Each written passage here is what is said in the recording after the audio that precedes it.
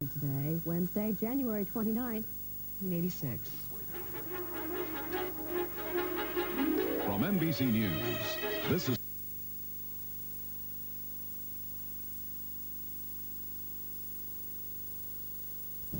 And hello, everyone. We will be devoting our entire 2 hours today to an examination of the Space Shuttle tragedy and a look at where the space program goes from here. With Bryant on vacation, John Palmer joins me at the anchor desk after long duty yesterday. Good morning, John. Good morning, Jane. Among our guests this morning, Senator Jake Garn, a shuttle traveler himself, and we'll go live to Concord, New Hampshire to talk with the friends of the teacher astronaut, Christa McAuliffe. And we'll talk with a psychologist who will tell us how to deal with what can only be described as this national case of grief. Well, let's get started with the latest on the shuttle probe from Bob Jameson at the news desk. And good morning, Bob. Thanks, Jane and John. Good morning. As the nation continues to grieve this morning, the air search for debris from the shuttle, anything that may help explain why Challenger exploded, is resuming. NASA refuses to speculate on the cause of the tragedy, but some space experts this morning believe that a leak in the shuttle's huge external fuel tank was responsible. Dan Molina is standing by at the Johnson Space Center in Houston with the latest on NASA's plans for an investigation. Good morning, Dan. Good morning, Bob. The investigation into something as catastrophic as this has to deal with everything from the very obvious to details that even computers may not have noticed. Included in the obvious, yesterday morning at this time we were talking about icicles that had formed on the shuttle during a bitter cold night. NASA's only stated concern at the time was that an icicle might break off and damage the orbiter's heat protection tiles. But are there other possibilities? Could an icicle have damaged the huge external fuel tank or some connecting fuel line? The details. Is there some fact, some measurement, some hint locked in the data collected in Mission Control that can explain what happened? One of the very first things NASA did after the explosion was to freeze everything here, seal it off so everything will remain as it was at the moment of the disaster. The photographic evidence. The moving pictures appear to show us where the bursts of flame appeared. That could help. It could narrow the investigation to specific points on the main engines, the fuel tank, or the solid rocket boosters, perhaps to the small explosive bolts used to separate the fuel tank from the orbiter. But the video could be deceptive. NASA today will look at still pictures taken with high-powered tracking equipment, and that should provide more details. Beyond that, all day here and for so long to come, the people here will be asking themselves critical questions. Do they recall any design flaw? Anything they worried about that stopped being a concern after so many successful missions? It's all important now in this investigation, a task that is perhaps the most formidable assignment ever tackled here at the Johnson Space Center. Bob? Dan, thank you. The sudden public death of the 7 astronauts has produced an emotional outpouring around the world. President Reagan ordered all government flags to fly at half-staff until February 3rd. And Concord, New Hampshire, home of teacher Christa McAuliffe, the first ordinary American chosen for space travel, is covered in sadness this morning. Fred Briggs is with us from Concord. Good morning, Fred. Good morning, Bob. The bitter cold that seemed to have accompanied this tragedy has stilled most of the movement in this small capital of a small state. The cold sinks into people much more readily than the impact of what happened yesterday at Cape Canaveral. You could see that last night at this church.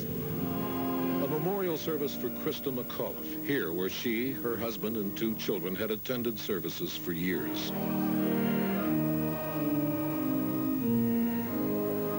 Some of her students were among the mourners, students who had been looking forward to a 2-way conversation with her from Challenger to the classroom later this week. It's a different lesson now. And she will teach us because of her ambition, because of her courage, because of her willingness to participate in our space program. The high school will be closed again today. The students and the teachers who knew her so well are being offered psychological counseling, although many of those counselors knew Christa McAuliffe pretty well themselves. The people are dazed here, not yet ready to start seeking mechanical reasons for what went wrong. They're rather grappling with the metaphysical reasons, because none of this seems to make any sense at all. Bob? Fred, thank you. Former astronauts this morning are saying that beneath the all-American smiles and the splashdown parties, there always lurked the possibility of tragedy. Deke Slayton, one of the original 7 astronauts, said, "Everyone knows it's going to happen sooner or later, you just hope it's later." And pioneer test pilot Chuck Yeager, for whom the right stuff is named, said there is no way for a pilot to prepare for such a disaster. But Yeager, the first to break the sound barrier, predicted that the space program will recover from the Challenger tragedy. Roy Neal, who has covered the space program from its beginning for NBC News, is at the Jet Propulsion Laboratory in Pasadena, California. Good morning, Roy. Hi, Bob. What are your thoughts on the future of the shuttle program? Well, let's begin with the premise that the United States space program is on hold for an indefinite period of time, as we might also say are the space programs of most of the free world this morning. There's mystification, which has to be resolved. They've got to look into the crystal balls of telemetry and computers to come up with some answers to something that is, at the moment, a total problem. The problem is this. The telemetry coming down from the spacecraft showed no problem in sight until the detonation.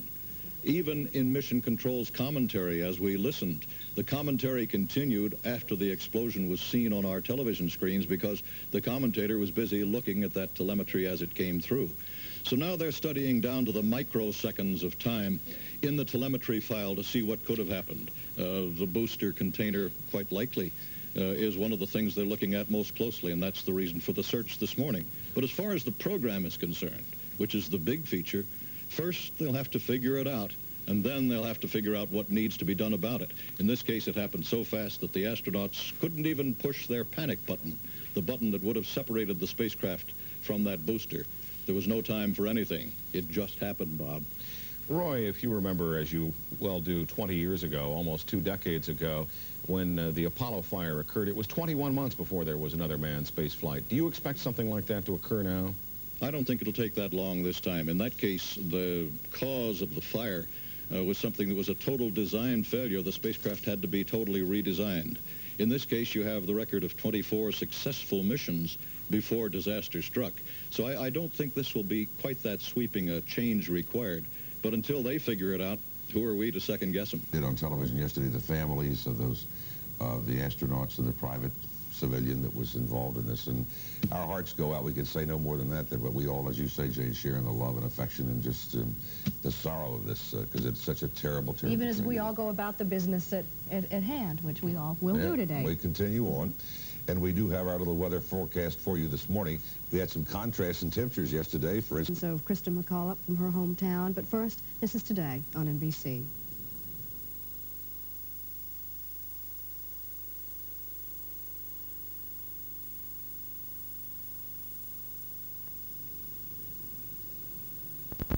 We'll be going up to Concord, New Hampshire shortly for those interviews. When Krista McAuliffe first learned that she was to be the first teacher in space, she really couldn't quite believe it. Last July, when she found out that she'd won, she discussed her excitement with Bryant Gumbel. Congratulations. Thank you very much, Bryant. Simple question. Why you? It's really hard to say. There were 10 people. We were such a cohesive group, enthusiastic, really enjoying teaching, and I think any one of us would have done a really good job. I don't know what put me over the top, but I'm delighted to be here. When you first applied for this, did you think you had even a prayer? I really didn't. I was almost doing it kind of like when you play the lottery. If you don't play it, you don't win. Sure. And when I filled out that application, that's really how I felt. I figured there'd be at least 50,000 people across the country who would be slipping that into the mailbox around the same time. What about when you made it down to the last 10? Did you think then, maybe? Well, then the possibility became very real, and I really started to think what the impact would be on my teaching career and on my family. But it was still really exciting. Has it all hit you yet? No, I don't think so. I still can't believe that I'm going to actually be going into that shuttle. It just really doesn't seem possible. Maybe when I'm on the launch pad, it will. What are you most excited about? Seeing the Earth from that perspective of that small planet, you know, it's such a big place here, but being able to look at it from a new perspective, and I hope I can bring that wonder and that excitement back to the students. Maybe just a little bit of fright, too? Not yet. Maybe when I'm strapped in and those rockets are going off underneath me, there will be, but space flight today really seems safe. We had a good example of that when NASA shut down the last one through the computer because one of the backup systems wasn't working. You say it seems safe. A lot of people equate that with it also seems boring. Have you been one, have you been one who followed NASA efforts all along, long before? Oh, yes. Oh, yes. I can remember watching the Vanguards as they went like this, and I remember Alan Shepard's first suborbital flight, and it was really thrilling. I read where you said you wanted to demystify space. In plain talk, what does that mean? Well, we see the space program as a science or math or technological adventure right now. I want the students to get a little bit of ownership. I want them to feel that they're part of the space age because they're the future and their children or grandchildren are going to be pioneering that. So I really hope to bring an ordinary person's perspective to this. Have you heard from some of your students yet? Yes, I have. They've been dropping by the house, they've been sending me cards, they've been calling. That's been super. NASA, of course, has a selfish interest in all this. I mean, they want to build up public support for the huge outlays that are necessary to keep the program going. As part and parcel of being the first ordinary citizen, I mean, are you expected to be the ordinary speaker who's out there making speeches on NASA's behalf all along? That's going to come. Certainly will, but I'm also delighted that the teaching profession and students and the whole country is really going to benefit from this. We hopefully are going to know an awful lot more about what life is like aboard the shuttle. Yeah. You go up on January the 22nd. That's what the date is, yes, of 86, right now. and we're hoping that that'll be met. What are you most concerned about between now and then? Well, probably just getting my life in order. I do have a family in Concord, New Hampshire, and I have to get them set. I also want to make sure my replacement in school is going to be comfortable for next year. Any thoughts, however slight, that you might not measure up once it gets going? Well, one of the things that has been really surprising is all of the publicity, and I was saying to my husband the other night, it's almost like I'm reading about somebody else, you know? Well, it's a dream come true for you. Oh, it certainly is. That interview seen here on Today last July. In just a minute, we'll go up to Concord, New Hampshire to talk with some of Krista's friends. Right now, this is Today on NBC.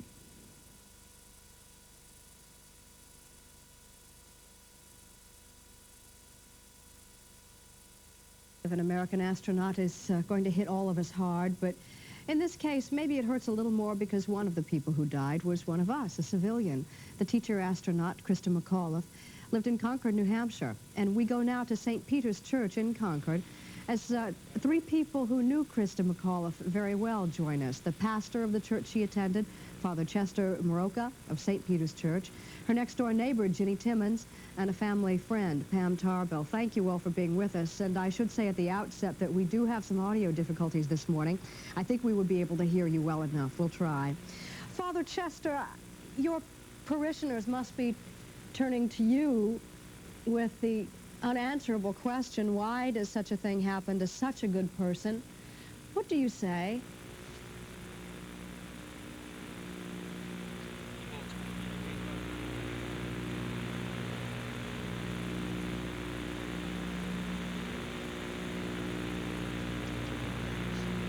Father, I'm afraid I was unable to hear your remarks. Your microphone evidently is not working.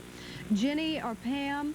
Pam, I understand your son Miles was little Scotty McAuliffe's best friend. Does Miles comprehend any of this?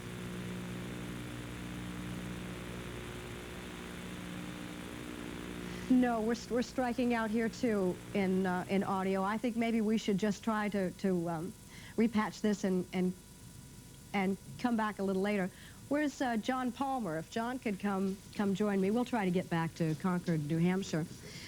Meanwhile, Steve Delaney is still down at Cape Canaveral this morning. Steve, what does the Cape look like on the morning after?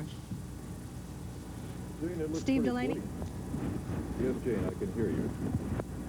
It looks pretty bleak down here right now. As you might imagine, in the wake of such a thing as happened yesterday, those members of the News Corps who were not... I'm sorry, I'm responsible for that problem. I had it in my pocket trying to keep warm. It is cold down here, Jane, and fairly bleak. Those members of the press corps who were not here yesterday morning showed up in droves yesterday afternoon. I think one of the ways that we can look at what happened yesterday from now on in an attempt to understand how they're going about the investigation is to consider what happens when there is a plane crash, which happens all too often. The National Transportation Safety Board goes at it in several different directions, one of which is to try to put together the pieces of the wreckage. There aren't many pieces, but the search for them goes on and continued through the night last night. Steve, I'm going to interrupt you just now, and we will get back to you for more of your report, but I understand we do have Concord back, I'm hoping, in which case I can reintroduce Father Moroka. neighbor and a family friend of Christa McAuliffe. Father Chester Mroka, what I was asking was, when your parishioners come to you for the answer to the question, why does such a thing happen to such a good person as Christa, what do you say? Well, we don't have an answer for that, Jane. We simply try to be supportive. As we mentioned last night at our service, we simply see the value of her work, of her contribution to this program, and the example that she's been to the nation, especially to the young people. Other than that, we simply try to be supportive. Ginny Timmons, you're the next door neighbor. You have 8 children, I understand. One of your daughters has an autographed picture of Christa. What did Christa say in that autograph? Well, I brought the picture with me, Jane, just because the picture bespeaks Christa's charisma that all of us felt. Our daughter is a freshman and received this as a high schooler, but I think any of us on reading it could identify as well. And what does she say? In it, she speaks of, "To Jean, may your future be limited only by your dreams. Love, Christa." Well, what about the dreams of a young woman? Are they going to be traumatized by the loss? I'm sure for everyone, they're devastated, but it's a temporary devastation. I think all of us, as I say, I readily identify not only with what has happened to Christa, but to her families and the other astronauts and their families. Pam, you have known Christa for a long time as a dear family friend. We know, obviously, she was a devoted teacher, a modern working mother, but she was more than that to her family, obviously. How did she do it all, in the phrase of the day? She had lots of energy, and what you saw on television through the media is how she acted all the time. She was an excellent mother. She spent lots of time with her children, taking them all over the place, doing the things that all the mothers do. It was hard for her, I think, to leave her children and go back to school, but she was so dedicated about teaching that she was able to combine the two, and she had lots of support from her husband, Steve, and from the people around her, and she was able to carry it off. Ginny, everybody's so concerned about Steve and the little kids. You watched them next door the last 4 months without Mom. They doing okay? Right. Well, I think one of the nice things, Mrs. Pauley, is that Steve is such a loving person, and he readily took on the role of both parents when Christa left. Thank you to all of you. I'm going to have to interrupt. You've been champs through this. A station break. Thank you, Jane. Pastor of St. Peter's Church, which was Christa McAuliffe's church. Ginny Timmons, next-door neighbor, and family friend Pam Tarbell. And I want to thank you once again for putting up with our technical difficulties. The circumstances are difficult enough, and you have been very gracious with us.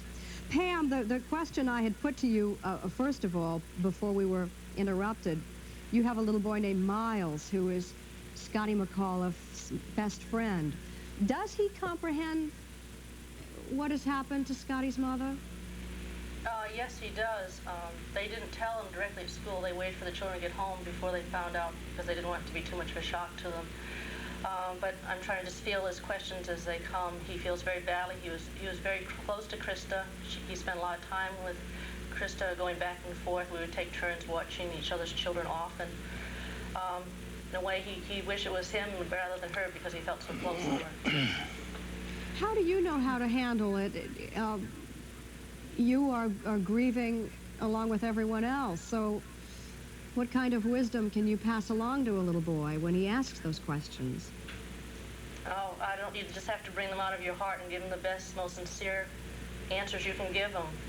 We only have limited experience doing this, and we have to make the best of it and take the worst thing that happened to us and make it a positive experience so the kids go on and learn, and they try to do the best with their lives, because if they didn't do anything, if they did less than that, that'd be a disappointment to Christa and what she really tried to do for all of us. Father Mroka, we saw officiated at a memorial service last night for Christa. How did you frame your remarks? I'm wondering how you decided what needed to be said. Well, I simply considered Christa's personality. She was a very dynamic, positive person. She didn't give in to fear. She wasn't afraid to take a risk. and she felt that there was much to be learned and a great experience to be undergone. And so she wanted to convey that to others, and I think she did. I think the media helped there, and that the nation itself has found out what sort of person and personality Krista was and how she helped in this program. I think she's made a positive contribution, and I think it will last. How profound is the feeling in Concord this morning? We all are feeling the sorrow and the grief, but at the hometown, I'm going to guess it's a little bit more than that even, is it? Well, it's a little early yet, but it seems to be a quiet atmosphere. People are keeping her in their prayers. They're stopping in at church. They're trying to think of the family. They have a great deal of compassion for Steve and the children. Would any of you or all of you like to see a permanent memorial to Krista McAuliffe set up somewhere in Concord? I think more a living memorial, something that would give to the people. Maybe a plaque. I don't think she would care too much about having a huge statue erected to her. I think she would like it to be something for education, to continue the excitement of life for everybody. Yes. Well, Pam, you knew her very well. Thank you. Thank you all. It's time now for a station break. Assessment of the Challenger tragedy. We'll be going to Washington to talk to Senator Jake Garn. He has flown a space shuttle mission, and among those who died were men and women he counts as personal friends. We'll also talk to Senator Pete Domenici, a member of the subcommittee that appropriates funds for the space program. And we'll also hear from two former astronauts who themselves experienced frightening emergencies in outer space, David Scott and Alan Bean. Bean, by the way, also was involved in the training of 5 of those who were lost aboard the Challenger. We'll also meet 14-year-old Peter Billingsley. He's the national spokesman for the Young Astronauts program, and he was at the Cape yesterday watching that liftoff. But first, at the news desk, here's Bob Jameson. Jane, there are no firm answers this morning to the question of why the Space Shuttle Challenger blew up little more than a minute after it was launched from Cape Canaveral. All 7 astronauts were killed. Today, a search is on in the Atlantic for any debris that might provide a clue as to what went wrong. Steve Delaney is standing by with a report from Cape Canaveral. Steve, good morning. Good morning, Bob. Actually, the search has been going on since right after the disaster yesterday. It has simply intensified since we had daylight, but it went on through the night and will continue until they're convinced they can't find anything else. Ships have been doing most of the heavy work during the night because they can get down closer to the water, and they have electromagnetic devices which can kind of try to pinpoint where there are larger pieces. So far, most of what's been found is quite small, 2 feet by 5 feet, has been recovered but has not been identified. With the coming of daylight, it will be possible to use aircraft once again and to get broader spanses of the ocean covered. The area is several hundred square miles. It's centered about 30 miles off the coast. Now, whatever's on the bottom is going to be very hard to discover because it's in the edge of the Gulf Stream. The bottom is sloping off toward the edge of the continental shelf. And because the water is of different temperatures out there, it's fairly turbid and is going to yield evidence rather slowly, Bob, and answers even more reluctantly. Steve, thank you. Krista McAuliffe, the enthusiastic, outgoing teacher from Concord, New Hampshire, lost her life as her family and others from her hometown looked on from the ground. Dennis Murphy reports. NASA gave the good seats to the kids from Concord, the bleachers just opposite the shuttle. I'm nervous for her, and I'm really proud of her. Krista McAuliffe, their teacher, was on the spaceship. The kids huddled in the cold grandstand right behind their teacher's mother, father, and sister. The moment had arrived.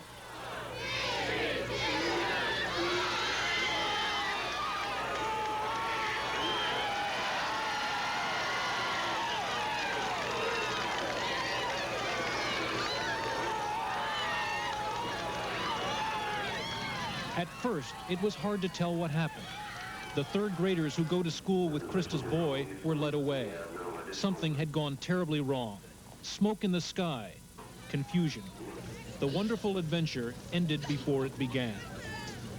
I'd like to say something in particular, something special to the school children of our nation, and especially those from Concord. You must try to understand that spirit, bravery, and commitment are what make not only the space program, but all of life worthwhile.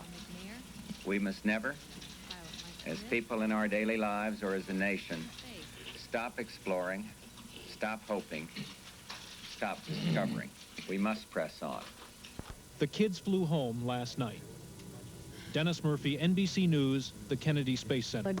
The picture of the Challenger space shuttle exploding will remain in the national consciousness for so long. But for those who watched the launch and the tragedy from the grandstands at the Cape, the experience and the shock will be indelible. Among those in the grandstand were the parents of teacher Krista McAuliffe, who chose to watch the launch with students from their daughter's New Hampshire school, actually the classmates of her son, little Scott. And Peter Billingsley was there, the national spokesman for the Young Astronauts program. And Peter joins us this morning from his hometown of Phoenix and our NBC affiliate there, KPNX TV. And welcome, Peter. Thank you. Peter, would you explain how it came to pass that you were there at the launch yesterday?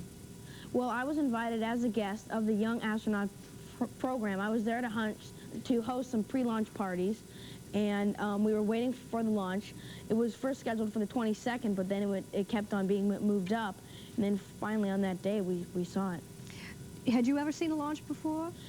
Only on the news. This was my first one that I've ever seen up close. So you would have no way of knowing as you watch clear the tower and disappear in the sky, as I've seen it do, that something might have gone wrong, or did you sense that something was wrong?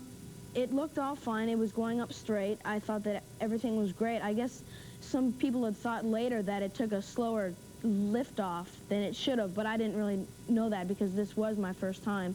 I saw it lift off, then I could see the trail going down, then I saw a big round cloud of smoke, which I guess was where it blew up, and I wasn't really sure what that was. I thought that maybe it was the solid rocket boosters leaving because I didn't really know. But then I saw this thing that was twisting and was moving, and at that point, I knew that something was wrong. But the only thing was that the people that knew that something was wrong were in so much shock that they didn't scream or anything. They just were silent. What was your first confirmation that something had gone terribly wrong? Okay, we were all cheering and screaming. Then there was a microphone that was right out in front of us, and we could make out the word malfunction. And with that, everybody started to be quiet. There were still some other people. Then we heard the words, "The vehicle has exploded." And with that, everybody went into Peter, trauma. who was there? The parents were there. There were a lot of little kids, much younger than you. Was there anybody there to look after them? Yes, there were. There were some of the kids' mothers that were there. Just everybody was in a huge state of shock. They were all in panic, and it was just an awful, awful thing. Now, you as a spokesman for the Young Astronauts program, yes, I am. Did that mean that you wanted to grow up and be an astronaut yourself? It doesn't really mean that I want to grow up and be an astronaut. It's just what the Young Astronaut program is it's an educational program that's backed by the president, and it's geared towards kids from 6 to 16, and it's mainly to prepare them for life in the 21st century, because with everything growing so fast now that we want to be ready for that time. Do you still want to be ready, or did the shock and the trauma yesterday change your mind somehow? No, I think that even though it's an awful thing, like President Reagan said, we've got to keep going. We've got to keep moving with full force. I think we should find out what happened wrong, and possibly today's young astronauts can possibly make a fuel tank that would be less prone to blowing up, or could make a possible escape hatch on the shuttle. Do you feel your job as a spokesman for the Young Astronauts program is all the more important today? I don't know. I wouldn't say it's all the more important. It is probably a little bit more important, but right now we just want to heighten the awareness of people that in this country right now the academic standards are very low compared to Russia and Germany and Japan and all these other places. Astronauts have to be pretty brave people, don't they? Yes, yes they do. Well, Peter, thank you for being with us, and I guess we certainly know now that there is absolutely a frontier out there yet to be conquered by your generation. Yes, thanks, there Peter. is. We'll be back in a moment with two former astronauts who survived harrowing experiences in space after these messages.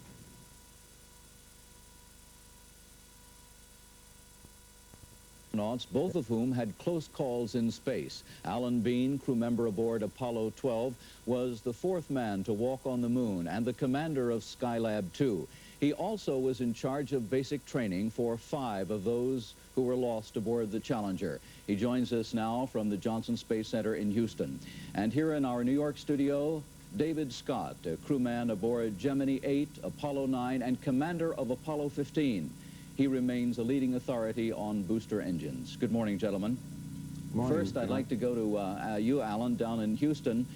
Tell us about your problem you had on the Skylab 2. That was quite a scare, wasn't it? Well, we had a problem on Skylab 2 where we lost some thrusters during the rendezvous, and then it wasn't so scary as it was mystifying. When something goes wrong and lights light up, you sort of are concerned about what's happening, and you don't really know for sure. And on Apollo 12, you were hit by lightning, were you not? Yes, that was even more amazing. I was sitting in the right seat, and this was about 50 seconds after launch. A lightning struck our spacecraft. We didn't know that at the time. The indication we got was about 15 warning lights coming on, and at that moment there's a lot of noise, a lot of vibration, just like the shuttle during launch. And when those lights came on, it took me a good 5 seconds to finally convince myself that the lights were really on and we really had a problem. Of course, yesterday they probably didn't have any warning lights, and they certainly didn't have 5 seconds to think about it. David, you had a problem on Gemini 8, what your spacecraft was tumbling, the capsule. Yes. Well, it was similar to what Alan said. It's a surprise. You see the indications, you take corrective action, and most of the time in flight it's almost automatic because of the intense training and the preparation that you have before you go. David, you're an expert on the booster situation. All the attention now seems to be focused pretty much on that main tank, fuel tank. Do you think that's where the problem was? Well, it's hard to say, John. I think we can't speculate until NASA's had an opportunity to review all the data and reach a conclusion of its own. NASA's a very good detective. I think they'll be able to sift out the data, especially since we've had 24 successful flights and we know what's going on with the shuttle. And as a matter of fact, my company's developing a small upper stage booster rocket based on the shuttle technology, and we feel very comfortable that the shuttle and its technology is a very safe system. Alan, as we mentioned at the beginning, you were in charge of helping to train 5 of the astronauts. You have some pretty special memories this morning, I would assume. I certainly do. When I heard that the shuttle had a disaster, I, of course, turned in television and followed it, and then they showed the pictures on television of the crew members, and the 5 professional crew members were ones that were the first astronaut candidate class that we had back in 1978, and I trained most of them. I have good memories about all of them. One of my favorite remembrances was of Judy Resnick. We had taken all the candidates down to Key West to undergo some parachute training and some water training, and there were 50 people in this boat where we were teaching them how to survive in case they went in the water in their parachute. There was only about 15 astronauts. The rest were Navy and Air Force pilots.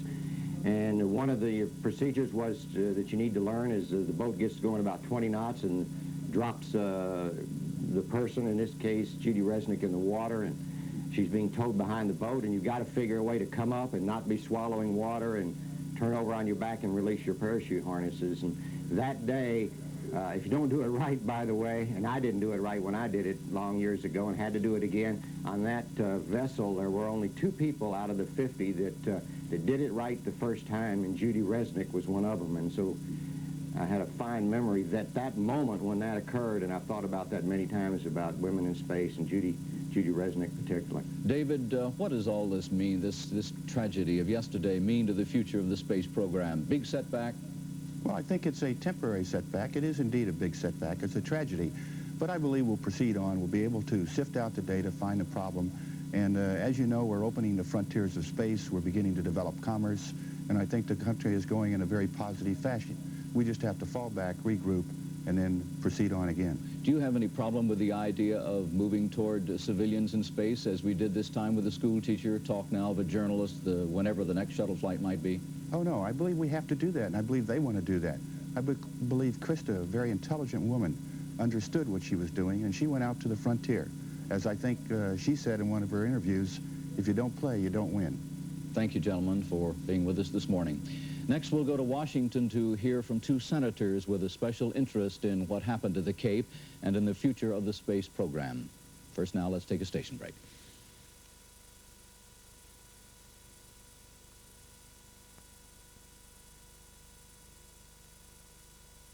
Special interest in the space program are with us this morning from our Washington studio. New Mexico Republican Pete Domenici is chairman of the Senate Budget Committee, and both he and Republican Jake Garn of Utah are on the Senate Appropriations Subcommittee that oversees NASA's budget. But perhaps Jake Garn is best known as the senator who took a shuttle flight in outer space in April of last year.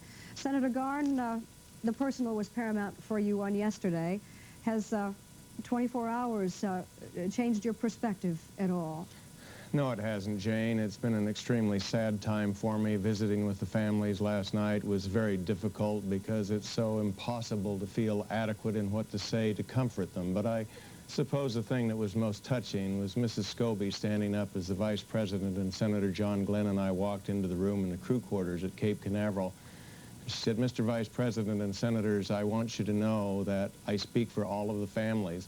We want the space program to continue. Despite today's tragedy, we don't want it slowed down, we don't want it stopped, and we know that our loved ones would feel exactly the same way. So the program should continue. This is a great tragedy. It's a shame that it happened, but it should not deter us from our great exploration of space." Should Mrs. Scobie be concerned that that might not happen?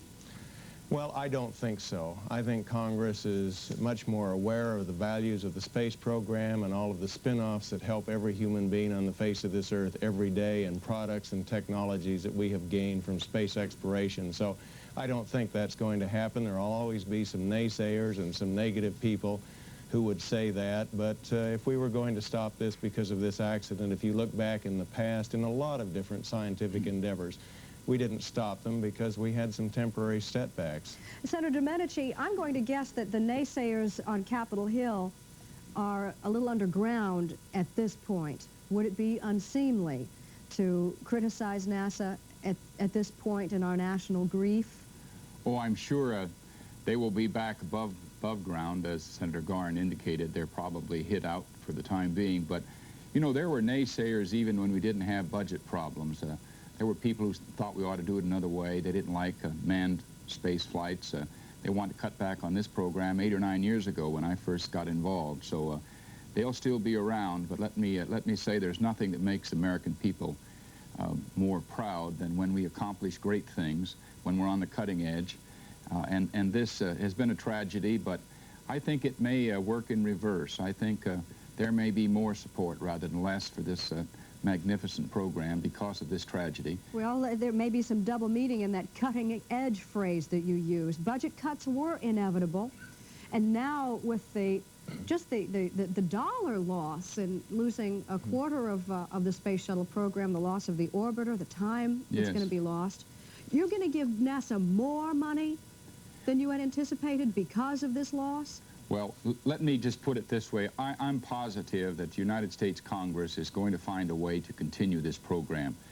I can't give exact dollar figures at this moment, but I'm convinced that this is the kind of program that has so many benefits for mankind and for America as the world's leader in so many respects that we're going to see it through. But would you take advantage of this tragic turning point to do some course correcting? Well, frankly, I have always been one that listens to the experts and weighs the pros and cons. I don't try to put myself in their shoes, so I think we'll listen to them again, and perhaps some correcting has to be done. But from my standpoint, we had refined shuttle and reduced it to a minimum size for its effectiveness, and we ought to continue and see it through. Senator Garn, what about you? Would there be any course correcting that you would take advantage of in this time of assessment or reassessment? Well, Jane, I think we have to realize that we've had 25 years of space flight, 55 missions without an accident in the air at all. I think we need to look at the positive side and what a remarkably safe program this has been. The course correction that needs to be maintained or found out at this point and accomplished is we need to know exactly what caused this accident.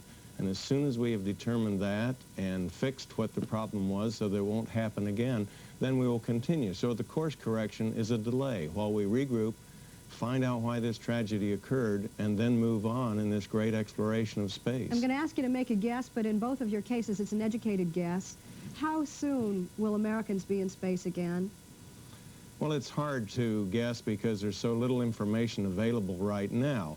It could be a matter of just a few weeks. It could be several months. I agree. All right. Senator Domenici, Senator Garn, thank you again. We appreciate your time. Thank you. And we'll be back after these messages.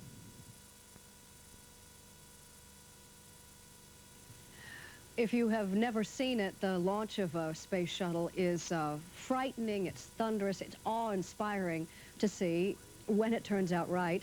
We're going to show you this split-screen version of the launch of the Columbia on January 12th, the successful launch. And next to it on the left is the launch yesterday, the disastrous launch of the Challenger. And they are set time to time. Throttle down to 65% shortly. Engines at 65%, 3 engines running normally, 3 good fuel cells, 3 good APUs. Velocity 2,257 feet per second. Altitude 4.3 nautical miles, downrange distance 3 nautical miles. Engine still running smoothly at 85, now stepping down to 67% as shot away. Engines throttling up, 3 engines now at 104%. Challenger, go at throttle up. Challenger, go at throttle up.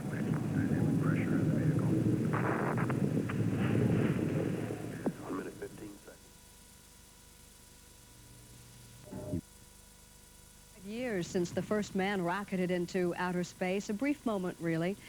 But as President Reagan said yesterday, it has been a time of dazzling accomplishment that leaves us taking wonders for granted. Well, now suddenly there's been a tragic accounting and serious questions about how our space program should proceed, and we'll discuss some of those questions in this hour. And welcome back to our second hour of today and our special coverage of the Challenger tragedy. I'm Jane Pauley. Bryant Gumbel is on vacation this week. John Palmer has moved over from the news desk. John? And Jane, later in this hour, we'll talk with a child psychologist with some advice for parents whose children are among those affected by the tragedy at the Cape.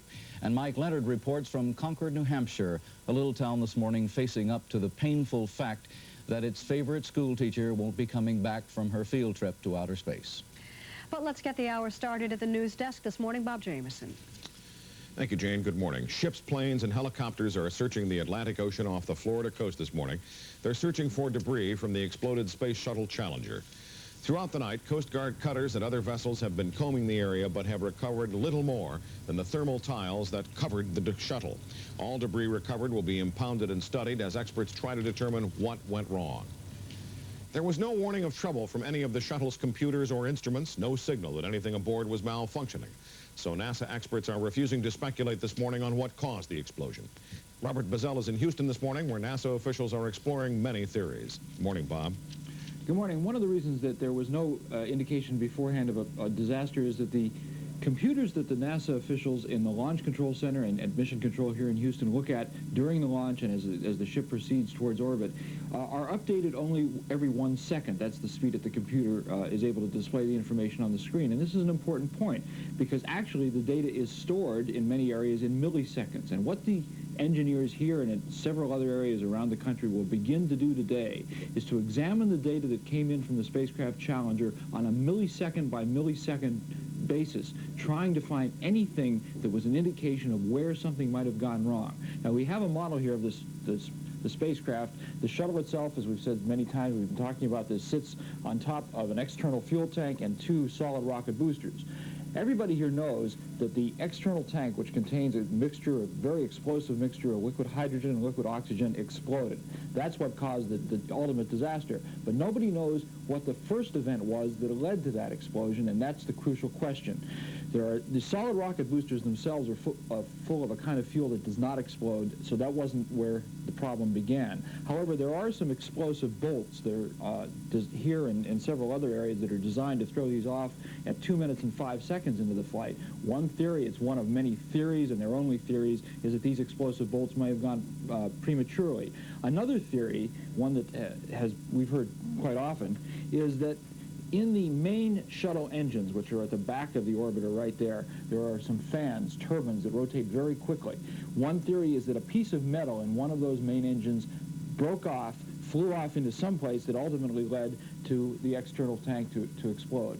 Those are the things that the engineers will be looking for as they look at this millisecond by millisecond analysis of hundreds of different systems that they have recorded here on the ground and in other places, trying to find a clue as to what happened. It's not going to be an easy task. It's going to take quite some time. Bob? Bob, thank you. Florida Democrat Don Fuqua says his House committee, which funds the shuttle program, will conduct its own investigation into the accident. He says, however, it will follow NASA's investigation and will not be aimed at placing blame. The world, as well as the nation this morning, is mourning the loss of the Challenger crew. A moment of silence was observed by the Canadian Parliament, the French Senate, and the European Parliament meeting in Strasbourg. In the Soviet Union, radio stations played American music. In Rome this morning, Pope John Paul praised the 7 crew members as courageous pioneers for human progress. Speaking to more than 5,000 people at the Vatican, the Pope said the tragedy has caused deep pain for people all over the world. In this country, President Reagan has declared a week of national mourning with flags flown at half-staff. And this morning on Wall Street, all systems are stopping and a moment of silence is being observed on the floor of the New York Stock Exchange. The crew of Challenger, like the crews of all the shuttle flights, trained for their mission at the Johnson Space Center in Houston. The city reveres the astronauts, and as Robert Elliott reports, the loss is felt deeply there. The signs are everywhere. The flags are at half-staff. Throughout Houston, people are mourning the loss of 7 astronauts. Take this moment of silence to think about them people that disappeared from the world today that was so tragic. Astronauts are an important part of the Houston community. They're admired, respected, and often treated like heroes. Shuttle Commander Dick Scobie was no exception. I do think that it takes a very special type of person to be an astronaut, and I think he fulfilled those special qualities. Scobie was born and raised in Washington State. He loved airplanes, joined the Air Force, became a test pilot, and finally, in 1978, an astronaut. His hometown was thrilled with his success. Classmates, teachers, and coaches remember him fondly. Interested in athletics, played football. Again, not an outstanding athlete, but a heart like you wouldn't believe. Hey guy, we're gonna give you a little picture. Scobie first went into space in 1984. Even then, his mother was apprehensive.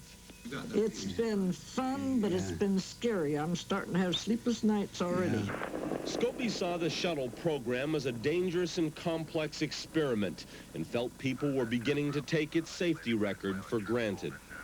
Each one of them is an individual technological marvel in itself, and you lose that by watching so many of them. There are a lot of things that go on during a space flight, and it's not easy to do, and it may look easy from the outside. It's not easy from the inside.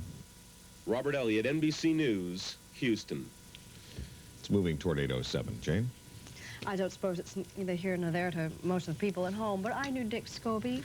He was our associate during the, well, I'll call it the Sally Ride mission, 2.5 years ago. And he was a lovely, lovely man. Gentle and competent and cool and great guy. Well, you know, we were just talking a minute ago, the years that I had in my freelance radio days, I worked for the space agency for 22 years. I did a lot of their radio work and got to work with the astronauts and many of the people connected with the program.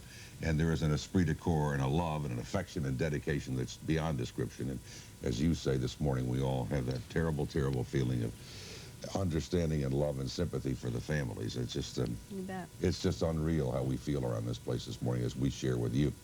I have a couple of nice things, however. I want to back at what our manned space flight program has been and a look ahead at where it might be going from here. But first, this is Today on NBC.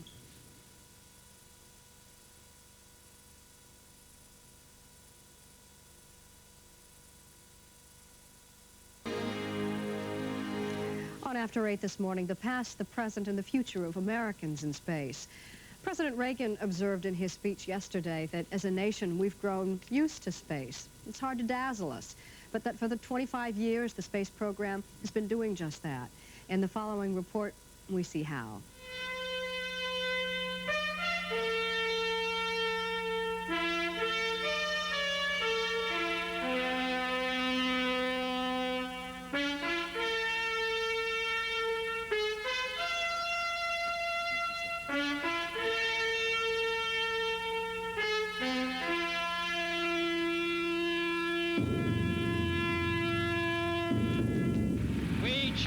go to the moon in this decade and do the other things, not because they are easy, but because they are hard. It was hard work and years of testing that led astronaut Alan Shepard to open the doors for Americans in space.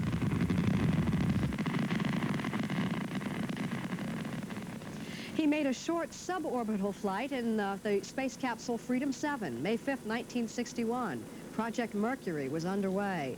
John Glenn next became the first American in orbit, while many others, both American and Russian, followed. Soon children across the globe would marvel over man's first walk in space, as you see here, made by astronaut Ed White.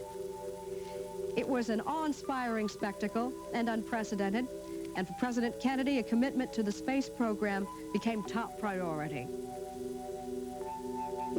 I believe that this nation should commit itself to achieving the goal before this decade is out of landing a man on the moon and returning him safely to the earth. And so we did, as our flag was planted on the moon's surface, and our men in space seemed, well, to be having fun. I was rolling on the moon one day.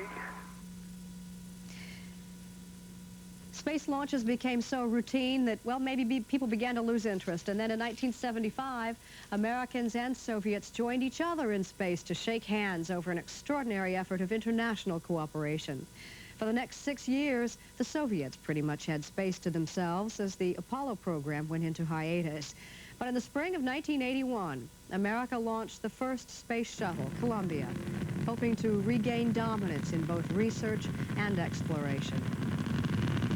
The space program in general and the shuttle program in particular have gone a long way to help our country recapture its spirit of vitality and confidence. The pioneer spirit still flourishes in America.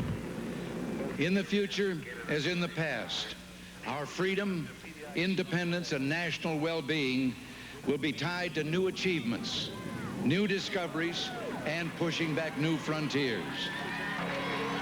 We must never forget that the benefits we receive are due to our country's commitment made a decade ago to remain the world leader in space technology.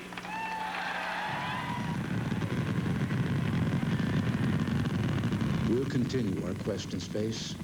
There will be more shuttle flights and more shuttle crews, and yes, more volunteers, more civilians, more teachers in space. Nothing ends here. Our hopes and our journeys continue.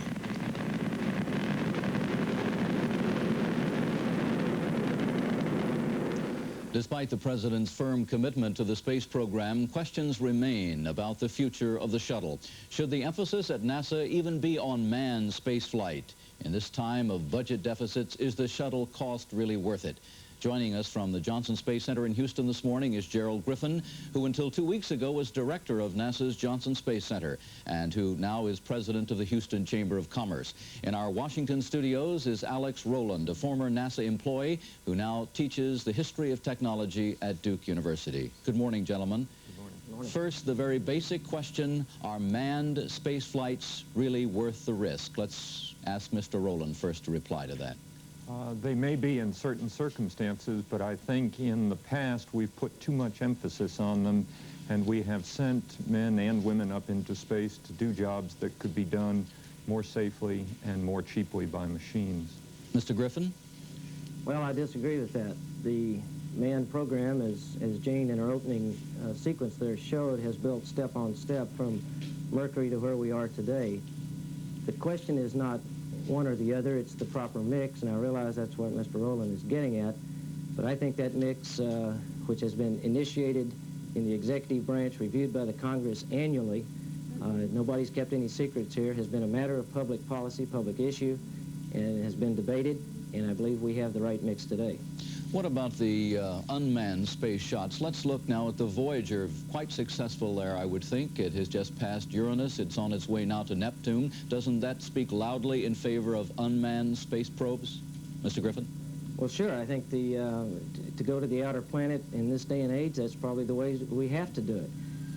Make no mistake, the Voyager spacecraft was sophisticated.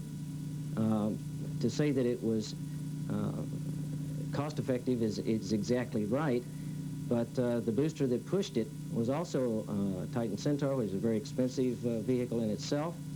And I don't quarrel with the idea that we should use unmanned technology where it fits.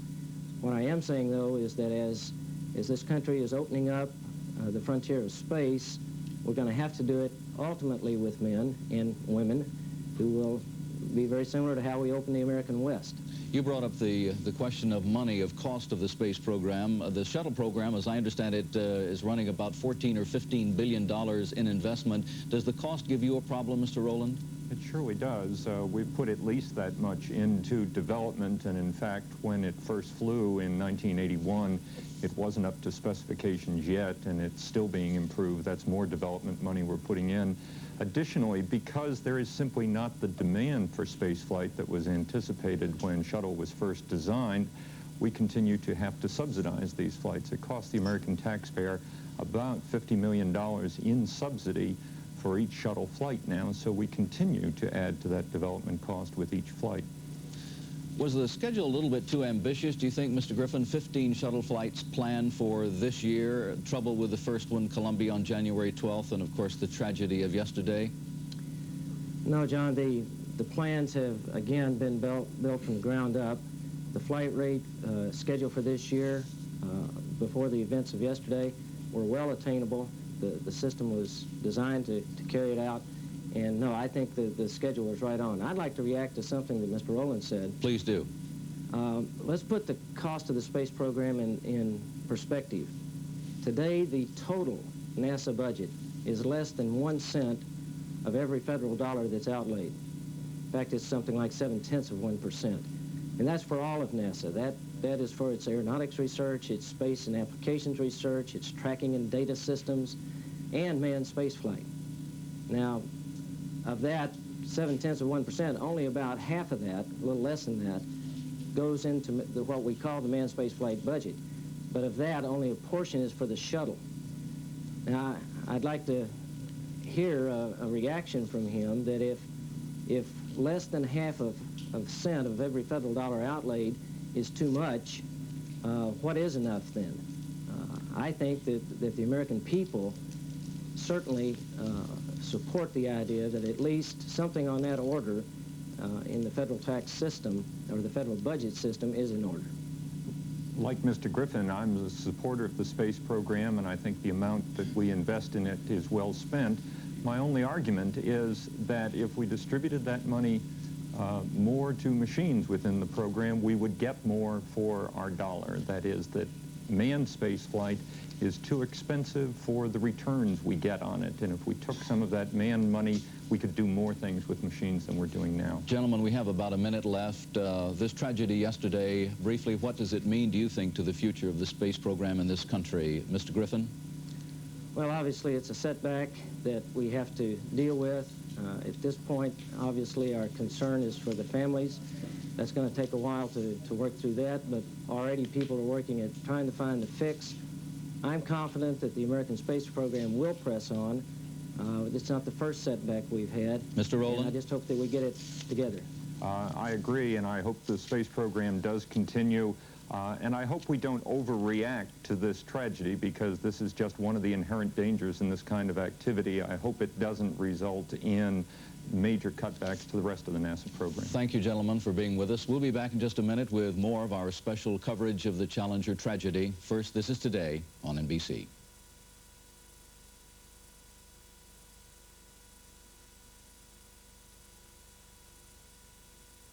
Tragedy that maybe you overlooked, or maybe you dealt with it in your own home yesterday. Should you turn off the TV or let the kids watch all they want? Kids are scared and confused and grieving too, and we'll talk with an expert about how to deal with it. Now a station break. It's legal off-street drag racing. I guess like a lot of you at home, I spent a lot of the day yesterday with John Palmer watching you on television, John. I did not see the liftoff on live television, but my husband heard on the radio and came in and told me, and my reaction was just like anybody else's. It was, first of all, I hoped that it was still on the pad. I don't know why, but when he said the shuttle exploded, I wanted it to still be on the pad and nobody in it. I wanted it to be some fluke. Sure. But then, you know, but my reaction was the teacher, and some tears, and I fled immediately to the television. This must have been within a minute or so of you being on the air. And we there were on you about were. 11:43, 11:44. Yeah, something and of that nature. there you were, and you told me what had happened, and I spent about the rest of the day with you. And one of my professional questions at the back of my mind was, when John knew this had happened, how did he know how did he get on the air so quick? How did he know which studio Well, we was always, live? of course, How did he? And you know, we have the camera always on the 5th floor that's hot all the time. That happened because of the tragedy of the assassination of John Kennedy. Since that day, when it took about 30 minutes to heat up a camera, we've always, since that time, had a hot camera there. I was watching the live feed from NASA Select on the monitor in my office here on the 3rd floor. And we wear these things, you know, in the ear that we plug in. And I was just watching that, just on standby. I was the guy on duty in case there should be a problem. But these have become so routine. But something possessed me to put in my earpiece and plug it on, put my coat on, and watch this. And then I saw the lift off, and for the first, and after it hit about a minute, I remember taking this off, and I was in the process of unclipping it from my back to put it back on the counter. We're not going the air. Everything is fine. And then I saw the blast, and I thought, is this separation? I've never seen separation like that. And then when you saw those two things that were described, those white cones, that horrible sight, I realized there was something wrong. And then I did hear him say, we have a major malfunction. And by that time, you were out the door. I was out the door, then running up to the 5th floor to go in front of the camera, and we went on. I didn't quite know what had happened. Nobody knew, but we knew there'd been a big problem. And on my way running upstairs, NASA had said, after a long, agonizing 43 seconds of nothing, that there had been an explosion. And I remember talking to the producer saying, well, can we wait a minute to get a little more information? The next thing I heard, we interrupt our regular programming. Here is NBC News correspondent John Palmer. And we went with it, when all we could say at that point was there has been a problem, NASA says, in its explosion, and here's the tape, here's what we just saw. Because it was not carried live on the East Coast, it was carried live on the Today Show on the West Coast. You did not have the opportunity that the rest of us had to react as a person first. No, I didn't. I sure did afterwards, though. How so? I thought, I was just very moved afterwards and watching Nightly News. I went off the air about 6:30, and I watched Nightly News and kind of saw it there as a viewer. And I was very moved by Tom Brokaw's close. When he said that, you know, we were with you, he said a word to the families, we were with you, and all those joys and walking on the moon and oh boy and those great times. And he said, and we're with you. We shared your pride, I think he said. Right, and we now share your grief. Sorrow. We share your grief and sorrow. It was well put. Well, it was one of those days that you did awfully well, trying circumstances, and I'm thinking of their family. I was thinking of Sally Ride and all the other astronauts because they're grieving too. But we'll be back after station break.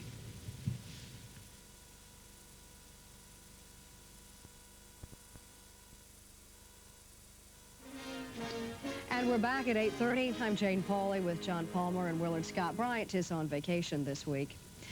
Well, at schools all across the country, as well as at the Cape Canaveral launch site, there were a lot of children watching the space shuttle that would carry a school teacher into space, a teacher with some ambitious plans for bringing her space flight experience into their young lives.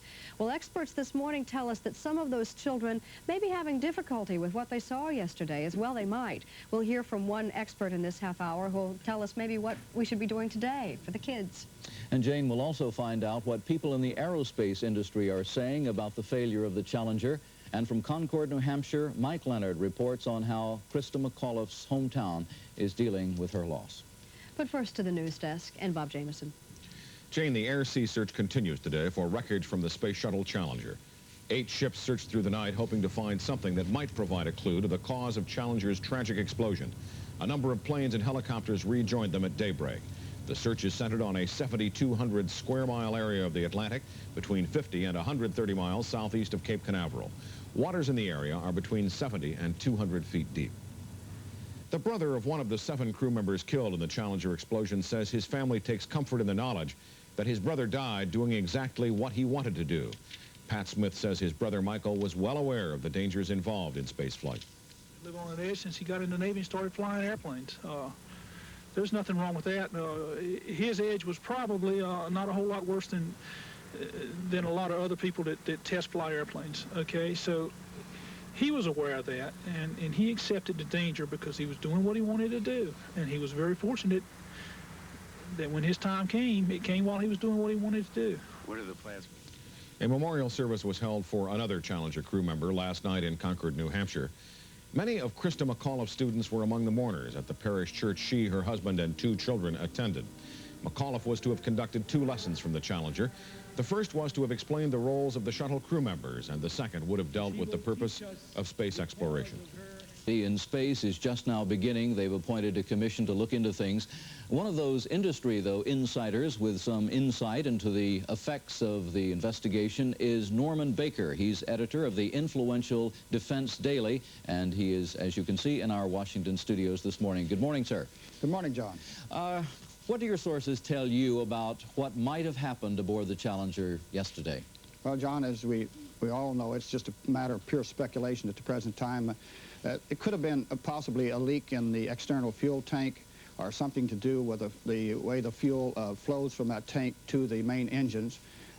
You've seen the television photos. Everybody has over and over again. It's an indication of a fire spreading from the aft section of the external fuel tank up underneath the space shuttle. But that, again, is pure speculation. We won't know until we see those NASA photos that are the tracking photos that have greater detail. Tell me about those tracking photos. What are you talking about? Well, there are photos, you know, that they use for the tracking down at Cape Canaveral that is different from the television photos that's taken from the television networks.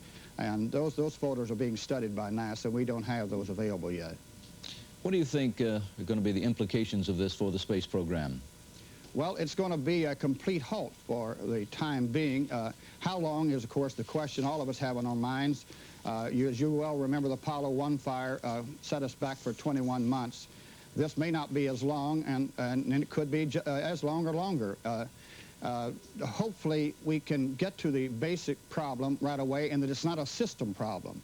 If it is a component that went bad, or this particular tank went bad or something, that's one thing. But if it's a system that requires a complete redesign of the system, then we've got something else on our hands. Well, we're talking here nuts and bolts about the space program. What about public confidence? What's been done there? What about confidence on the part of Congress and money? Well, John, I'm real pleased with what I've been hearing just in the past few hours of the people, the expressions of the people themselves, not just in industry or within NASA, but the man on the street. He seems to have accepted this thing as something that we, even though it's a great shock to all of us, as something that we have to expect in a program as on the edge of technology as this one is. What about the role of civilians in space? This was the first time a sort of a private person in the person of Christa McAuliffe, who was on board, a school teacher. There was talk in the next shuttle of having a journalist on board there, or one of the later shuttles. What's it done to that idea of civilians going into space? Well, I hope it hasn't dampened it too much, John, because actually the space program belongs to the American people. It is their program. They're the ones actually that are pushing for what we have, believe it or not. And I realize that this, some people are saying that this shuttle was not reliable enough, we hadn't gone far enough. But take a look at our airplane crashes in the past year. The 747 that crashed in Japan and killed over 500 people.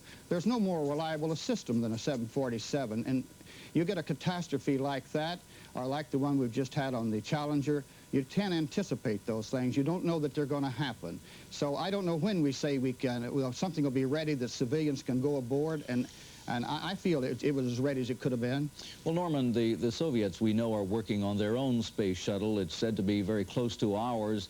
That doesn't that pretty much commit us to go ahead with our shuttle?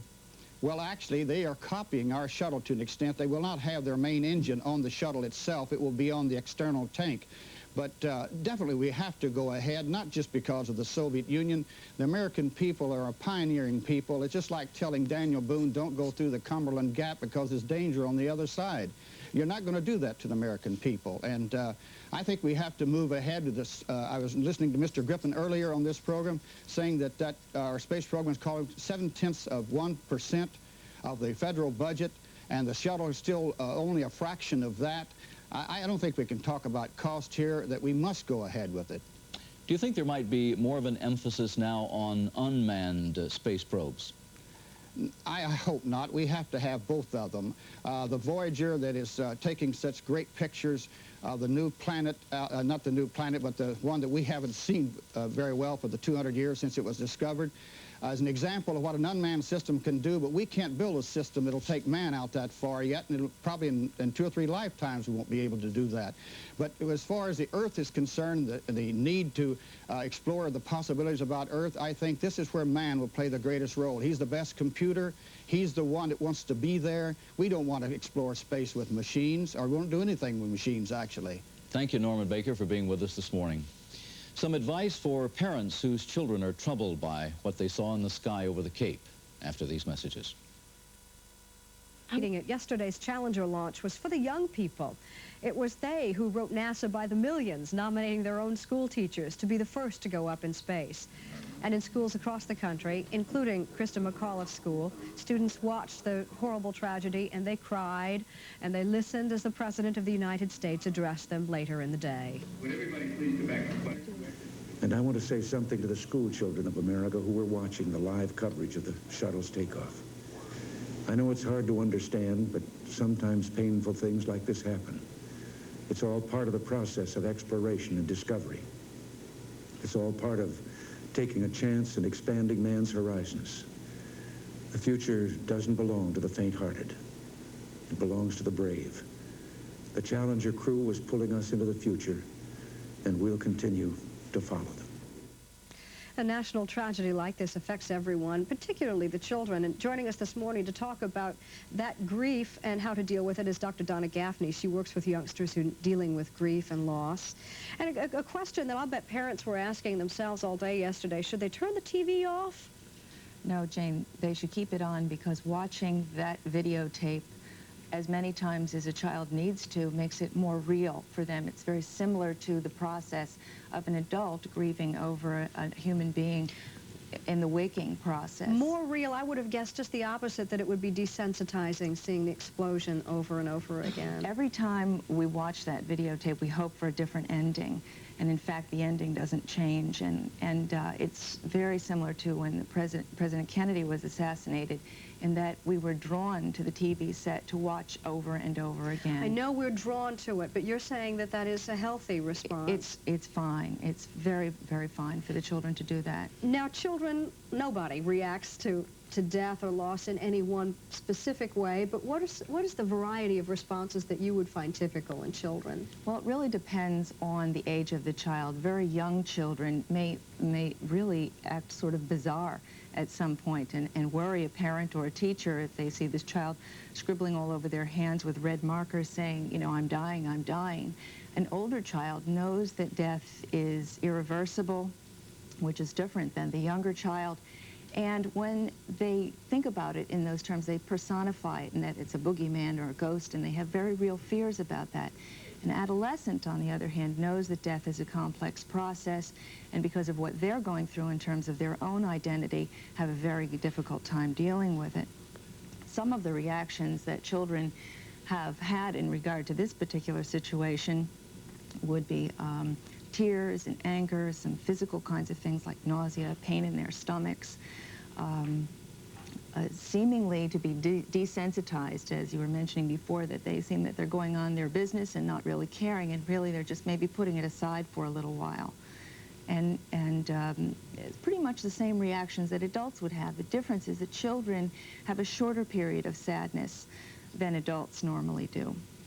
It doesn't mean that they're not grieving at the same time, but it means that they sort of are spontaneous and move through a little quicker. So would you predict trauma in an age group? I'm not in talking about an individual child, but as a group, this generation of kids won't be traumatized by this experience? Think they will be traumatized, because they were all indirect victims. We stood there and watched helplessly as the shuttle blew up, and they will never forget what they were doing at that very moment that they heard about it. And that is why we need to support children going through such a situation as this, by allowing them to talk about their feelings, encouraging them to share with their peers, taking part in some way in a memorial process, allowing them to grieve and to reach out to those who may be more intimately involved. What are some of the specific activities you might recommend that classroom teachers engage in? Well, today? talking. Last night, as a matter of fact, I spoke with some teachers, and they were wondering the same thing, that they had brought up the situation yesterday, and of course the children had bits and pieces of information. What they can do is talk about it, provide a set period of time for today, for tomorrow, maybe for Monday. Not all day long, but... Not all day long. It really depends on the age of the children. It may be that some classes may be more conducive to these kinds of discussions than others. And for short periods of time, 15, 30 minutes, but to allow the children to discuss their feelings and talk about it as they need to. Writing a letter is another thing you might suggest. Who would they write a letter to? The kids can sort of come up with their own ideas about who they'd like to write a letter to. The children in the Concord school system, for example, to express their feelings to those children because they're identifying so closely with those children. Maybe the people at NASA, maybe the family members of the different crew members. So there's a number of possibilities for them. But as they do this, they reach out to the other people and communicate their feelings to them. I remember rather vividly I was maybe 16, I think, a teenager when the Apollo astronauts died on the launch pad, and how searing that experience was for me. I don't recall that the school did anything in particular, but I remember being so surprised at the fallibility of technology. Never mind the sadness and the horror, but just, we were perfect. Maybe I hadn't been paying attention because nobody else thought we were perfect to begin with, but are children likely to grow up to be more fearful of technology? They will probably question, and something that they took for granted cannot be taken for granted anymore, and they will wonder about it. But they're so spontaneous and flexible that they'll soon begin to support the whole idea again and really be encouraged and look towards the future. And I think the President's message really speaks to that. Most kids are going to be very resilient. What kind of symptoms, however, would be a tip-off that a child is suffering more than normal? If they were behaving in a manner that might not be typical for that child, very quiet, very withdrawn, maybe very angry, maybe some violent behavior, those kinds of things would tip off a parent or a teacher. Would you expect to see that, or would that be very rare? I think that in some children you might expect to see that, again, depending on their personalities. If they are children that typically hold in and maybe express their feelings in different ways. But each parent and teachers know their children, so they know that might be different behavior for that child. Well, Dr. Gaffney, thank you for your insights. Really interesting. Helpful, I hope. We'll see how they are dealing with their loss in Krista McAuliffe's hometown this morning. But first, a station break.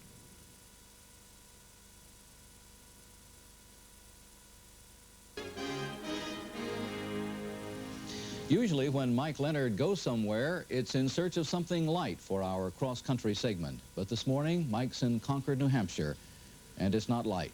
Morning, Mike. Morning, John. In one respect, Concord, New Hampshire is just like every other town or city in America.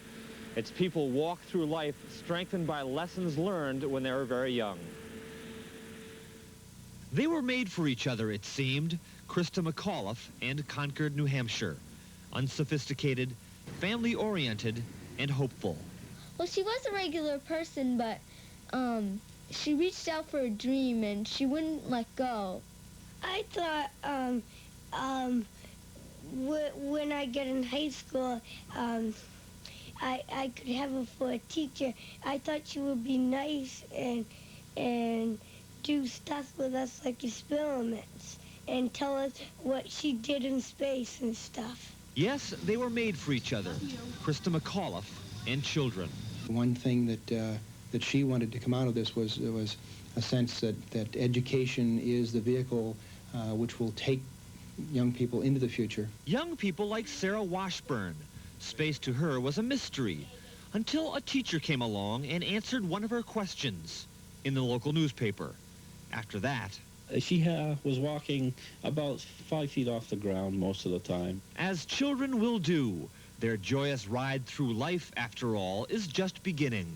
Well, when it went up, I was like, hooray, our whole class was jumping up and down because we thought it was going up right when it went up and looked like a good flight. And then all of a sudden, when it bursted or exploded, our teacher started crying. Because it just wasn't supposed to happen that way. Childhood adventure stories have happy endings. So thought the children who talked to Concord psychologist Mike Vanaski. They were coming up with all sorts of fanciful solutions to the problem. Maybe they crawled out the window. Maybe they landed on an island. Did they find the spacecraft? No, in fact, the latest word we have officially here from NASA is that the crew of the Space Shuttle Challenger was killed in the explosion. As disbelief became reality, local radio station WJYY became a shoulder to lean on. Their regular music program was dropped so that callers, many of them children, could get through. We heard tonight that there was no survivors. And it was kind of a spur-of-the-moment decision to just start taking phone calls, that maybe this was a way that people could express some of their feelings and reactions to the tragedy. A tragedy felt most acutely by fellow teachers and parents. I was feeling for Krista's children at that point, and I wanted to be with my own. That's the way I felt also. I was just thinking, wouldn't that be terrible to have my mom go up there? For the young people of Concord, New Hampshire, the lessons of life and death are now painfully clear, taught unforgettably by someone who loved and inspired them. I hope that their kids do really well, and the father just does what he has to do and not worry about it, and just kind of go along and keep on trying to live. I was discouraged she couldn't come back to talk to us about what happened, but I was glad at least she got to go up into space for like a minute, and she probably died saying, I reached my goal, I got into space. She went up, but she didn't make it into space, but she came close to it.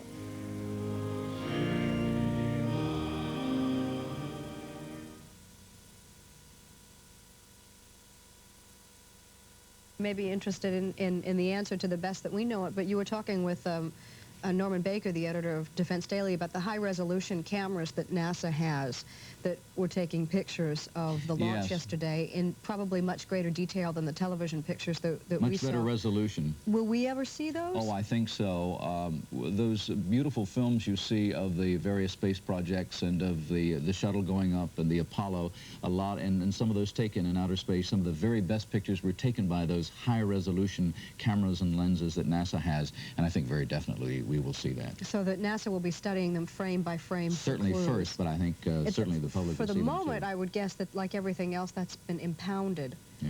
But, well, we'll see, and if we see, you'll see. And we'll be seeing you tomorrow.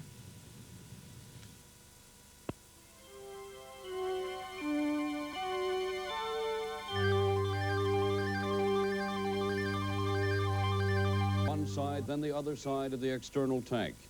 Then forward at the shuttle's attach point, and soon it is over. 10 miles up, the Challenger and its precious cargo of 7 are obliterated in a ball of fire. The solid booster rockets barrel on to form horn-like appendages in the blue, a dilemma of terror. And it is on the horns of that dilemma that NASA and this nation is this morning after. This is Daybreak on CNN for Wednesday, January 29th.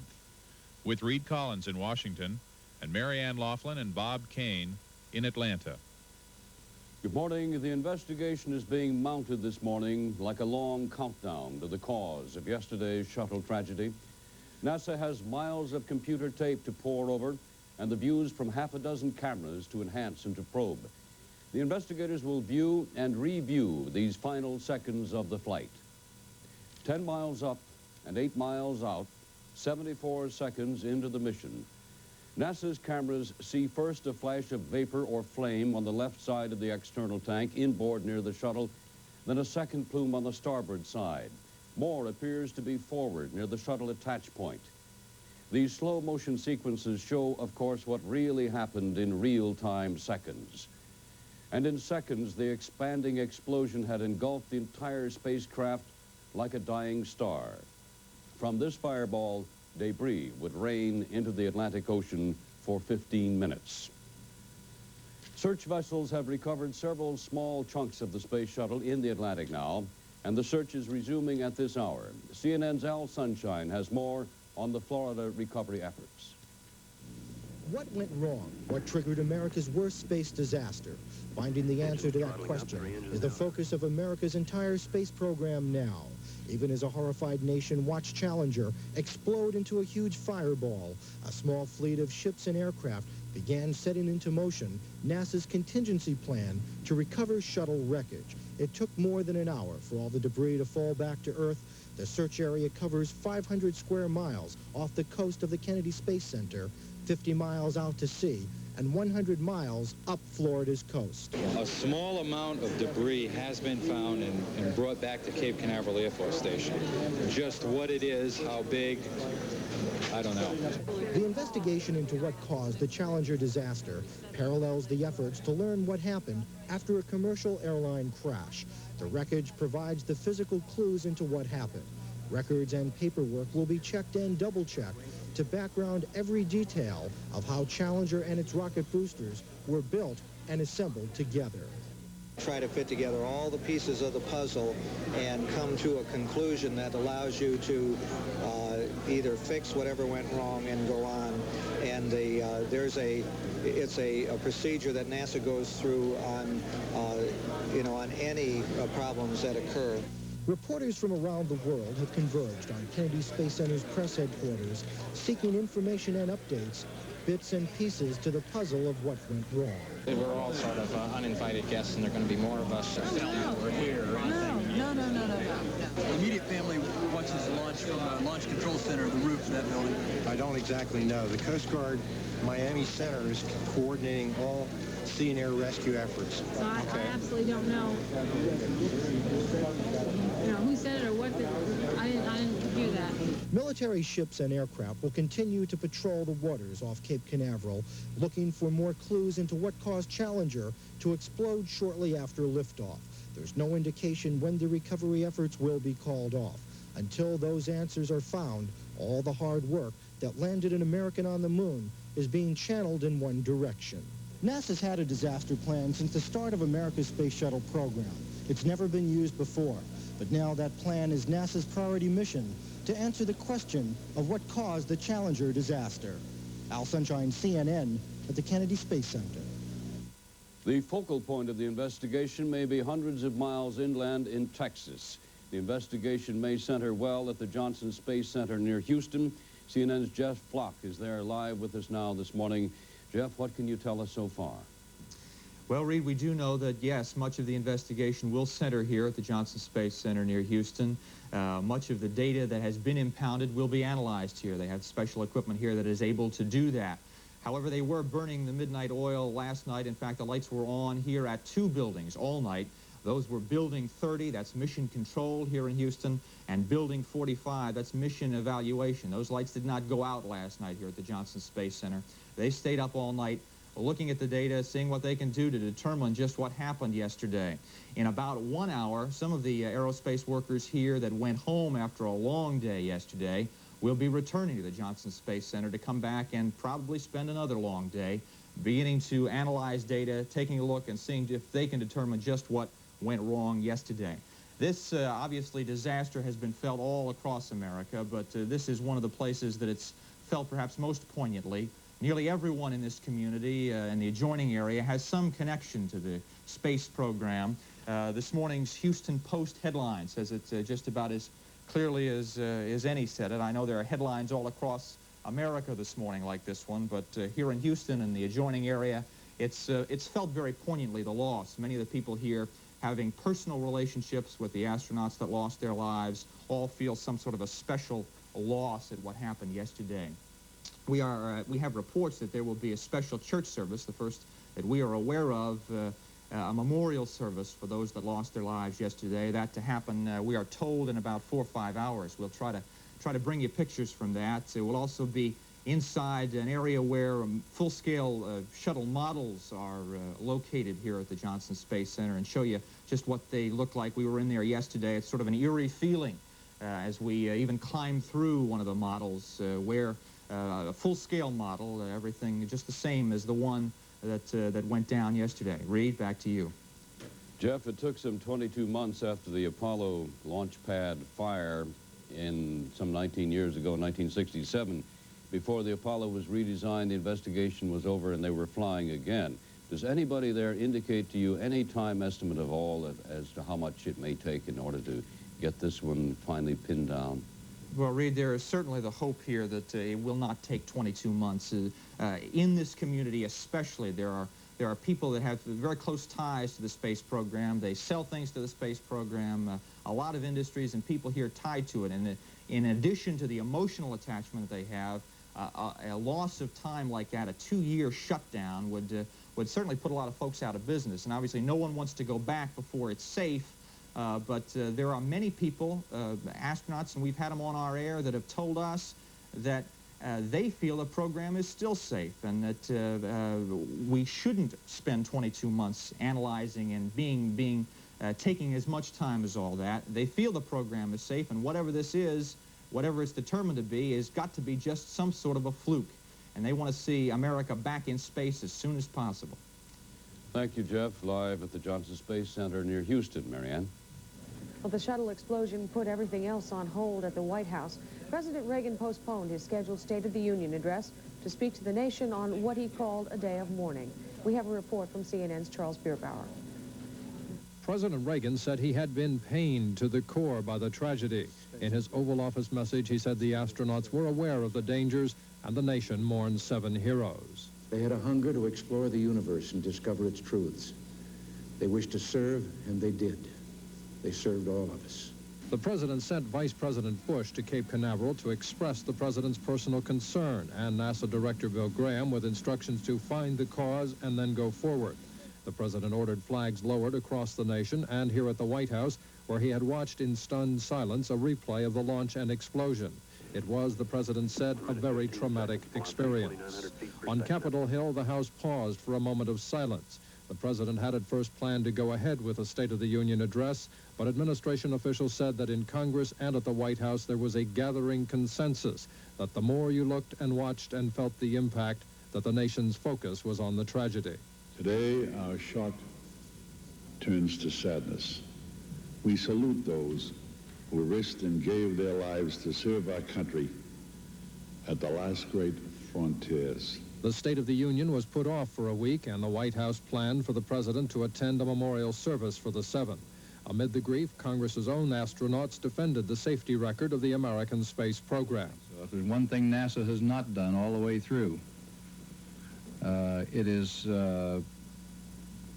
take a chance on cutting corners. And we've grown accustomed to success. And it's been an amazingly successful program so far. It's a surprise to me that it happened, but I would go again tomorrow. If NASA would let me go, I would go again. The president agreed that there would be more shuttle flights, more shuttle crews, even more teachers in space. The president had designated a teacher as the first citizen traveler, and he had a message for the children who watched the shuttle take off, saying sometimes painful things like this happen. It's all part of taking a chance and expanding man's horizons. The future doesn't belong to the faint-hearted. It belongs to the brave. The Challenger crew was pulling us into the future, and we'll continue to follow them. The president had planned to mention the shuttle flights in his State of the Union vision of the future, but everything changed in a fiery burst at midday. Still, the president said he had always had faith and respect in the space program, and what happened did nothing to diminish that. Charles Bierbauer, CNN, the White House. It is 11 minutes past the hour. Senators Jake Garn and John Glenn joined Vice President Bush in meeting with the families of the Challenger crew. They paid tribute to the crew, extended condolences, and said the space program would carry on in their memory. Glenn was the first American to orbit the Earth. He said NASA is busy now trying to figure out what went wrong. Garn, who flew on a shuttle mission, said he was touched by the families urging that space exploration continue.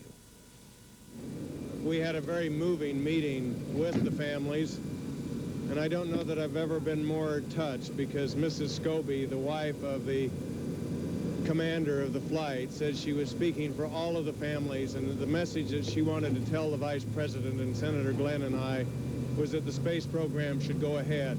They didn't want it slowed down or stopped, and they knew that their husbands and wives, families would want that too. So extremely difficult meeting to go to with them. The children were there, the children of Mike Smith, who helped train me, but I was very moved by that meeting. NASA is busy with an investigative team already analyzing what happened. They went through their plan with us before we left for how they're planning to investigate the whole thing. And they'll find out what went wrong before anybody else is launched. As you know, it may take some time before investigators determine what caused the Challenger to explode. But as CNN's Chuck Roberts reports, Challenger was not a stranger to engine problems. March 1983. The shuttle Challenger stuck on the launch pad because of what appeared to be an ongoing design flaw in its three main engines. Engineers found small cracks which could have leaked explosive hydrogen into the rear portion of the shuttle during launch. The engines were modified and replaced, but the head of a government investigative committee later concluded the modifications were not enough to safely fix the problem. Challenger wasn't the only shuttle involved, since shuttle engines are interchangeable. The engines are not only traded between shuttles, they're subjected to continuing engineering changes. There has been a history of problems with the Space Shuttle's three main engines going back to the very start of the program in the early 1970s.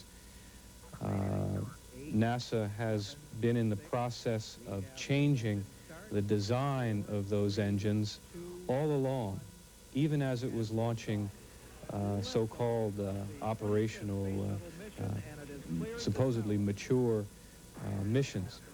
When Challenger finally did complete its 1983 mission, another chilling problem came to light. After the landing, NASA revealed a fault in one of the Challenger's reusable rocket boosters that could have caused the shuttle to veer out of control or explode during launch. There have been several flights where there was evidence of the nozzle being within a hair's breadth of failure, and these were in some recent flights. There have been some problems with solid rocket motors in the past. I believe these have been corrected, but as you recall, a couple of satellites were temporarily lost in 1984 due to failures of solids. Those booster problems were traced to faulty materials in the manufacturing process. NASA has made no mention of the past engine or booster episodes in connection with Tuesday's disaster. Biddle is drawing no conclusions either, but says NASA may find clues in Challenger's unsettled history. Chuck Roberts, CNN Space Watch. The families of the 7 crew members who died in the crash are grieving today. Many were at the Kennedy Space Center yesterday and watched as the shuttle carrying their loved ones blew up. Most said the astronauts died doing what they wanted to do most, flying into space. In Krista McAuliffe's hometown of Concord, New Hampshire, friends and former students attended a memorial service. They prayed for the high school teacher who was chosen to be the first private citizen in space. Progress is a costly thing. We forget how many others have paid a price for us to benefit from what they have done. The disaster touched people around the world. French President François Mitterrand sent a telegram to President Reagan. He said the French people were deeply distressed over the accident. The Soviet ambassador to the United Nations conveyed his country's deepest sympathy to the families of the crew members. Soviet television told its viewers about the explosion just 30 minutes after it happened. And Britain's Queen Elizabeth said she was shocked and saddened by the news. In a message to President Reagan, she said it was tragic that the wonderful story of the space shuttle should have taken its price in brave young lives. In this country, millions of people watched in disbelief as the shuttle disintegrated in midair. Here's how Americans reacted to the news. 1 minute, 15 seconds. Velocity 2,900 feet per second. Altitude 9 nautical miles. Downrange distance 7 nautical miles. It is with deep, heartfelt sorrow that I address you here this afternoon. At 11:40 a.m. this morning, the space program experienced a national tragedy with the explosion of the Space Shuttle Challenger approximately a minute and a half after launch from here at the Kennedy Space Center. I regret that I have to report that based on very preliminary searches of the ocean where the Challenger impacted this morning, these searches have not revealed any evidence that the crew of Challenger survived. You get chills, you know, when you first hear about it. And, I don't know, you know, you start wondering why, you know, they're doing it and why they're going up so often and that type of stuff. It hit me kind of hard. Everybody was shocked.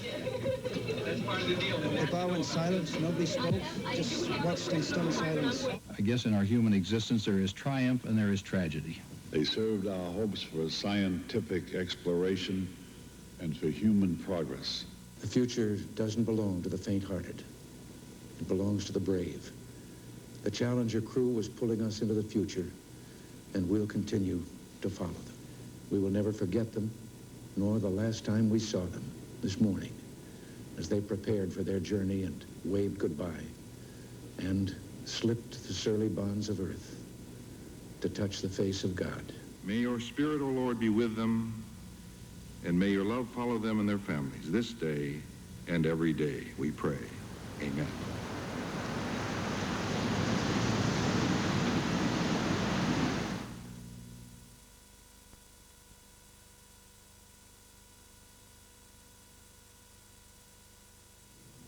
This is Daybreak for...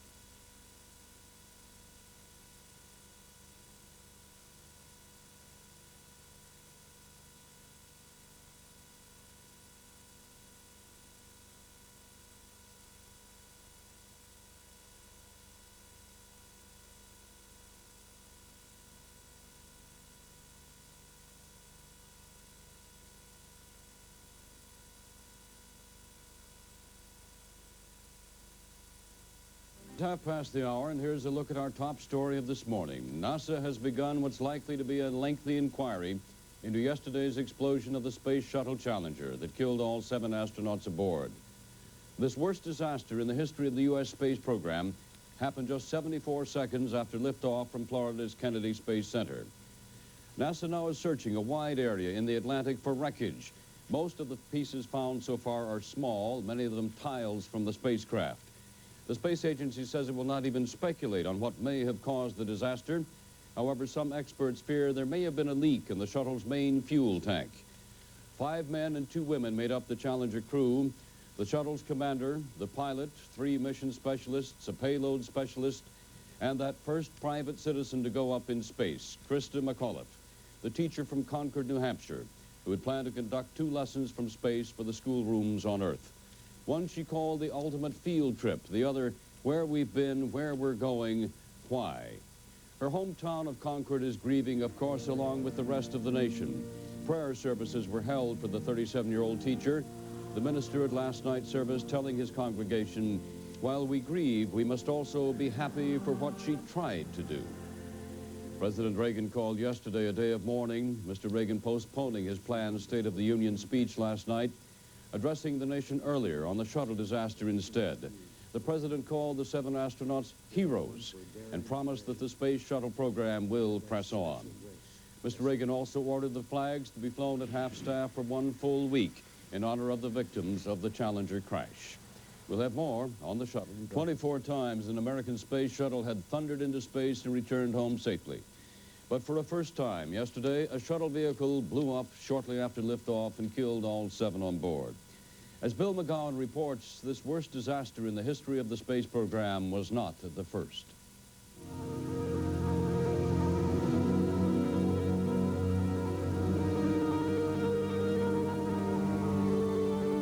Tragedy struck once before in the U.S. space program.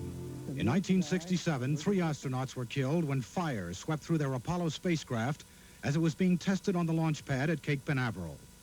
The deaths of Gus Grissom, Edward White, and Roger Chaffee are the only fatalities on board a spacecraft in the U.S. space program. That fire apparently started when an electrical spark ignited the oxygen-rich atmosphere in the spacecraft. The tragedy delayed the Apollo program for nearly 2 years while safety features were added. The Soviets were first in space with Sputnik in 1957 and first with a man in space with Yuri Gagarin's 1961 Earth orbit. They too have paid a cost in human life. A cosmonaut was killed during a 1967 spaceflight when the craft's parachute failed to open on returning to Earth.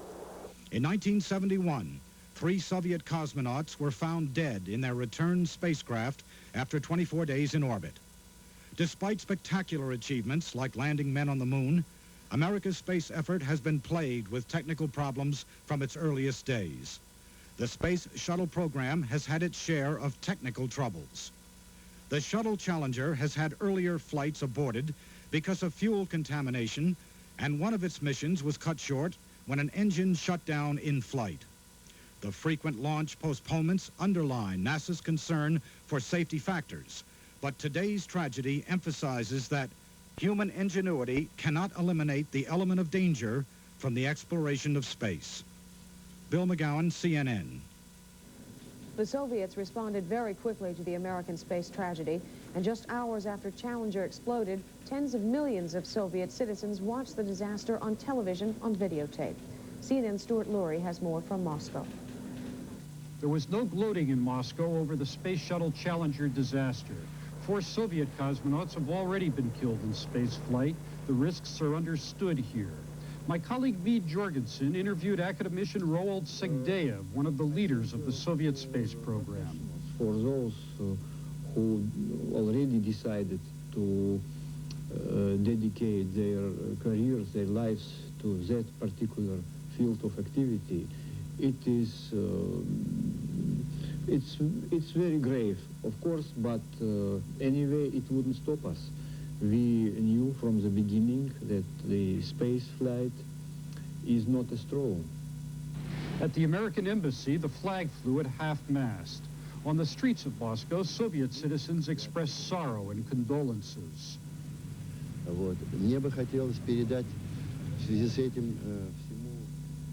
would like to express my deepest condolences to the American nation, to wish them not to have a similar tragedy in the future. I'm a teacher, so that's why I'm so upset. The first teacher in space, and she died. I express my condolences as well. The Soviets had learned of the explosion Tuesday night on the primetime television news program Vremya, less than 2 hours after it happened. Radio Moscow announced a condolence meeting.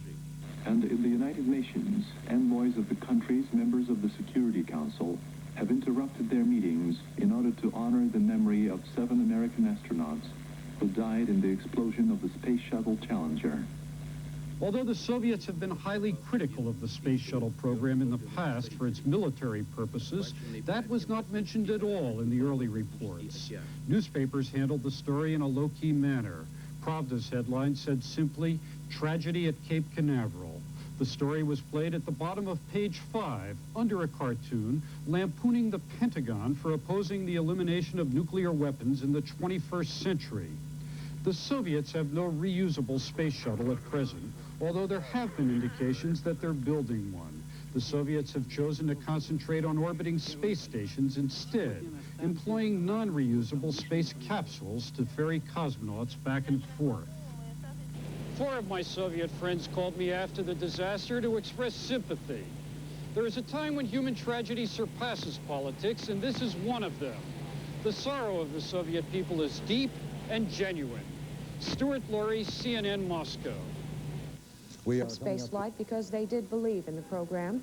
CNN's Ron Israel reports on who these pioneers were. 2, 1, and liftoff. 7 Americans were on board when the Space Shuttle Challenger lifted off from the Kennedy Space Center. The crew members included 3 trained pilots, a laser expert, the second woman to fly in space, a Hughes aircraft engineer, and Christa McAuliffe, the woman who was to have been the first teacher in space. Challenger's pilot was 40-year-old Michael Smith. He flew missions in Vietnam and was awarded the Navy's Distinguished Flying Cross. He said flying was a dream he had since childhood. You know, as far back as I can remember, all I ever wanted to do was fly. And when I was a young kid coming up, of course, the space program was just getting started, and my interest just naturally from the flying aspects went over to wanting to fly into space. And it's just something that I've wanted to do all my life. And I don't know how I got interested. I can't tell you. I just have always been interested in and doing flying. The flight was commanded by 46-year-old Francis Dick Scobie. The Challenger flight was going to be his second trip aboard the space shuttle. Scobie was a test pilot with the Air Force. He entered the space program in 1979, and he believed Krista McAuliffe would serve as an important role model for younger Americans. The lasting part is going to be the idea that she puts in the head of both teachers and students to expect to be in space. In other words, their future, space is part of their future. They expect to live and work there. And if she can do that, she's doing a lot for mankind. Mission Specialist Ellison Onizuka was a lieutenant colonel in the Air Force. He was a member of the crew of the Defense Department's first super-secret shuttle flight. I think that there is a need for, what we did on the first mission, and I fully believe that it's something that this country needed, the rest of the free world needed it. Dr. Judy Resnick was a biomedical engineer before joining the space program in 1978. She said Krista McAuliffe became a part of the team, even though she was not a trained astronaut. She knows where we're going to be standing, how busy it's going to be, where she can help, where we need our space, and she has learned an awful lot and become a team member. Payload specialist Gregory Jarvis was an electrical engineer who joined the program only 2 years ago. He talked about the space vehicle. Well, it's been very satisfying because you are close to the space. You don't get to do the ultimate trip, but you're close enough to the program that you really feel like you're contributing, and you bring your friends in to see the spacecraft, and they look at it, and you say, gee, I wonder, maybe it is something special, because I spent all my life around it, so it becomes very mundane to me. Finally, 36-year-old mission specialist Ronald McNair was a physicist. He became an astronaut in 1978 following work at the Hughes Research Laboratories. McNair planned to track Halley's Comet during the Challenger mission. Probably everything we know about it we're going to learn during this trip. We're going to learn something about some of the gases and elements that the comet are composed of. What does that tell us? Well, that comet exists now the way it did at the creation, origin of the universe. McNair was the second black astronaut to fly in space. Ron Israel, CNN. 2,900 feet per second, altitude 9 nautical miles. That is this hour of Daybreak. I'm Bob Kang. I'm Marianne Laughlin. Daybreak continues now with more coverage of the shuttle disaster. Join Reed Collins, Patrick Greenlaw, and Molly McCoy. One side, then the other, near the external tank. Forward then at the shuttle's attach point, and then 10 miles up, it ends with the Challenger spacecraft and its crew of 7 engulfed in a ball of fire. Velocity 2,900 feet per second, altitude 9 nautical miles, downrange. The solid rockets careen on and trace an image of horns in the heavens. In his prayers this morning, the Pope has called the 7 courageous pioneers of progress, science, and mankind. This is Daybreak on CNN for Wednesday, January 29th.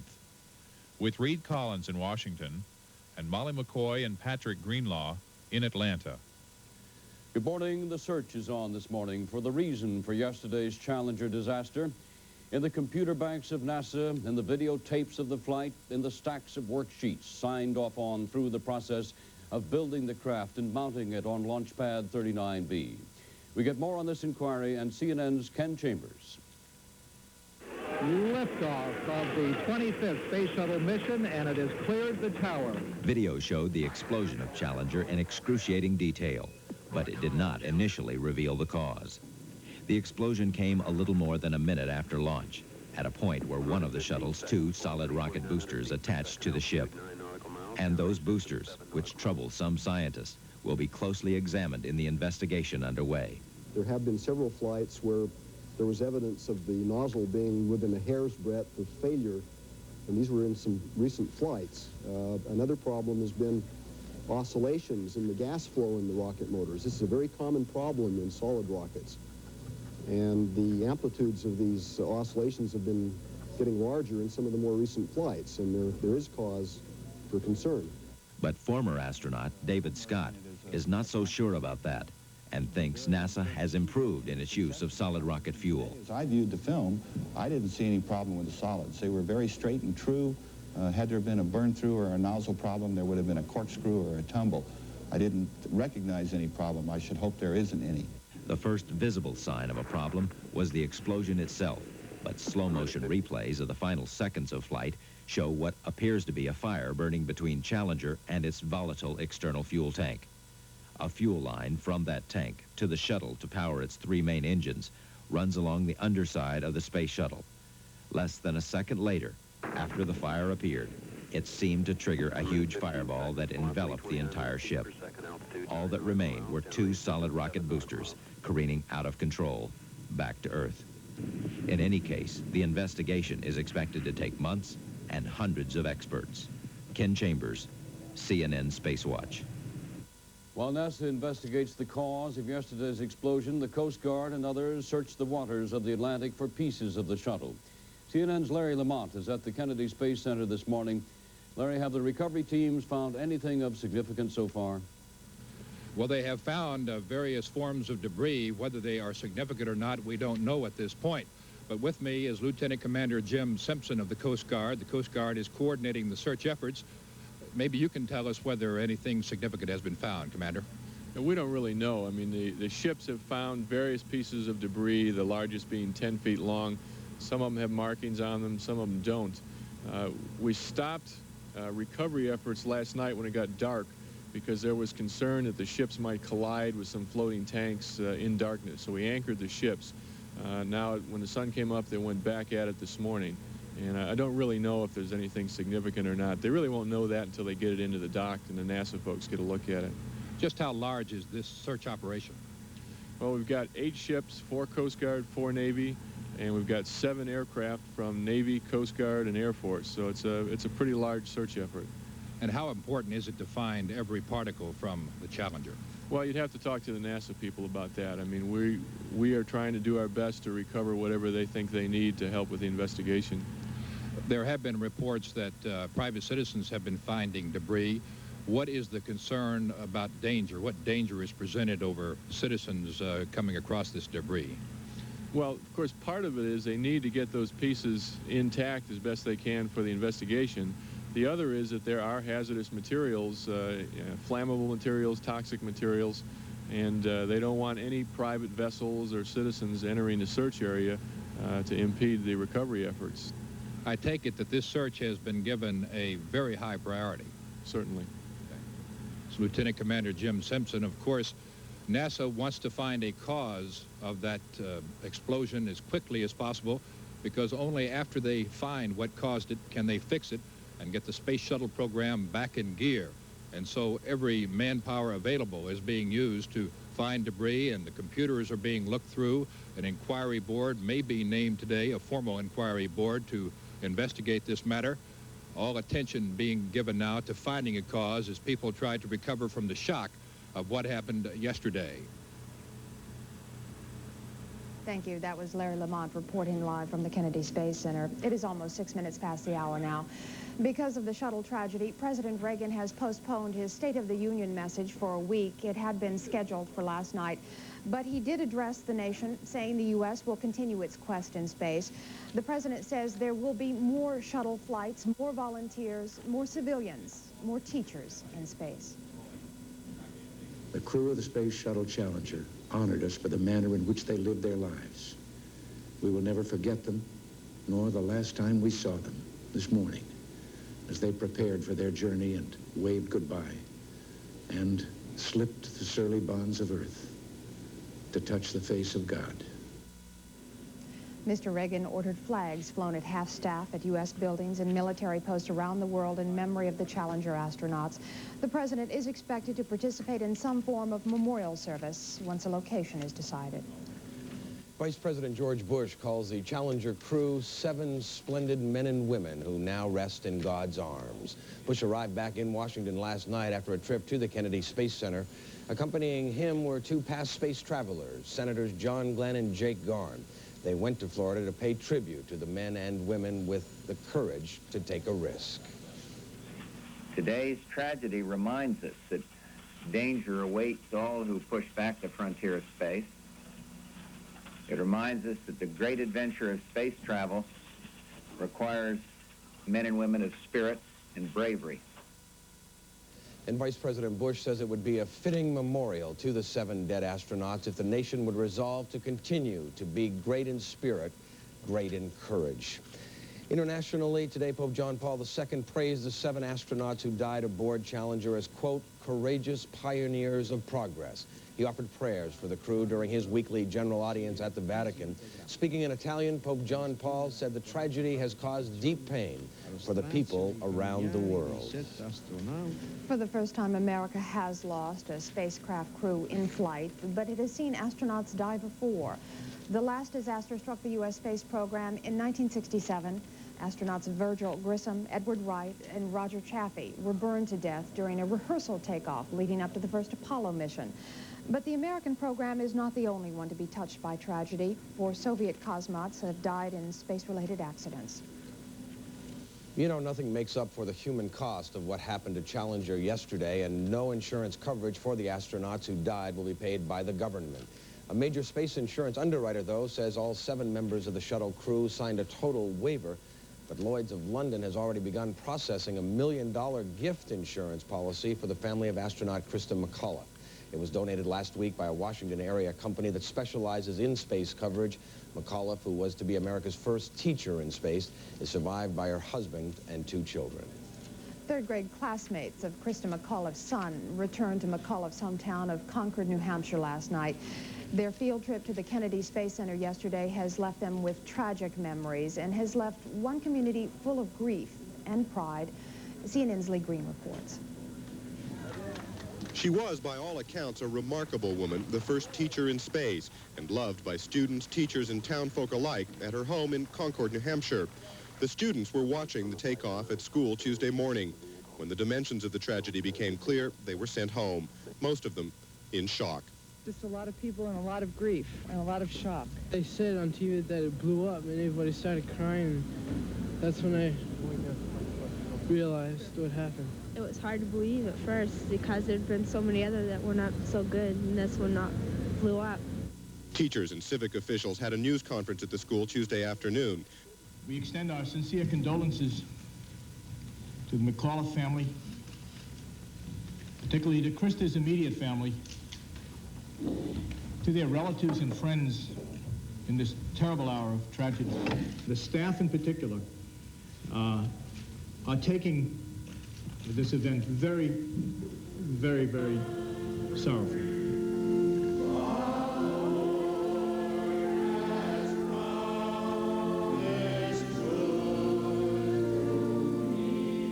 At a service held at Christa's church, still more family and friends turned out. The organist is also a McAuliffe who says all McAuliffes are related and originate in County Cork, Ireland. It was a solemn occasion, interrupted somewhat by the media, who were nearly as numerous as the mourners. Father Chester Marawa tried to put things in perspective by quoting St. Paul. St. Paul tells us that when we strive in life and in the pursuit of eternal life, we should so run as to win the race. Christa McAuliffe's house is being watched by Concord police. Her husband, parents, and other members of her immediate family were at Cape Canaveral when the disaster occurred. Concord was filled with pride when Christa was chosen and is now filled with sorrow at her tragic end. Services are planned at several Concord churches as friends and neighbors try to come to grips with their grief. I think there's a real deep sense of loss, not just with myself, but obviously the whole community for that matter. And she was very well known and I'm sure very well loved by many, many people, and her loss is going to be very deeply felt. NASA had chosen absolutely the best person in the country to be the teacher in space, and correspondingly devastated. She was delighted to have been selected and had planned to keep a diary of her space adventure, a kind of ordinary person's impression of life in space. History has been robbed of that unique perspective, and Concord has lost a fine educator and a dear friend. Lee Green, CNN, Concord, New Hampshire. Before yesterday's tragedy, hundreds of American reporters had signed up hoping for a ride on the shuttle. NASA was to pick a journalist to fly this fall. Some of them today said they'd still go if they had a chance. Perhaps the best-known reporter who applied was Walter Cronkite. He says he has always feared that one day all that explosive fuel would get loose with a man aboard. But he said while mourning the crew of Challenger, America should not turn its back on the frontiers of space. He says there's still a lot to do out there. Some people have compared the impact of the news to the moment they heard President Kennedy was dead. CNN's Ellen Barnes surveys how the nation reacted yesterday to the tragedy of the Challenger and its crew. News of Challenger's explosion Tuesday sent a paralyzing chill across America. Hundreds of people were on hand at Kennedy Space Center to witness the flight. But what they saw horrified and stunned them.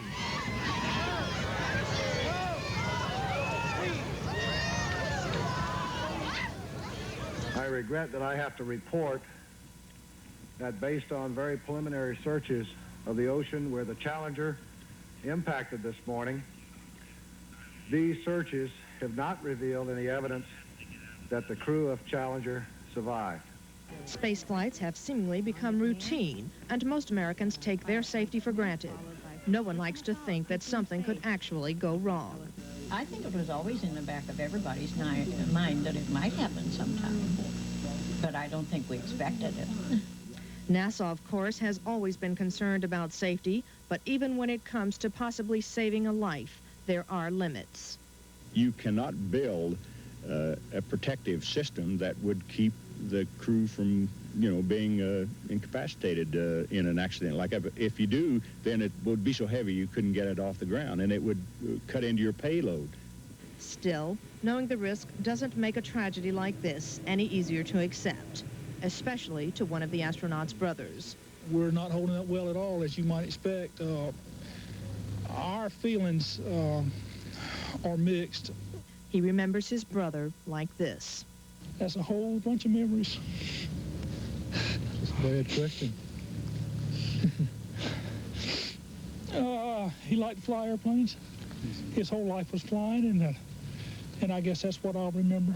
It was his love of flying and of the space program.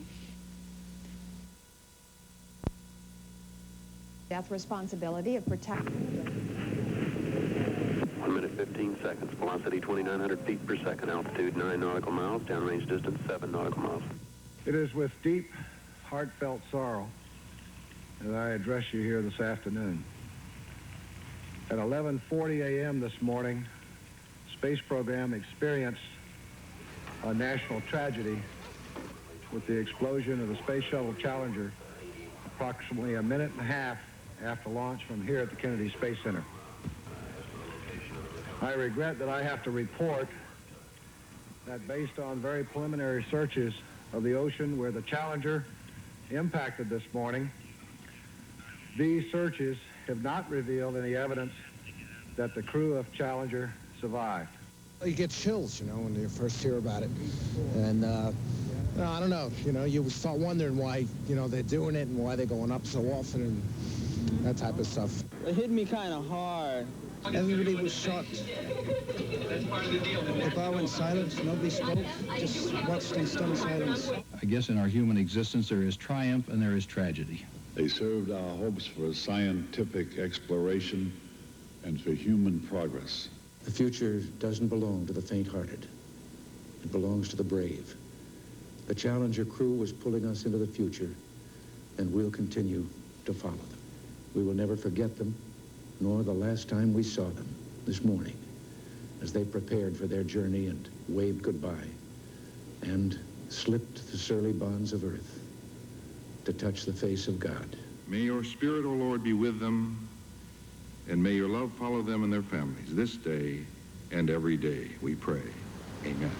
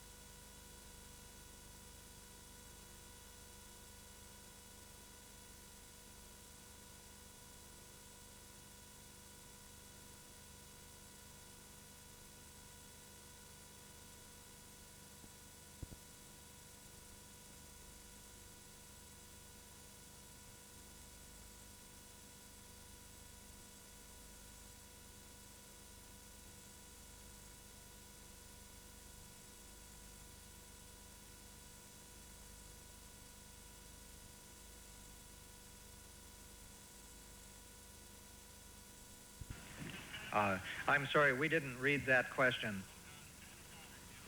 And while they're repairing that circuit to Washington, we'll go to the Goddard Space Flight Center in Maryland. Mark Weaver, WBAL Radio in Baltimore. Has this raised any questions about how reliable the space shuttle is? Might there just be too many things that could go wrong with a vessel this complicated?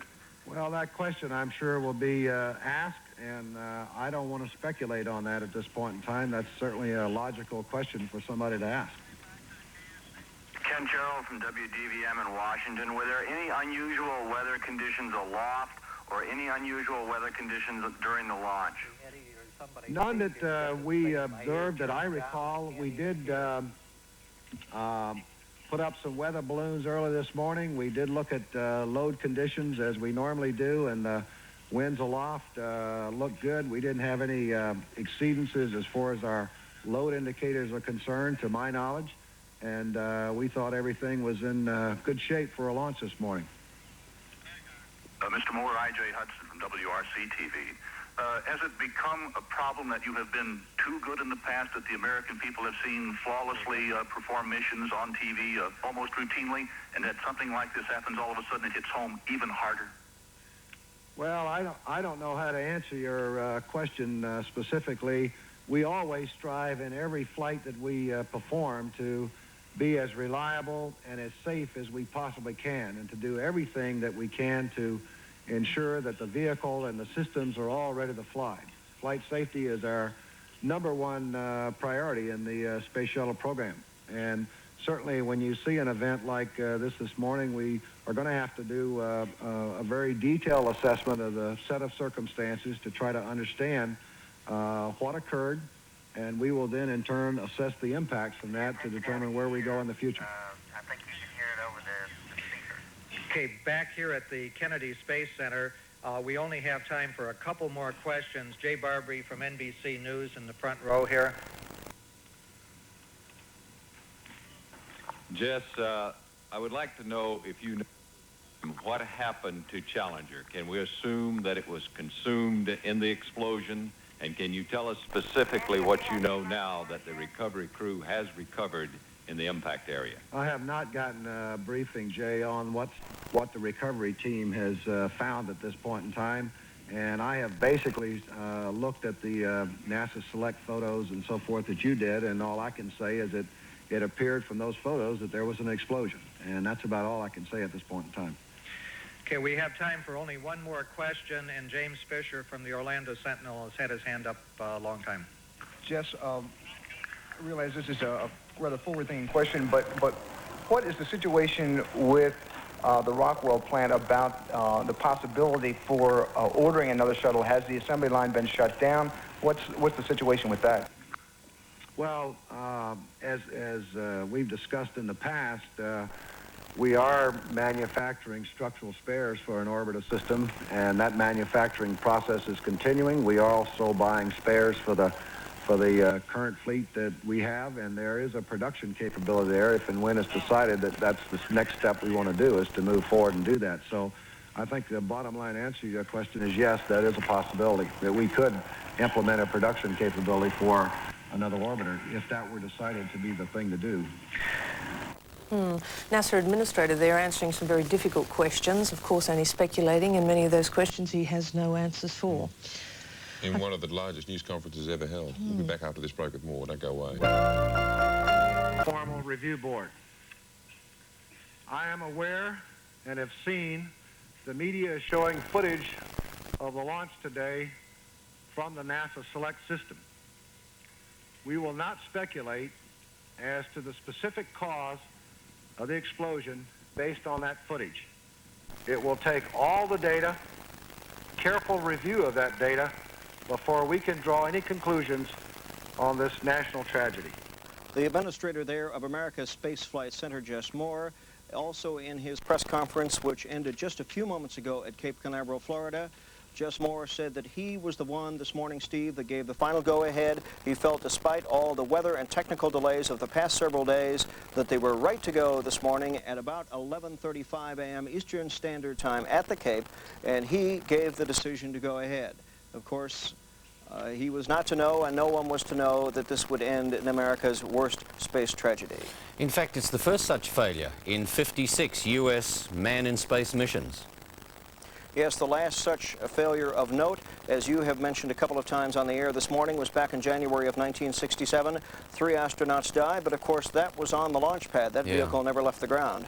Bob, I know it came up during the news conference, and I noticed that Jesse Moore was at great pains to deny any suggestion that pressure to keep the program going. I mean, they have 15 of these missions planned prior to this morning for 1986.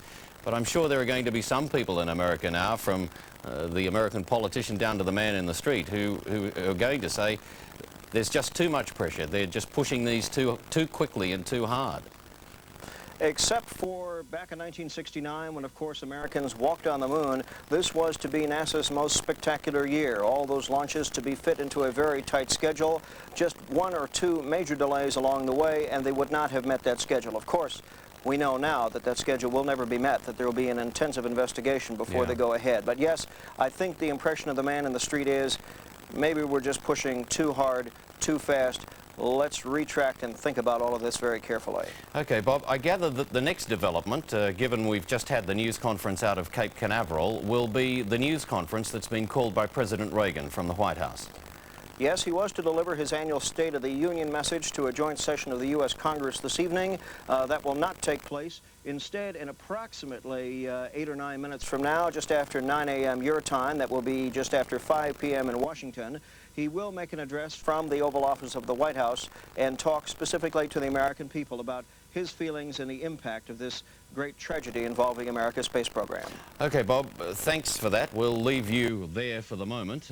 But as Bob just mentioned, President Reagan's due to give that news conference in 8 or 9 minutes from now. The Today Show will stay on the air this morning, and we'll be taking you live to the Oval Office in the White House for that news conference, or that statement to the nation from President Reagan. Patrice. But at the moment, we're going to be taking a break. And the others he missed, we didn't get a chance to pick up on Francis Scobie, 46, the pilot, Krista McAuliffe, of course, the teacher, the civilian who was killed, and Ellison Onizuka, the Japanese American who was an Air Force engineer, and we just came in there on the young lady Judith Resnick, the second woman of the flight crew, the engineer. Ironically, yesterday, our time, and the very anniversary in America today, was 19 years ago in 1967, in which the Apollo 6 astronauts were killed whilst on the ground due to a fire in their spacecraft. This look back on such an appropriate, if you can call it, anniversary.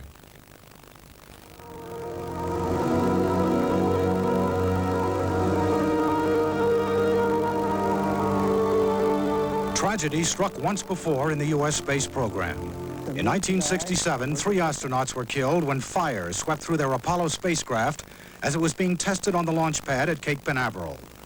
The deaths of Gus Grissom, Edward White, and Roger Chaffee are the only fatalities on board a spacecraft in the U.S. space program. That fire apparently started when an electrical spark ignited the oxygen-rich atmosphere in the spacecraft. The tragedy delayed the Apollo program for nearly 2 years while safety features were added. The Soviets were first in space with Sputnik in 1957 and first with a man in space with Yuri Gagarin's 1961 Earth orbit. They, too, have paid a cost in human life. A cosmonaut was killed during a 1967 spaceflight when the craft's parachute failed to open on returning to Earth. In 1971, 3 Soviet cosmonauts were found dead in their return spacecraft after 24 days in orbit. Despite spectacular achievements like landing men on the moon, America's space effort has been plagued with technical problems from its earliest days. The Space Shuttle program has had its share of technical troubles. The Shuttle Challenger has had earlier flights aborted because of fuel contamination, and one of its missions was cut short when an engine shut down in flight. The frequent launch postponements underline NASA's concern for safety factors, but today's tragedy emphasizes that human ingenuity cannot eliminate the element of danger from the exploration of space. 1967, 4 Russians died, 3 Americans. More after this. Stay with us. Claiming the lives of the 7 astronauts on board. So that's in the next 5 or 10 minutes. We'll take you back live to the United States. In the meantime, Welcome back to Good Morning Australia. Well, of course, it's been a tragedy today with the 25th launch of the Challenger. It was the second of 15 due to take off this year. It was to be a milestone in the Space Shuttle's missions, because for the first time in history, an American citizen who was a social studies teacher from New Hampshire, Krista McAuliffe, was on that flight. And I think if we're going to end this program today, in fact, we'll have a look at a little background on some of the astronauts and, of course, Krista McAuliffe. Get back to kids and to anybody that, you know, to go for it. You know, to go ahead and push for something. Maybe that you don't know whether you're going to attain it. I had no idea I was ever going to be chosen. But I felt good because I reached out for that. He would fly again tomorrow if NASA would let him. Bernard Shaw in Washington. Craft shuttle accident just a few minutes ago off Florida. Let us pray. May your spirit, O Lord, be with them, and may your love follow them and their families this day and every day, we pray. Amen.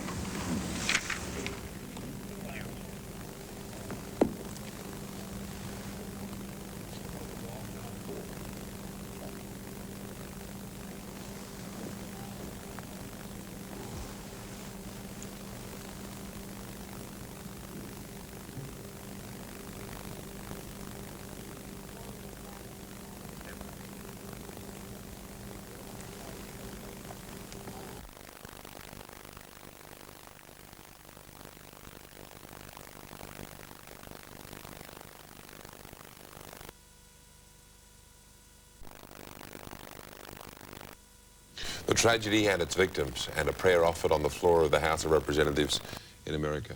We were due, as you're probably aware, to end Good Morning Australia right here. We have had, just as in the last few moments, a report that President Reagan is about to address the news networks throughout America and the world.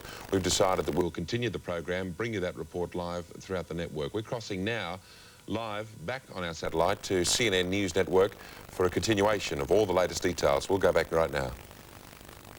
Prior to his coming in to talk to the anchorman and the White House correspondents, that never happened.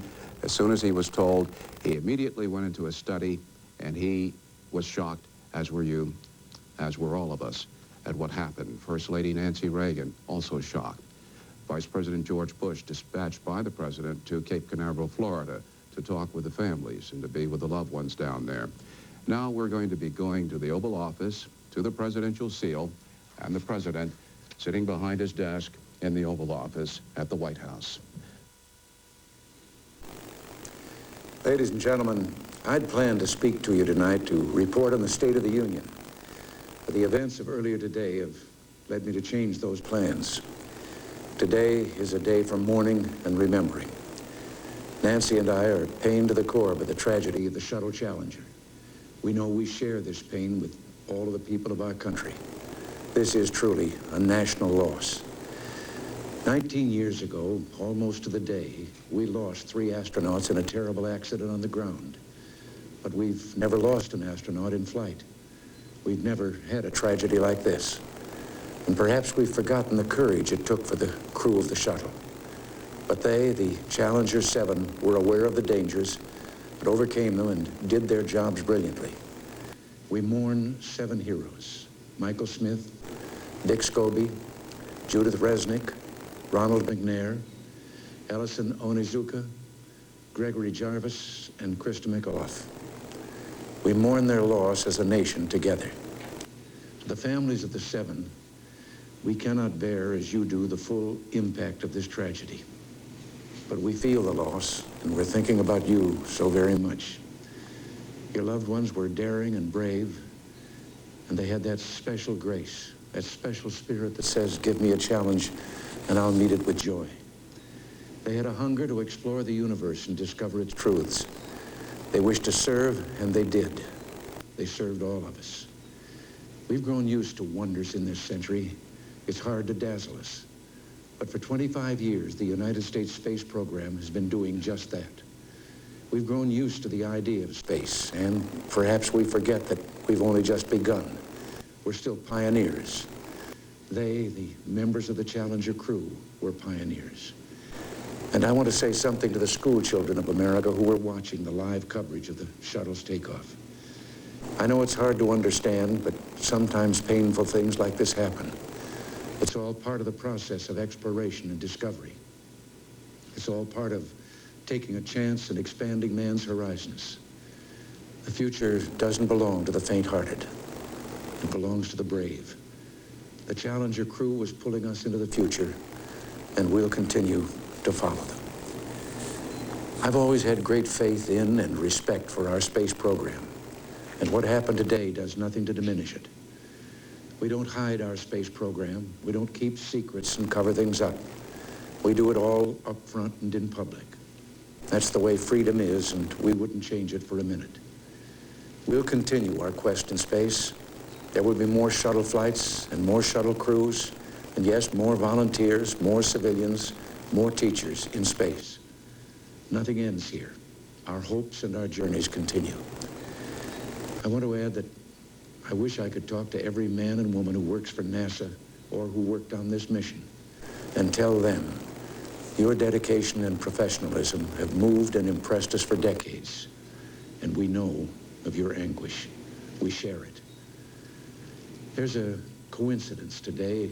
On this day, 390 years ago, the great explorer Sir Francis Drake died aboard ship off the coast of Panama. In his lifetime, the great frontiers were the oceans, and a historian later said he lived by the sea, died on it, and was buried in it. Well, today, we can say of the Challenger crew, their dedication was, like Drake's, complete. The crew of the Space Shuttle Challenger honored us for the manner in which they lived their lives. We will never forget them, nor the last time we saw them this morning, as they prepared for their journey and waved goodbye and slipped the surly bonds of earth to touch the face of God. Thank you. That statement by President Reagan live from the United States. Addressing the... Morning Australia, as we continue into more time, bring you the latest details and as much coverage as we can gather from our satellite resources. After this break, we continue. Assurance, undertaking, call it what you will, that the space program will continue. I guess the unknown factor is, when will it be resumed? We don't know that. Of course not, and a lot of investigation will come in the weeks, months ahead. This had been a year that was to be very ambitious in the annuals of space travel in the United States. 15 missions, as you mentioned just a few moments ago, Steve, were scheduled for this year. Certainly the most exciting year for NASA since 1969, when Americans first walked on the moon. That, of course, is not to be in '86. There will obviously be a long time now for study and reflection. But as President Reagan said, this is an open society. These faults, these warts will show up. And I'm sure this country will rally itself together. 3 men were killed on the launch pad once before, back in 1967. This country pulled itself together then, and it went through a very successful period in space. There's nothing to think it won't happen again. Next time the space shuttle does go into space, we may be looking at robots instead of humans, though, by the looks of things. Well, of course, robots can do a certain amount, as we had in a long unmanned space program in this country, but you get to the point, even with the most sophisticated computers, that only human beings can handle. Bob, you mentioned man walking on the moon. You mentioned the tragedy of, what was it, 19 years ago, January 27, 67. When one remembers America's involvement in the space program, they're the things you remember. Now we've got something else we'll remember in the years to come. But it, of course, occurred mid-morning, certainly on the east coast of America. Are Americans reacting to the news in a public manner at the moment? Yes, they are. There have been interviews with individuals around the country, of course, all registering great shock. Perhaps there was not as much attention being paid to the space race now as in the late 60s when men walked on the moon. Shuttles have become almost routine. The networks were cutting to maybe 30 seconds of pre-launch coverage, and then the shuttle would take off. As a matter of fact, here on the West Coast this morning, watching television, only one of the 4 major networks, the cable news network, actually carried the launch live. The others, of course, went to live coverage very quickly when they realized there was tragedy. But it had become that routine. Yet, nevertheless, it does have a big impact on Americans, and this tragedy will be felt for a long time by all of us here. Bob, we'll have speech in the future. Thank you for all your work this morning. Thank you, Steve. And Patrice, that's it for today. Sure is a big... is still taken away this morning with the fact the speed at which we can get this information from the United States, the speed at which they can set up national press conferences and have all this information, the speculation as to what happens. Now, of course, the story is going to go on. And the tragedy of seeing Mr. and Mrs. Corrigan, of Christy McAuliffe's parents. But interesting to note what Ken Burslem, our correspondent, mentioned before, the first people to send condolences to the Soviet Union. Of course, the East-West relationships have been very chilly in past years, but maybe on an international level, this could just say, in space, let's join hands, and there's some sort of brotherhood, and it's nice to see. It's unfortunate it has to stand on that level, though. We've got to leave it there. We'll let you return to normal programming in Sydney, of course. Good morning, Sydney. In other states, the morning programs will continue. As we said, we apologise, but the story obviously needs that kind of coverage. We'll continue again in our news services tonight, and we hope you can improve on the day from here. Good morning, Australia. Good morning, Australia. Space Shuttle Challenger blasts off on its 25th mission. At 1 minute and 15 seconds into its flight, there was in the heavens, and the sky caught fire as the shuttle exploded in fragments. 1 minute 15 seconds, velocity 2,900 feet per second, altitude 9 nautical miles, downrange distance 7 nautical miles. All 7 crew members on board are dead.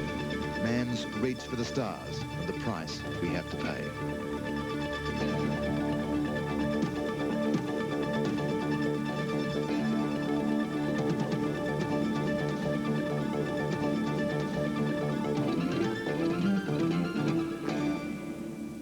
I'm Richard Zachariah. We've almost become blasé to the wonder of the whole space shuttle operation. This morning, while much of the world slept, 7 people died on what should have been a routine flight around the planet.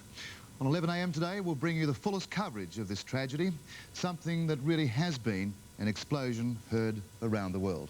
Here's Greg Hoy in our Los Angeles studio. Thanks, Richard. It's now more than 7 hours since Americans awoke to find that this, the greatest tragedy in the history of their beloved space program, had taken place. It seems that NASA officials are no closer now to determining exactly what the cause was of the incident. Let's take a look at how this great tragedy unfolded. 6, we have main engine start. 4, 3, 2, 1, and liftoff. Liftoff of the 25th Space Shuttle mission, and it has cleared the tower. For commentator Richard Kobe and his NASA colleagues, this looked to be a flawless repeat of the 24 previous shuttle missions from Kennedy Space Center. But 1 minute and 30 seconds after liftoff, not even NASA officials could fathom what went wrong. The NASA commentary continued. 1 minute 15 seconds, velocity 2,900 feet per second, altitude 9 nautical miles, downrange distance 7 nautical miles. For the crowd gathered at Kennedy Space Center, there was the elation of witnessing the stunning launch, then the realization that something terrible had gone wrong.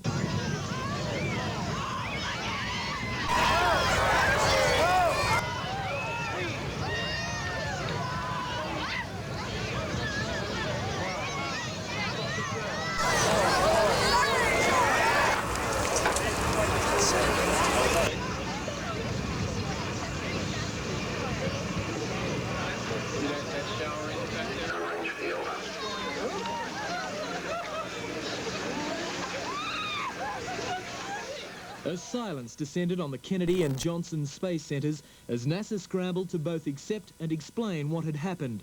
Thanks to the perfect weather over Florida, the best clue as to the cause of the explosion came from slow-motion replays of the tragedy.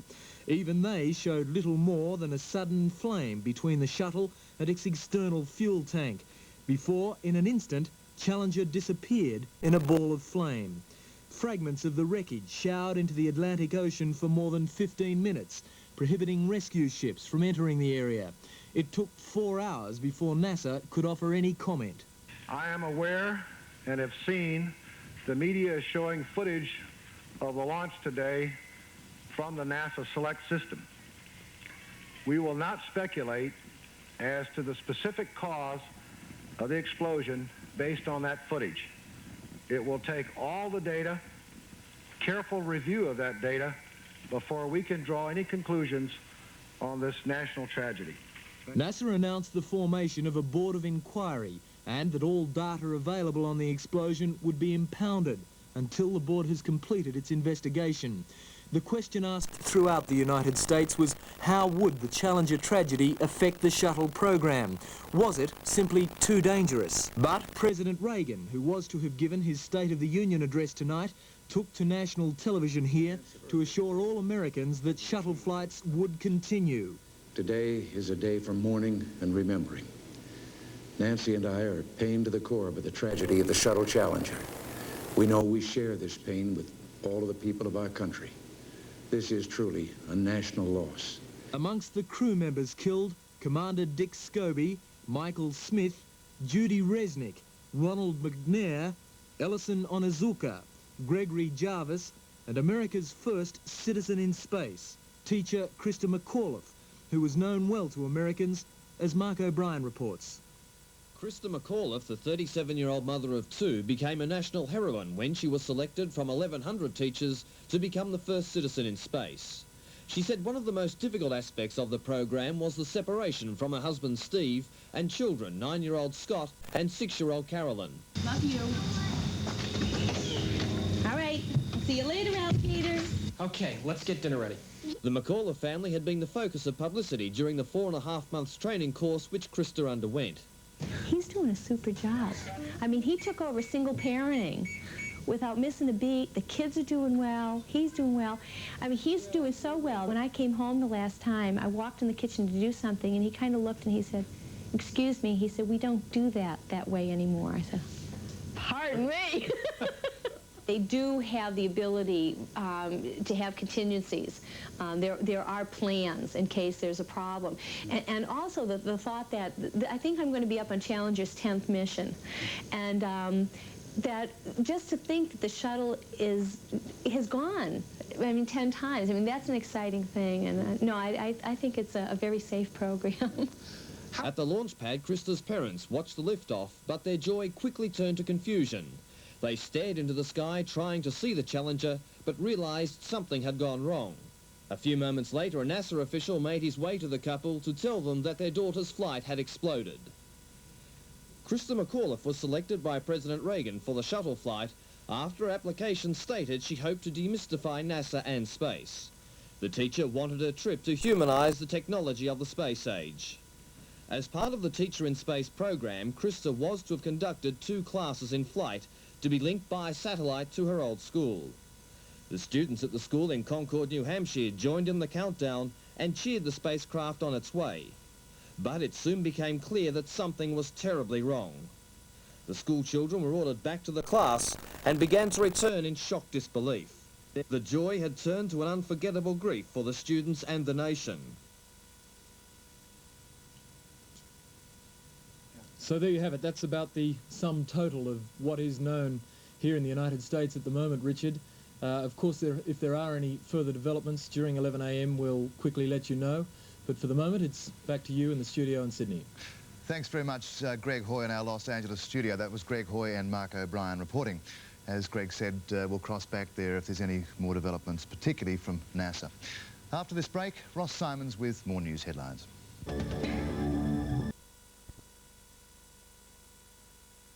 And the thing that strikes me most about this morning's tragedy is the silence from Mission Control.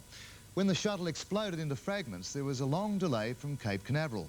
Then the bland words, "The vehicle has exploded." I suppose you could call that training. But much later, when the full impact had sunk in, NASA called a news conference to explain, to think out loud, to think again about the reasons why. As I address you here this afternoon, at 11:40 a.m. this morning, the space program experienced a national tragedy with the explosion of the Space Shuttle Challenger approximately a minute and a half after launch from here at the Kennedy Space Center. I regret that I have to report that based on very preliminary searches of the ocean where the Challenger impacted this morning, these searches have not revealed any evidence that the crew of Challenger survived.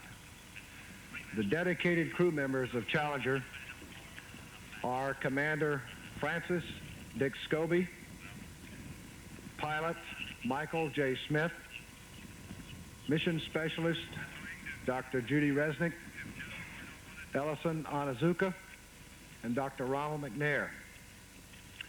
And payload specialists on board were Krista McAuliffe and Greg Jarvis. All early indications in the Launch Control Center, the Kennedy Space Center, have indicated that the launch was normal up to approximately 11:40 a.m. this morning, about a minute or so into the flight. Flight controllers in the Launch Control Center here and in the Mission Control Center in Houston were polled immediately after the explosion, reported that they did not see anything unusual up to that point.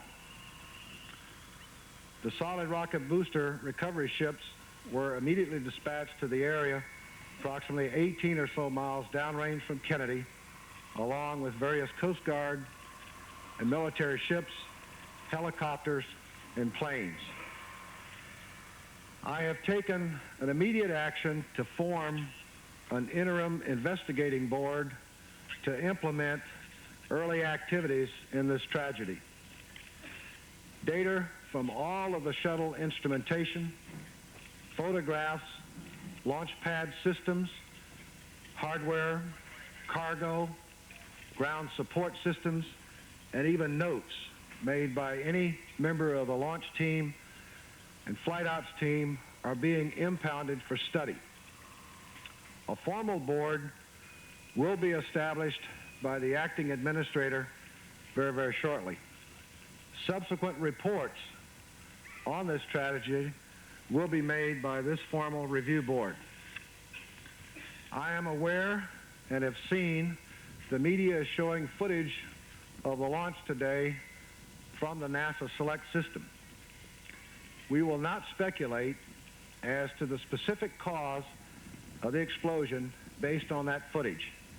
It will take all the data, careful review of that data, before we can draw any conclusions on this national tragedy. Thank you. Mr. Moore has time for just a couple of questions from each center before returning to the effort in investigating this tragedy. Please wait for the microphone and give your name and your affiliation. And we'll start right here with Jacqueline Bolden from Channel 6. There were some reports that the shuttle perhaps rose a little slower than in previous launches, and there seemed to be a loud noise, and then the noise kind of backed off, and then a rush of noise again. Did you get any reports from anyone else that this seemed different from the people who either experienced it, saw it here live? I have not heard any reports at all relative to that effect that you just described. None whatsoever. Okay. Up here in the third row, Michael. My name's Kevin Hamilton from WGIR in Manchester. The entire Teacher in Space program was designed to introduce more people, specifically youngsters, to the space program. This obviously is not the introduction you intended to make. What do you think the effect, the long-term impact that this is going to have on the youngsters that you were hoping to attract? Well, I think we'll have to address that as time goes on. And again, I think today, the events of the day makes it much too early for me to speculate on the long-term impacts. Okay, Al Selstead from Baltimore Sun in the first row. Mr. Moore, at this time, do you have any estimate of how much liquid fuel was in the external tank at the time of the explosion, and how much explosive power, say in terms of TNT, that remaining liquid fuel might have been equal to?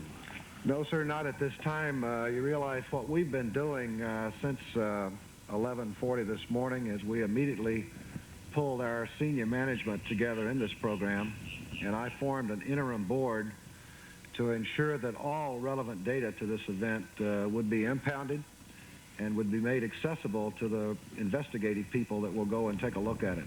I can't answer your specific questions relative to how much fuel was on board at this point in time. The board, when it's formally reported by the administrator, formally formed by the acting administrator, I'm sure will go into those kinds of questions, but I can't answer it right now. Okay, we're going to take one more question here before going to the Johnson Space Center for questions. Here in the right opposite you, Jackie. Peter Van Sant from CBS News. We received a call today from a member of an academic group who said he was on a tour group that was at the Pad 39B on Saturday night. This group was supposed to get off the bus to take a close look at the shuttle, but was not allowed to because this caller says they were told that a derrick arm had struck one of the tanks on the shuttle and that some repair work was being done. Are you aware of this incident, and are you aware of any problems at all with either the external tank or the two solid rocket boosters? No, we looked at that on Saturday. There was not even in the same area that of the tank. It was a small box, heater box, that had about 1/4 of an inch of the insulation out of 5 inches that was scraped. It was a very minor scrape. It was repaired, and everybody, all the experts in the program, took a look at that, and so we closed it off at that point in time. Wait for the microphone. I have to have the microphone. There was no damage to any tank, or this arm did not strike any tank as far as you know? Not to my knowledge. Okay, we're going to the Johnson Space Center for questions. Just a couple of questions. This is the Johnson Space Center. We have a question from Paul Reeser, Associated Press. Yes, Mr. Moore. Was there any debris of any description recovered by the vessels, and if so, what was it? We do not have any detailed debris reports at this point in time. That certainly is something that we're looking at, and we will be impounding all the debris that we recover. And we've set up plans here to store that debris so that the investigating group can go in and look at that and assess that in great detail. I do not have any detailed reports right now on debris. Okay. Bruce Nichols. Mr. Moore, with all the delays that you experienced last week, the delay again this week, was there any pressure building at all to try to get this one off the ground? Was the pressure up there? And who made the final decision to go or no go? There was absolutely no pressure to get this particular launch off. We have always maintained that flight safety is our top priority consideration in the program, and we look at the status and readiness of the systems based on that. We thoroughly reviewed the activities over the weekend and yesterday, and continually reviewed the status of Challenger right up until launch this morning. All of the people involved in this program, to my knowledge, felt that Challenger was quite ready to go, and I made the decision, along with the recommendation from the team supporting me, that we launch. That was excerpts from the NASA press conference held a short time ago. As messages of support and sympathy flood into the United States in the wake of the Space Shuttle disaster, plans are still being made for the future of space exploration. Here's a brief look at the history of the American space program on the day of its greatest tragedy. The space race began in earnest after World War II. Both the United States and the Soviet Union perfected rockets and missiles. The next goal? To develop a spacecraft that could fly humans into space. The Soviets won that race, just barely, when they launched cosmonaut Yuri Gagarin into a single orbit of the Earth in April of 1961. The U.S. launched their manned space program the next month when Mercury blasted off the launch pad. Alan Shepard was the first American to make the trip out of the Earth's atmosphere, but he didn't make a full orbit of the Earth. That honor went to John Glenn, now a U.S. Senator, in February of 1962. From the beginning, the space program was more than a scientific experiment. It was a matter of national pride and national security. We choose to go to the moon in this decade and do the other things, not because they are easy, but because they are hard. But the road to the moon was a rocky one. In 1967, the first Apollo flight was set to go. Its 3 astronauts suited up for a test run. But tragedy struck when a fire broke out inside the spacecraft cabin. All 3 lost their lives. It was the first, and until now, the last fatalities in the U.S. space program. But NASA pressed on to the moon. And 5 Apollo flights later, Neil Armstrong and Edwin Aldrin landed their lunar module on the moon while Michael Collins circled in the main spacecraft. Armstrong was the first to step onto the surface. I'm going to step off the limb now. That's one small step for man,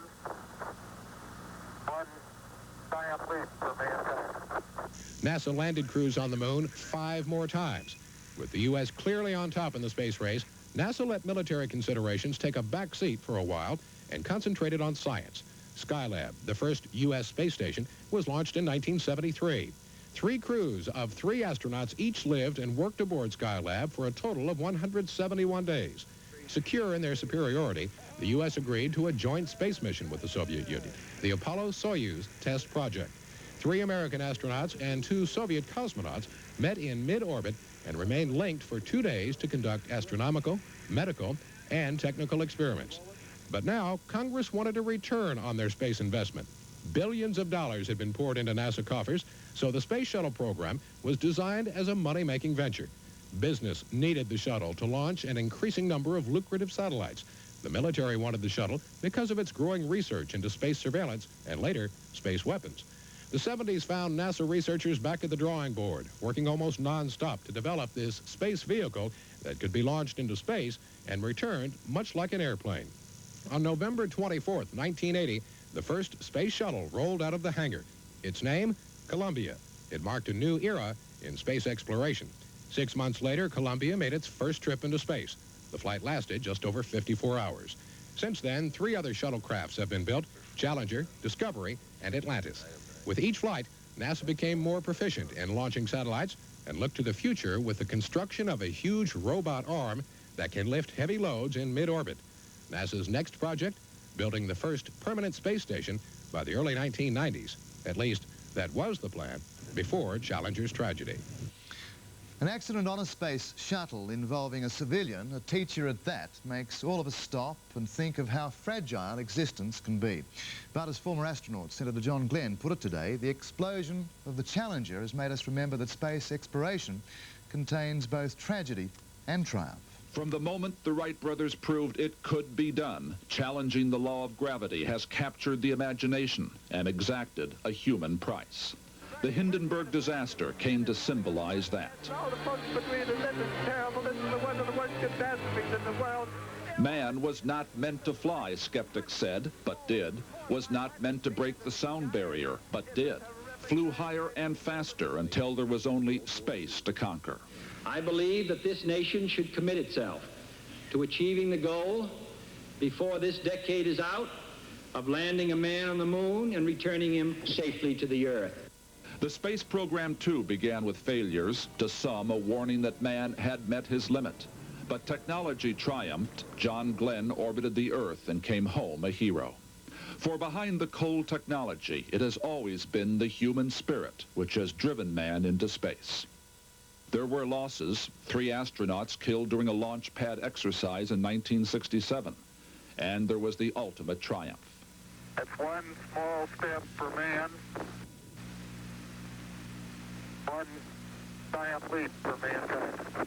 And then there was today, an epitaph for 7 Americans, written large and hauntingly on a beautiful blue sky. Senator John Glenn has been there. I guess in our human existence there is triumph and there is tragedy. And man tries many things.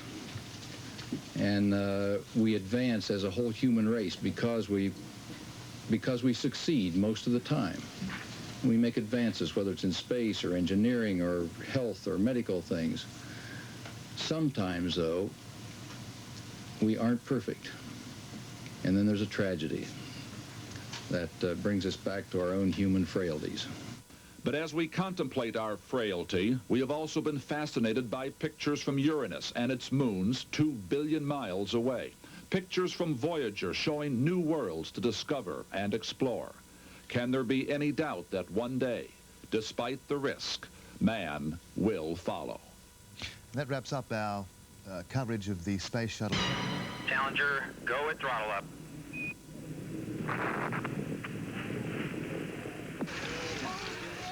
The worst disaster in the history of spaceflight, and the families of the 7 crew members who perished looked on in disbelief.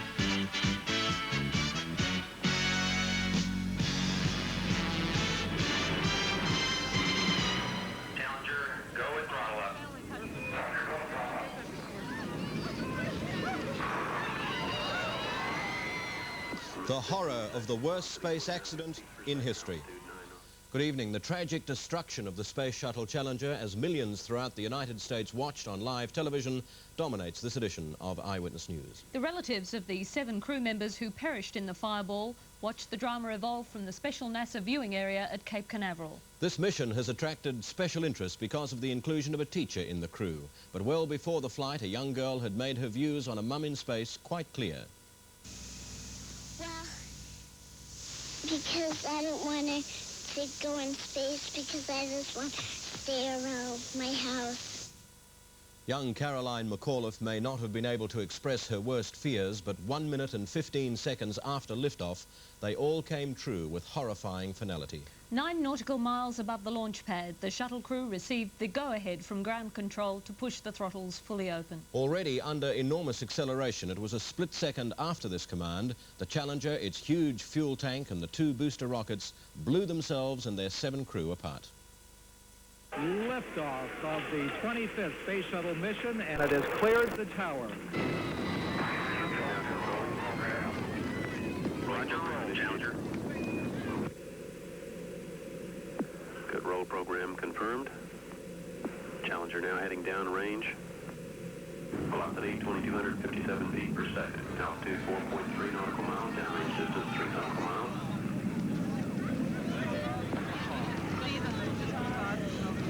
Engines throttling up. 3 engines now at 104%. Challenger, go with throttle up.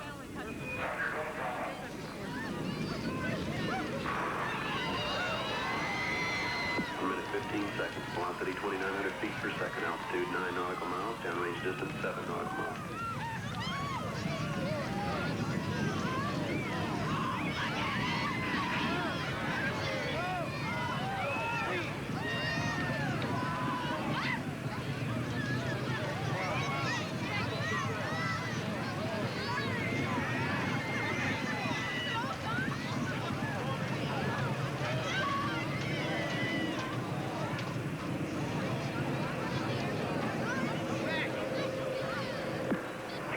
Here looking very carefully at the situation.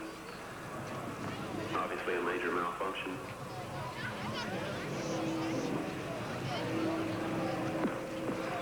We have no downlink.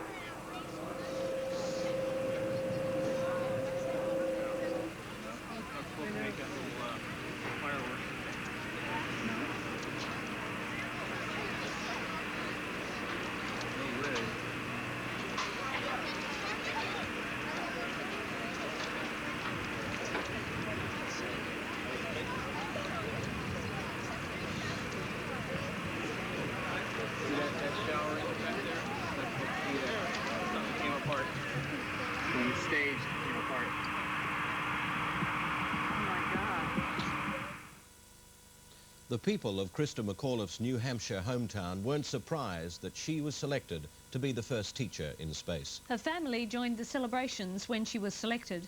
And tragically, they were there at Cape Canaveral to see the shuttle blasted out of the sky. But it's likely to take some time for the death of this new local hero to hit home. One of the things that I would like to do when I go aboard the shuttle is to bring back the wonder of it all. Those were Christa McAuliffe's words when she was introduced to the press last July 1st as one of the 10 finalists in the Teacher in Space program. She was one of more than 11,000 teachers who'd applied for the honor.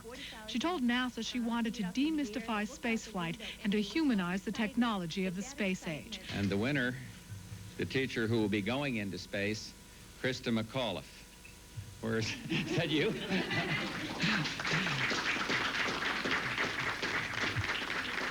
Less than 3 weeks later, this then 36-year-old high school social studies teacher was tapped to become the first average citizen in space. It was an emotional moment. When that shuttle goes, there might be one body. But there's going to be 10 souls that I'm taking with me. Thank you. That's right.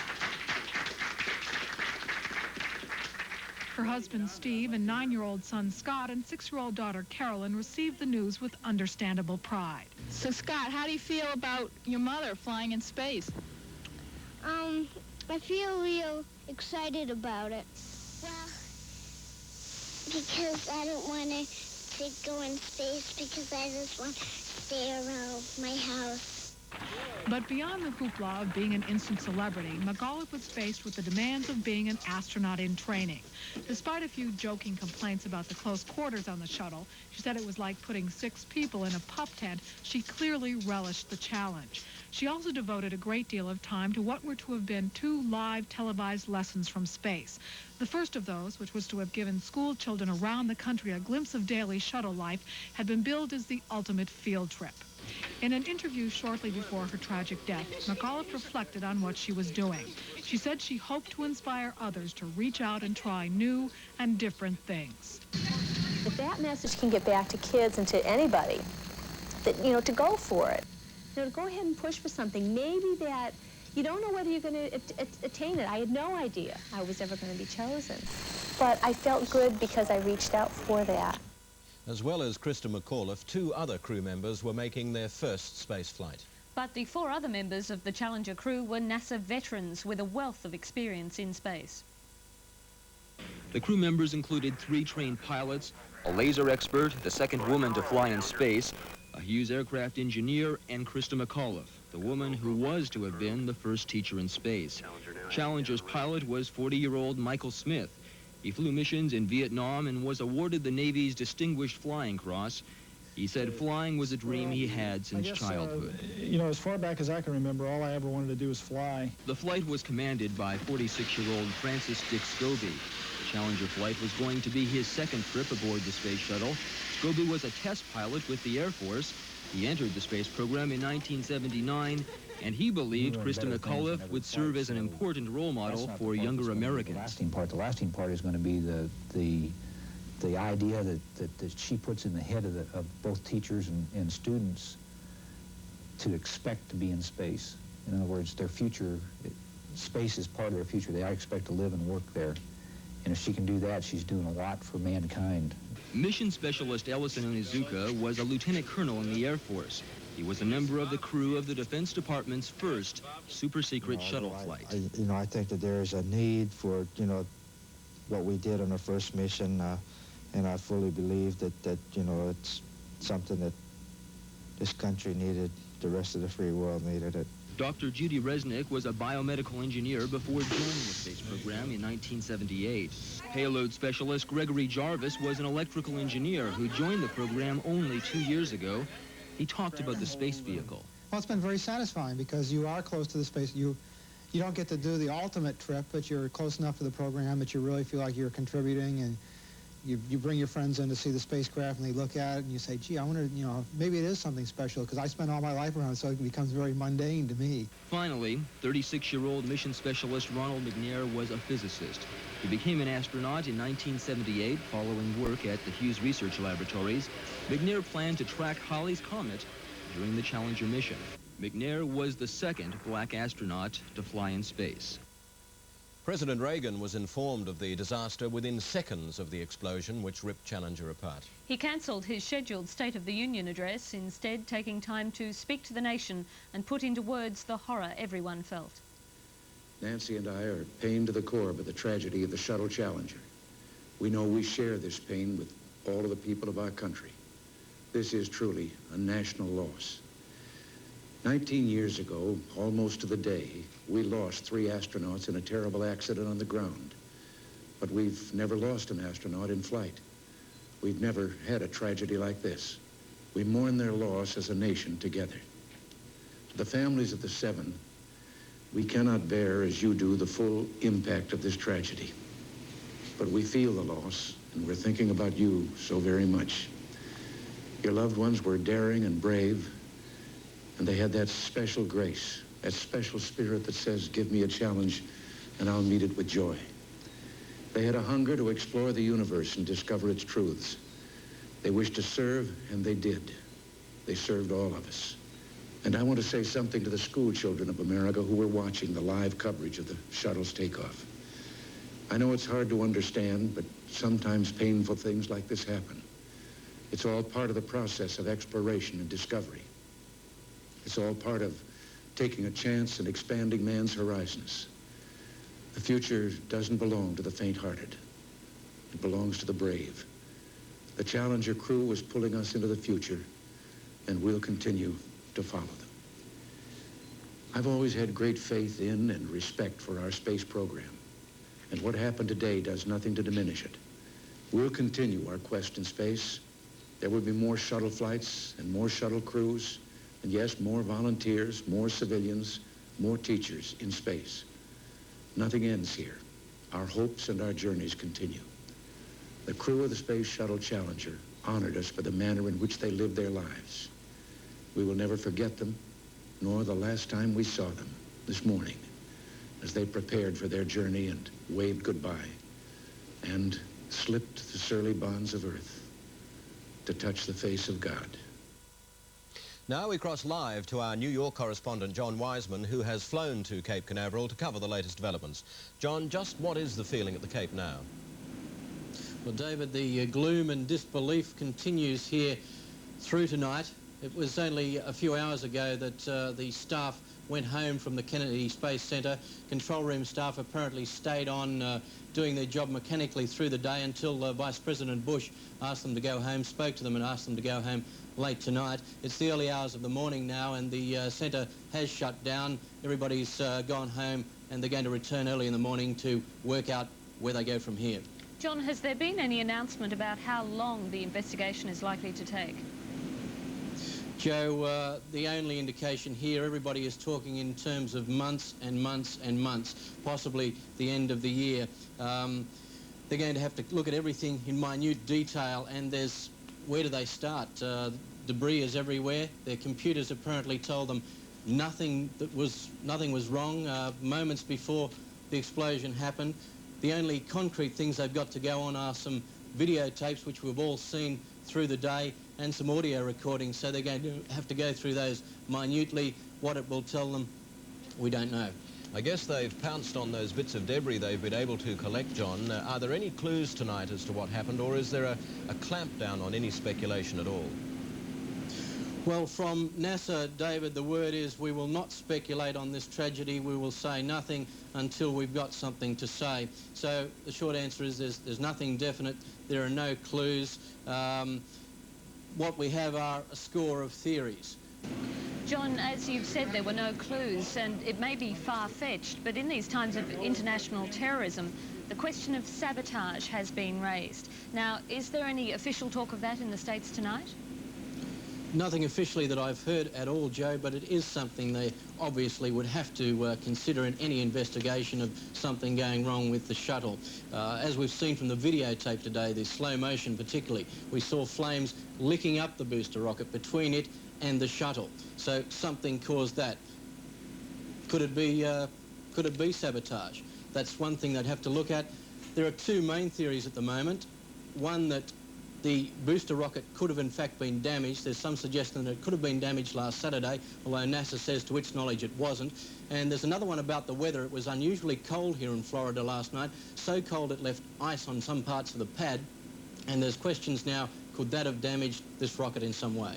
We may have to wait months to find out. Thank you very much, John. John Wiseman, live from Cape Canaveral. And close examination, frame by frame, of videotapes may be the best chance at this stage of indicating the cause of the explosion. We do that in a moment. And we report on the implications for available data as the long and involved investigation into the accident begins. Some of that evidence is contained in the television pictures of the explosion. Here now, frame by frame, are the final few seconds before the disaster, and from CNN reporter Don Lennox, one theory as to what happened. Video showed the explosion of Challenger in excruciating detail, but it did not initially reveal the cause. The explosion came a little more than a minute after launch at a point where one of the shuttle's two solid rocket boosters attached to the shuttle. While NASA has videotapes and still photographs of the disaster, Associate Administrator Jesse Moore says more evidence will be gathered.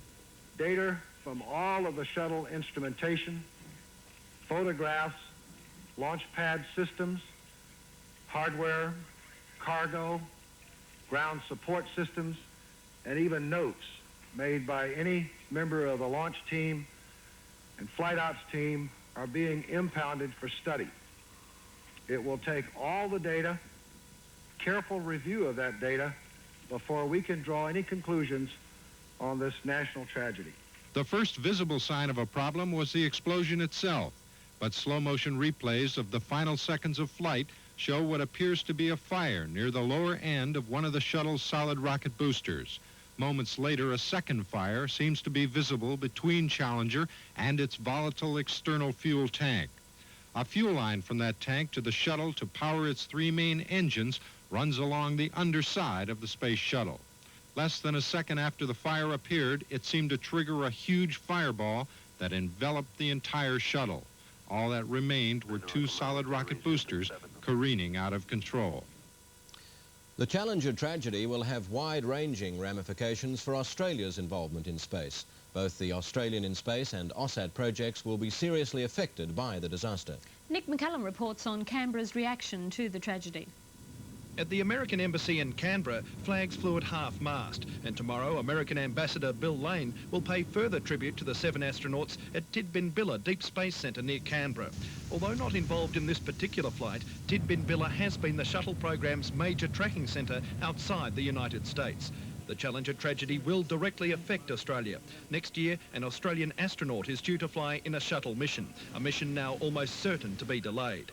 The government will start screening applicants for that job next month. Science Minister Barry Jones said there had been a lot of interest, but anticipates those less serious will now drop out. But I think the people who are really very dedicated would say these are risks that we've always taken into account. And I think they'd also take the view that there's a fair prospect that the next space shuttles that go up after this tragedy are likely to be safer, perhaps, than some of the earlier ones. The tragedy will also affect AUSAT, Australia's satellite program. Although the third AUSAT satellite will be launched this year from a French rocket, its insurance premiums are expected to rise by millions of dollars. It's believed AUSAT already spends around $12 million per satellite for insurance.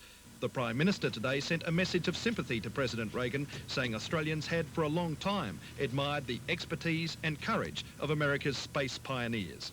Nick McCallum, Eyewitness News, Canberra.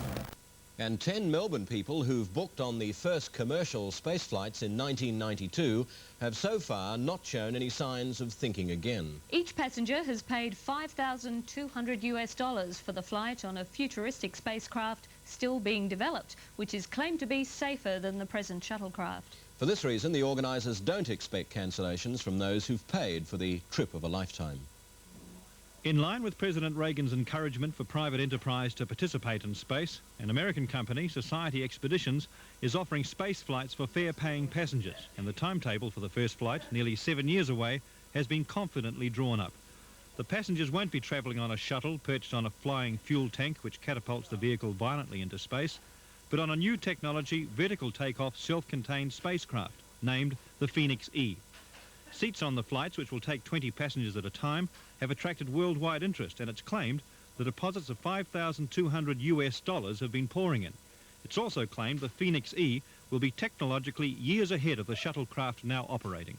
According to the travel agents who handle Society Expeditions business here in Australia, none of the 10 people in Melbourne who've already paid their deposit for a 1992 flight on the Phoenix E have asked for their money back. In fact, according to the manager of the travel company, the only inquiries in the wake of the USA disaster have been from the media. Jim Brown, Eyewitness News. It's 19 years since an American space mission ended in tragedy, and the combined Soviet and American space program death toll stood at 7 prior to today's disaster. We'll trace the history of man's bid to conquer space later. And even Australia's AUSAT satellite program. They all began with man's earliest attempts to conquer the heavens. After this break in Eyewitness News, we'll take a special look at our attempts to reach for the stars and beyond, and the pressures which contributed to today's tragedy over the Atlantic. This chapter in the space race. There have been tragedies before, but for the Americans, the lives lost today were the first in flight. It's almost 19 years to the day since 3 astronauts died when their Apollo capsule exploded on the launch pad. The space race began in earnest after World War II. Both the United States and the Soviet Union perfected rockets and missiles. The next goal? To develop a spacecraft that could fly humans into space. The Soviets won that race, just barely, when they launched cosmonaut Yuri Gagarin into a single orbit of the Earth in April of 1961. The U.S. launched their manned space program the next month when Mercury blasted off the launch pad. Alan Shepard was the first American to make the trip out of the Earth's atmosphere, but he didn't make a full orbit of the Earth. That honor went to John Glenn, now a U.S. Senator, in February of 1962. From the beginning, the space program was more than a scientific experiment. It was a matter of national pride and national security. We choose to go to the moon in this decade and do the other things, not because they are easy, but because they are hard. But the road to the moon was a rocky one. In 1967, the first Apollo flight was set to go. Its 3 astronauts suited up for a test run. But tragedy struck when a fire broke out inside the spacecraft cabin. All 3 lost their lives. It was the first, and until now, the last fatalities in the U.S. space program. But NASA pressed on to the moon. And 5 Apollo flights later, Neil Armstrong and Edwin Aldrin landed their lunar module on the moon while Michael Collins circled in the main spacecraft. Armstrong was the first to step onto the surface. I'm going to step off the limb now. That's one small step for man, one giant leap for mankind. NASA landed crews on the moon 5 more times. With the U.S. clearly on top in the space race, NASA let military considerations take a back seat for a while and concentrated on science. Skylab, the first U.S. space station, was launched in 1973. 3 crews of 3 astronauts each lived and worked aboard Skylab for a total of 171 days. Secure in their superiority, the U.S. agreed to a joint space mission with the Soviet Union, the Apollo-Soyuz test project. 3 American astronauts and 2 Soviet cosmonauts met in mid-orbit and remained linked for 2 days to conduct astronomical, medical, and technical experiments. But now, Congress wanted a return on their space investment. Billions of dollars had been poured into NASA coffers, so the Space Shuttle program was designed as a money-making venture. Business needed the shuttle to launch an increasing number of lucrative satellites. The military wanted the shuttle because of its growing research into space surveillance and later, space weapons. The 70s found NASA researchers back at the drawing board, working almost non-stop to develop this space vehicle that could be launched into space and returned much like an airplane. On November 24th, 1980, the first space shuttle rolled out of the hangar. Its name, Columbia. It marked a new era in space exploration. 6 months later, Columbia made its first trip into space. The flight lasted just over 54 hours. Since then, 3 other shuttlecrafts have been built: Challenger, Discovery, and Atlantis. With each flight, NASA became more proficient in launching satellites and looked to the future with the construction of a huge robot arm that can lift heavy loads in mid-orbit. NASA's next project, building the first permanent space station by the early 1990s. At least, that was the plan before Challenger's tragedy. They did. Man had met his limit, but technology triumphed. John Glenn orbited the Earth and came home a hero. There were losses: 3 astronauts killed during a launch pad exercise in 1967. And there was the ultimate triumph. That's one small step for man, one giant leap for mankind. And then there was today, an epitaph for 7 Americans, written large and hauntingly on a beautiful blue sky. Senator John Glenn has been there. Sometimes, though, we aren't perfect. And then there's a tragedy that brings us back to our own human frailties. But as we contemplate our frailty, we have also been fascinated by pictures from Uranus and its moons 2 billion miles away. Pictures from Voyager showing new worlds to discover and explore. Can there be any doubt that one day, despite the risk, man will follow? After this break, I'll be back with the rest of today's Man's Natural Domain. To those 7 people, to other dead space explorers, and to those who have returned safely to Earth, we owe a debt of gratitude for their roles in the expansion of human knowledge. The crew of the Space Shuttle Challenger honored us for the manner in which they lived their lives. We will never forget them, nor the last time we saw them, this morning, as they prepared for their journey and waved goodbye, and slipped the surly bonds of Earth to touch the face of God.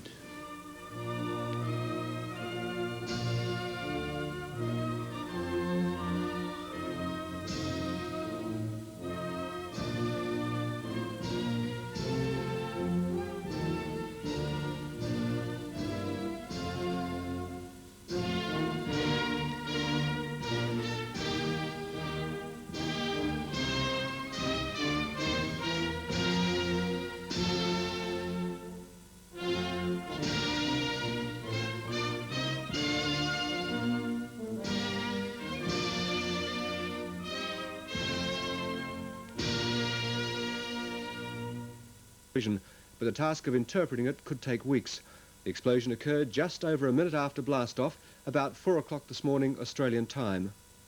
They gathered for what turned out to be their last meal at 6:48 this morning, the ceremonial breakfast. For months, they had trained together. Astronaut Ellison Onizuka from Hawaii, the star of this mission, New Hampshire schoolteacher Krista McAuliffe, mission commander Dick Scobie, pilot Michael Smith, astronauts Judith Resnick and Ronald McNair, and payload specialist Gregory Jarvis.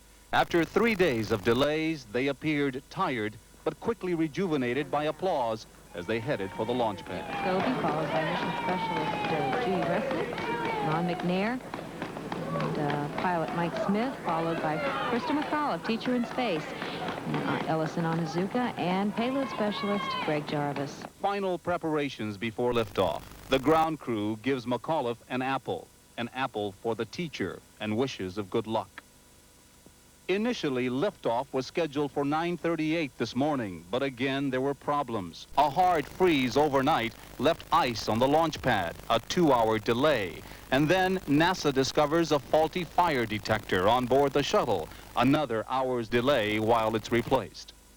Finally, the liftoff was set for 11:38. A crowd of some 500 spectators, including 18 visiting school children from McAuliffe's hometown of Concord, New Hampshire, waited anxiously and then counted down.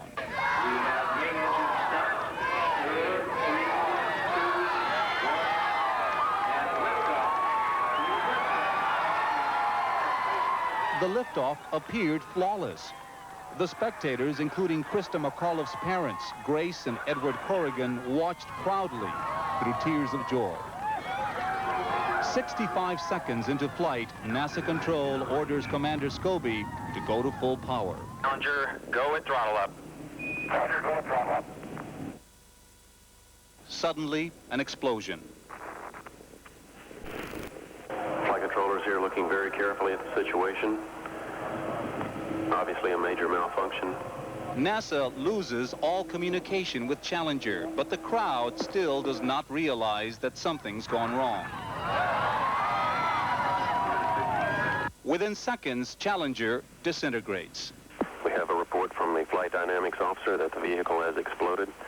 For the spectators and Krista McAuliffe's parents, joy turns to confusion, worry, and a realization of tragedy. The $1.2 billion spaceship, its 7 crew members, and their satellite payload disappear. I thought the flight was going fine. And then I heard them say major malfunction. And then the person beside me said it's exploded. And it was, I couldn't speak. It was... Within minutes, emergency rescue teams parachuted in, converging on a search area 18 miles east of Cape Canaveral. Debris continued to fall for 50 minutes and more, and obviously you can't send aircraft and ships into an area where debris is falling, where they themselves may be endangered. Late this afternoon, after 6 hours of searching, NASA reports they found no survivors. These searches have not revealed any evidence that the crew of Challenger survived.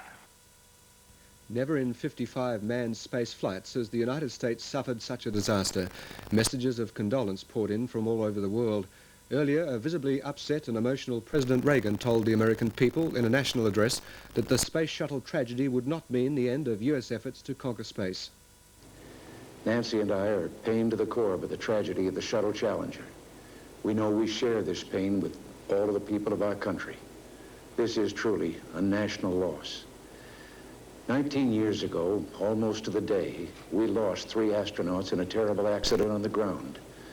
But we've never lost an astronaut in flight. We've never had a tragedy like this. And perhaps we've forgotten the courage it took for the crew of the shuttle. But they, the Challenger 7, were aware of the dangers, but overcame them and did their jobs brilliantly. We mourn 7 heroes. They had a hunger to explore the universe and discover its truths. They wished to serve, and they did. They served all of us. We've grown used to wonders in this century. It's hard to dazzle us. But for 25 years, the United States space program has been doing just that. We've grown used to the idea of space, and perhaps we forget that. Disaster, of course, was not limited to the Americans. Soon after the ill-fated Apollo mission, 3 Russian cosmonauts returned to Earth after 22 days in space. All seemed to go well as they landed on target. Moments after touchdown, however, it was revealed that all 3 were dead. They'd suffocated when oxygen escaped from the cockpit. Today's tragedy adds 7 more to the list of those who have died in the name of space exploration. There is a simple plaque on the moon which bears the names of the 14 astronauts and cosmonauts who have died on those earlier missions. Beside it is a small figure representing the fallen astronaut.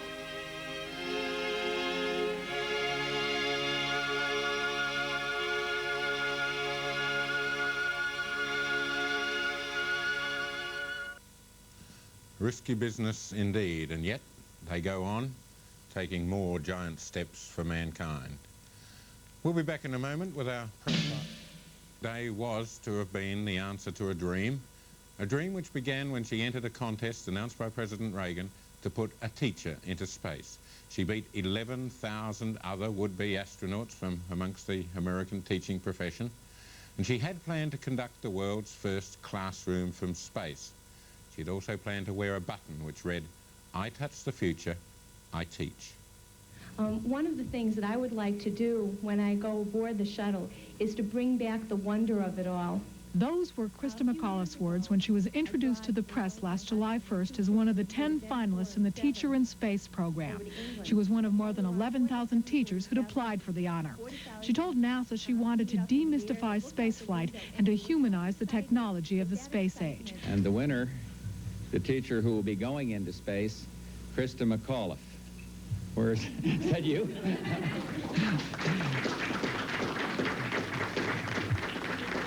Less than 3 weeks later, this then 36-year-old high school social studies teacher was tapped to become the first average citizen in space. It was an emotional moment. When that shuttle goes, there might be one body. But there's going to be 10 souls that I'm taking with me. Thank you. That's great.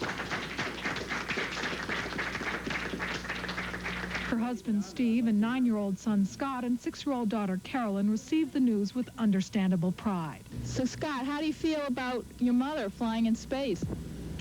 I feel real excited about it. But preparation for the shuttle meant leaving the family behind. Love you. All right. See you later, alligator. Okay, let's get dinner ready. He's doing a super job. I mean, he took over single parenting without missing a beat. The kids are doing well. He's doing well. I mean, he's doing so well. When I came home the last time, I walked in the kitchen to do something, and he kind of looked and he said, "Excuse me," he said, "we don't do that way anymore." I said, "Pardon me."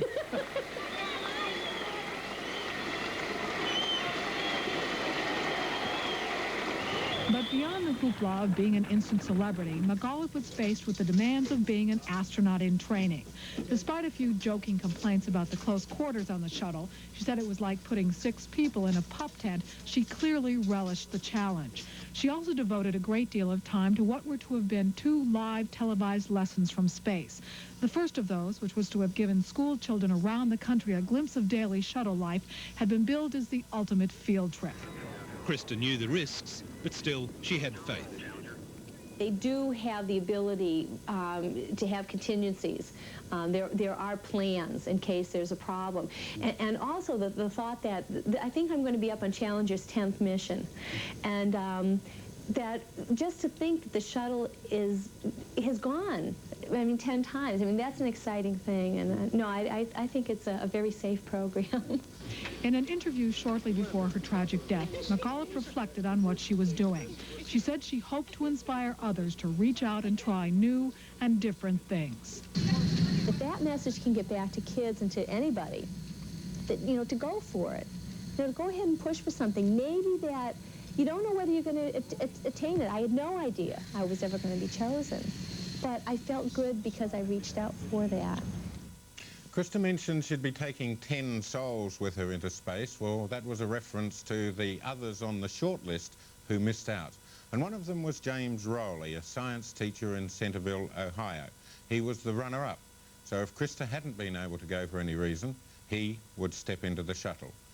Today he assembled his science class to watch the launch. It's lunch hour for these Centerville High School students, but they wanted to be in class, to be with science teacher Jim Raleigh. The students knew what the shuttle launch meant to him. Raleigh was one of the semi-finalists for the Teacher in Space flight. Besides being on the flight, Raleigh said the best place to be was with his students, helping them understand this historic flight of the Challenger. Main engines are on. 4, 3, 2, 1. Solid rockets. There we go. You're right.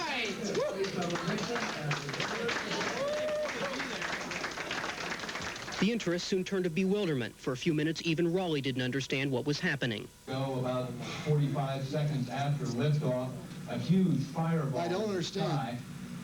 We have a report from the flight dynamics officer that the vehicle has exploded. Our director confirms that. We are looking at checking with the recovery forces to see what can be done at this point. Can we get the cameras? We've never had a tragedy like this. We mourn their loss as a nation together. To the families of the 7, we cannot bear, as you do, the full impact of this tragedy. But we feel the loss, and we're thinking about you so very much. Your loved ones were daring and brave, and they had that special grace, that special spirit that says, give me a challenge, and I'll meet it with joy. They had a hunger to explore the universe and discover its truths. They wished to serve, and they did. They served all of us. The crew of the Space Shuttle Challenger honored us for the manner in which they lived their lives. We will never forget them, nor the last time we saw them, this morning. The Challenger crew was pulling us into the future, and we'll continue to follow them. Off from the Kennedy Space Center. NASA says it will not speculate on what caused yesterday's disaster, the worst in the history of the space program, and the search resumed this morning for wreckage. Much of the debris so far has been the small thermal tiles designed to protect the shuttle from the heat of re-entry and liftoff. For the 5 men and 2 women who perished yesterday morning began with the normal routine, suiting up before the mission. It was going to be an especially big day for Krista McAuliffe, the school teacher who was to become the first private citizen to fly in space. In her hometown, Concord, New Hampshire, friends and fans shared their grief last night at the church where the 37-year-old social studies teacher attended services with her husband and 2 children. Other memorial services are planned for today, again in Concord. Here in Washington, President Reagan canceled his planned State of the Union message, choosing instead to address the nation on the shuttle tragedy. Mr. Reagan called the Challenger 7 heroes, saying their efforts would not be in vain, that the space program will continue. The president ordered all flags flown at half-staff for a full week in honor of the astronauts who died in that fireball. We'll have more on the Challenger disaster and just a decision to put the program on hold until the investigation is complete has left an ambitious schedule on hold as well. 15 shuttle flights were planned for this year, 16 if you count the one carried over from December. They would have covered many areas of research, and CNN's Stacy Jolna takes a look at what the future missions would have accomplished. The space program say this latest tragedy won't stop America's exploration of space. Are we going to be perfect forever? I guess the answer was proven this morning that the answer to that is no. But that doesn't mean that man doesn't keep trying in these areas and that we're not just as dedicated to seeing that this kind of research goes on. I think that we can look forward to monthly and then bi-weekly and then even more frequent launches. We just must push ahead if it is important to have man in space, and it seems to me and to most people that it is. I can't judge what decisions NASA will make, but my own opinion, again, after the investigations, we should proceed with the program, and that would include the civilians in space program as well. The program will not proceed in the short run. The shuttle's busiest schedule ever will be delayed while investigators figure out what went wrong. Columbia was scheduled for 4 missions: a study of Halley's Comet, launch of 3 communication satellites on a mission that was to have included Indonesian and British crew members, a secret military mission next fall, and a launch of 2 communication satellites on a mission that was to have also carried a materials science lab. 6, 5, we have made it. The shuttle Challenger was to have launched the unmanned Ulysses probe to the sun via Jupiter. Another mission would have launched a 3rd shuttle tracking satellite, And a third trip would have been the first to take a journalist into space, launch a communications satellite for India, and retrieve an experiment package dropped in orbit in 1984. A fourth trip was planned as a secret military mission.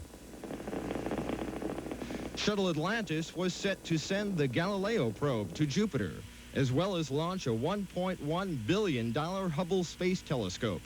And Atlantis was scheduled to perform the first of 12 planned scientific Earth observation missions. Shuttle Discovery was to be the first flight from Vandenberg Air Force Base, carrying Air Force Undersecretary Edward Aldridge into space. NASA hoped to pay for much of the shuttle program with commercial payloads, and the short-term delay could be costly. And on the commercial side, where we get our dollar and cents return from these investments, you've got to have men up there, the brain behind the eyeball, to fix these automated factories that we hope to put into space and make sure the product keeps flowing. The U.S. space program has lost rockets and dollars before, but it is the loss of 7 lives that has put a new cloud over the nation's space race. Still, in and out of the White House, many are saying the sacrifice made by those who died is a compelling new reason for America to forge ahead in space. The future doesn't belong to the faint-hearted. It belongs to the brave. The Challenger crew was pulling us into the future, and we'll continue to follow them. Stacy Jolna, CNN, Atlanta. The scope of the shuttle disaster transcends our national boundaries. Grief and shock are being felt all over the world. CNN's Richard Blystone has this report on reaction in Britain. It was not only front-page news in Britain, it was about the only front-page story. British papers were particularly struck by the tragedy of Christa McAuliffe. At the U.S. Embassy, dozens of condolence messages, including one from Prime Minister Margaret Thatcher. Queen Elizabeth sent President Reagan a message saying it is tragic that the success of the shuttle program has taken its price in brave young lives. And Parliament, in an evening setting, voted its own statement of sorrow and support. Ordinary Britons as well seemed to take it personally. And I was astounded. I was speechless. I cried. It's so sad. It's something that, you know, one feels as if one's lost one's own. I hope they don't sort of withdraw from the program, but my sympathy goes out to the families. And all of a sudden it just blew out. I couldn't believe it. I mean, terrible. What got me is because there was a school teacher, isn't it? I just couldn't believe it. It's tragedy, I know that. And I feel bad about the teacher. I certainly hope it doesn't prevent people from thinking that civilians can go into space. From time immemorial, people have gone on. Columbus discovered America, Drake went around the world, Cook went on his voyages. One has to go beyond the frontiers of knowledge. Not everyone in Europe says that the manned space program should now go on. There are many who say that sending human beings out into the unknown is too risky and too expensive. Richard Blystone, CNN, London. Was to have been the first so-called ordinary citizen in space. And despite Challenger's very tragic end, many feel that Christa McAuliffe still symbolizes America's spirit of adventure. CNN's Carol Buckland has this profile of McAuliffe, which brings this hour of Daybreak to a close.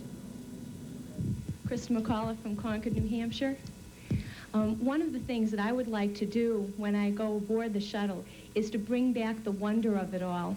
Those were Christa McAuliffe's words when she was introduced to the press last July 1st as one of the 10 finalists in the Teacher in Space program. She was one of more than 11,000 teachers who'd applied for the honor. She told NASA she wanted to demystify spaceflight and to humanize the technology of the space age. And the winner, the teacher who will be going into space, Christa McAuliffe. Is that you?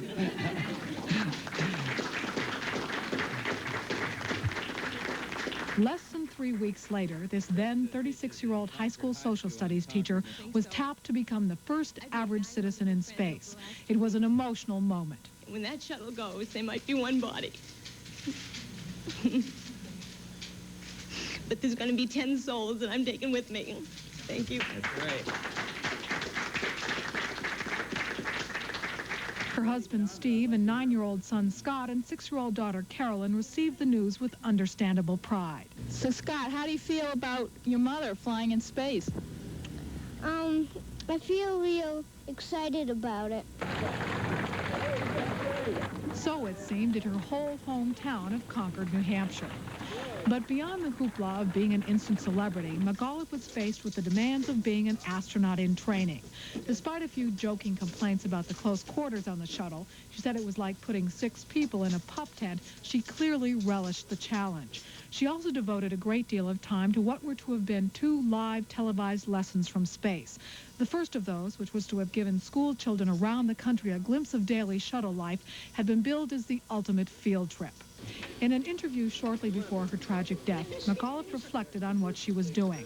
She said she hoped to inspire others to reach out and try new and different things. If that message can get back to kids and to anybody, that, to go for it, to go ahead and push for something, maybe that you don't know whether you're going to attain it. I had no idea I was ever going to be chosen, but I felt good because I reached out for that.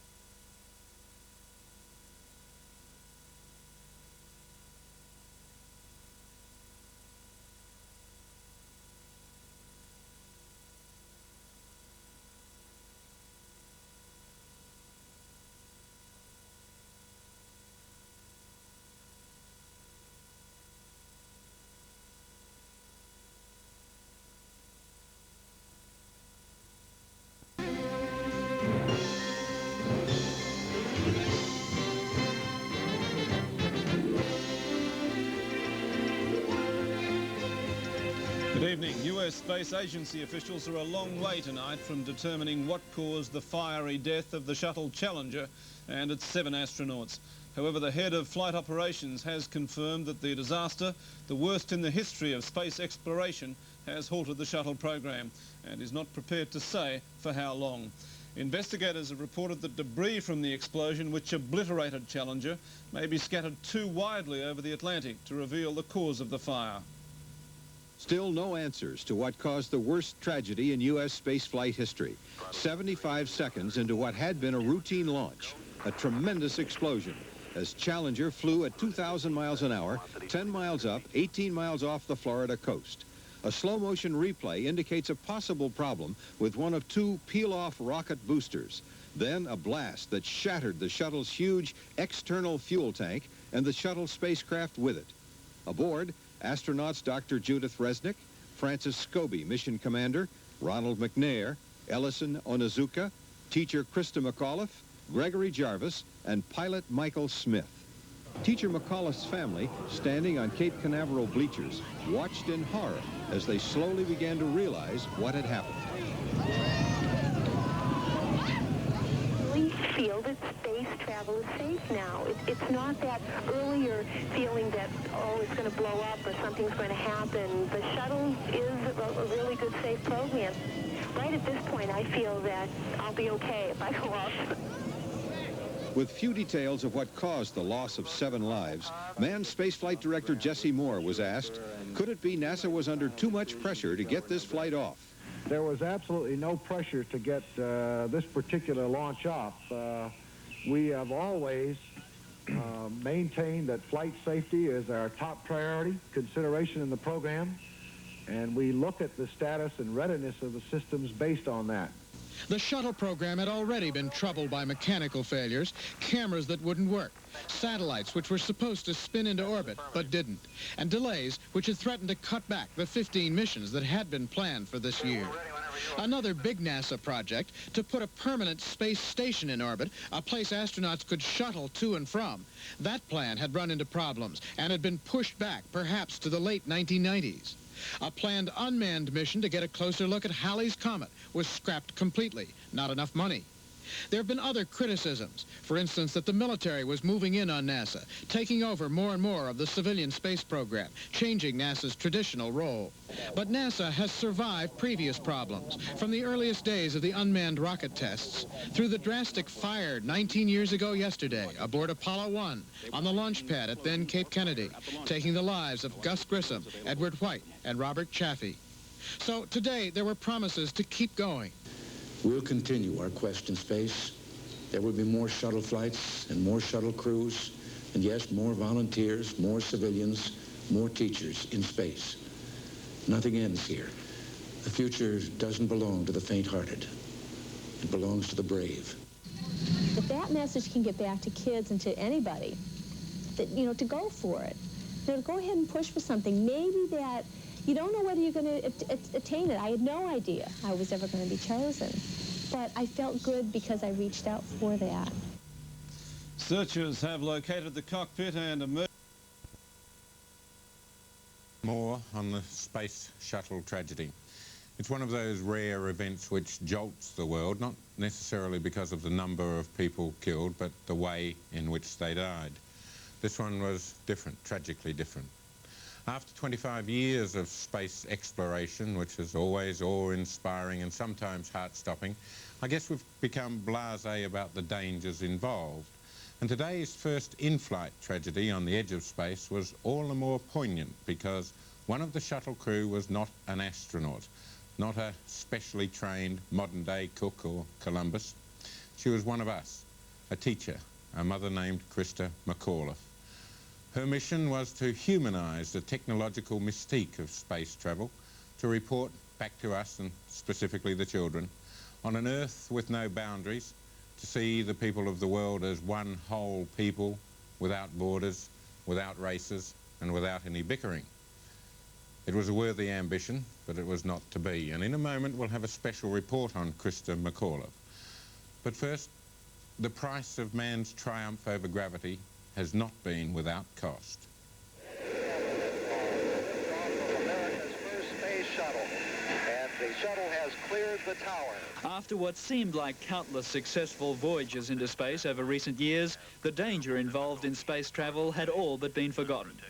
The launch of our own OzSat last year brought home to all of us the benefits of this incredible space-age delivery truck.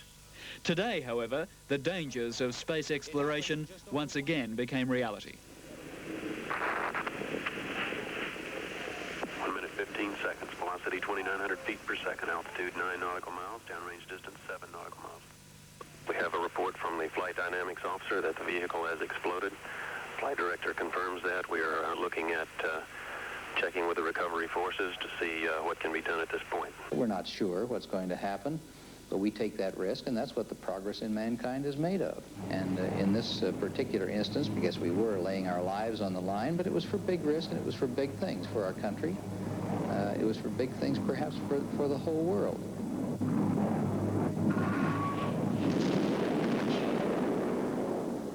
The original 7 astronauts were military test pilots trained to face death.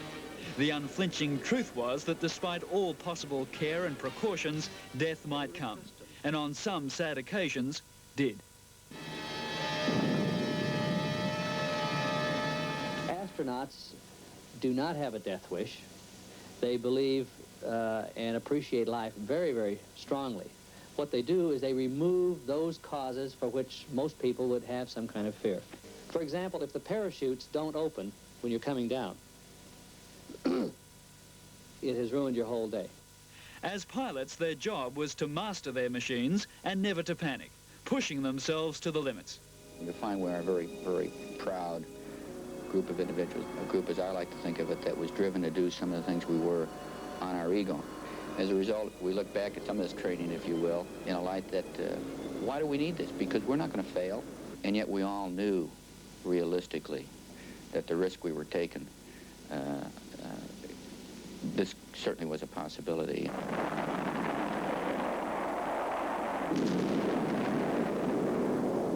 John Glenn was the first American to orbit the Earth. He remembers that first re-entry into the Earth's atmosphere. And so as I look back along the flight path, big chunks of this retro rocket pack were breaking off and going back past the window. And I couldn't be absolutely certain at that time whether it was retropack breaking up or the heat shield breaking up. I had a very great confidence, obviously, that it was going to be a two-way trip. I was going up and back in again. But do you have moments of fear? I wouldn't say fear. You have moments of apprehension, and you'd be crazy if you did not. On January the 27th, 1967, 3 American astronauts are strapped inside Apollo 1, practicing a countdown. In just a few moments, they would be burnt alive after a fire breaks out in the cockpit.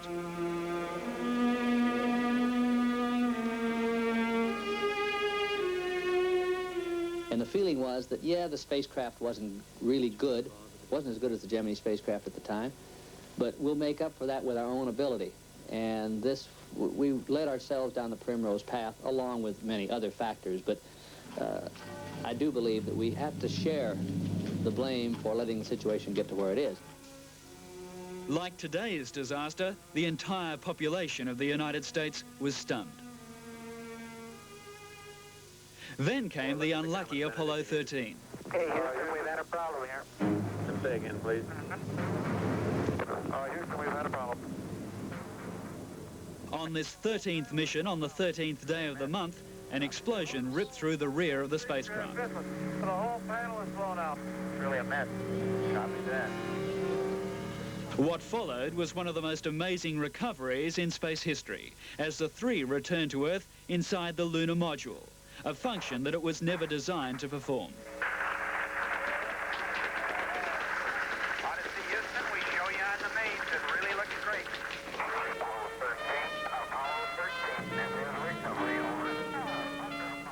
Disaster, of course, was not limited to the Americans. Soon after the ill-fated Apollo mission, 3 Russian cosmonauts returned to Earth after 22 days in space. All seemed to go well as they landed on target.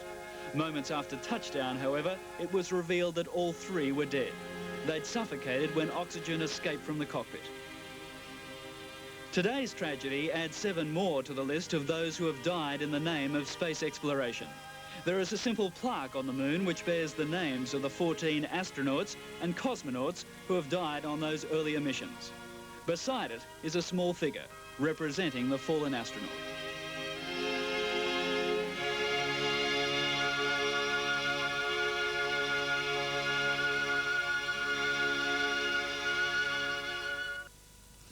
Risky business indeed, and yet they go on, taking more giant steps for mankind. We'll be back in a moment with our Mr. McAuliffe. Today was to have been the answer to a dream which began when she entered a contest announced by President Reagan to put a teacher into space. She beat 11,000 other would-be astronauts from amongst the American teaching profession, and she had planned to conduct the world's first classroom from space. She'd also planned to wear a button which read, "I touch the future, I teach." One of the things that I would like to do when I go aboard the shuttle is to bring back the wonder of it all. Those were Christa McAuliffe's words when she was introduced to the press last July 1st as one of the 10 finalists in the Teacher in Space program. She was one of more than 11,000 teachers who'd applied for the honor. She told NASA she wanted to demystify spaceflight and to humanize the technology of the space age. And the winner, the teacher who will be going into space, Christa McAuliffe. Where's is that you?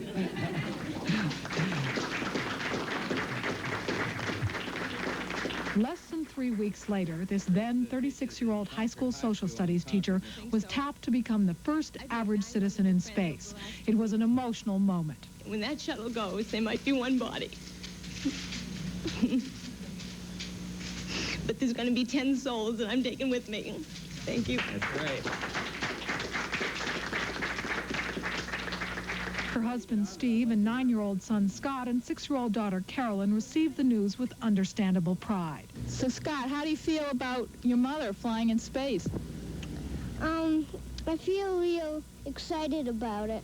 But preparation for the shuttle meant leaving the family behind. Love you. All right. See you later, alligator.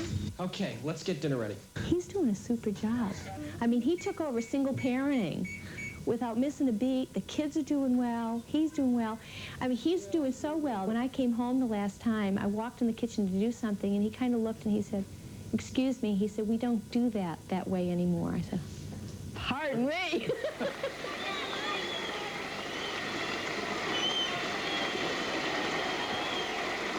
But beyond the hoopla of being an instant celebrity, McAuliffe was faced with the demands of being an astronaut in training.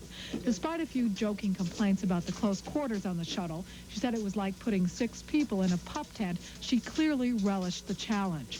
She also devoted a great deal of time to what were to have been 2 live televised lessons from space.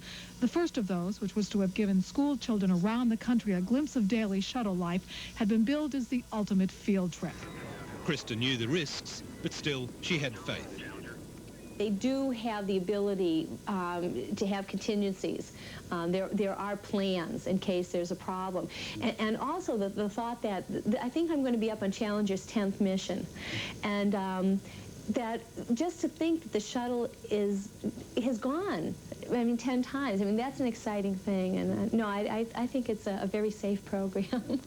In an interview shortly before her tragic death, McAuliffe reflected on what she was doing. She said she hoped to inspire others to reach out and try new and different things. If that message can get back to kids and to anybody, that, you know, to go for it, you know, to go ahead and push for something, maybe that you don't know whether you're going to attain it. I had no idea I was ever going to be chosen, but I felt good because I reached out for that. Krista mentioned she'd be taking 10 souls with her into space. Well, that was a reference to the others on the short list who missed out. And one of them was James Rowley, a science teacher in Centerville, Ohio. He was the runner-up. So if Krista hadn't been able to go for any reason, he would step into the shuttle. Today, he assembled his science class to watch the launch. It's lunch hour for these Centerville High School students, but they wanted to be in class, to be with science teacher Jim Rowley. The students knew what the shuttle launch meant to him. Rowley was one of the semi-finalists for the Teacher in Space flight. Besides being on the flight, Rowley said the best place to be was with his students, helping them understand this historic flight of the Challenger. Main engines are on. 4, 3, 2, 1. Solid rockets. There we go. You're right.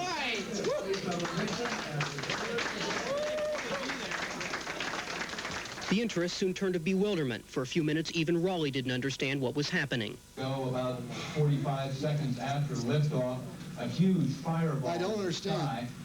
We have a report from the flight dynamics officer that the vehicle has exploded. Our director confirms that. We are looking at checking with the recovery forces to see what can be done at this point. Can we get the cameras?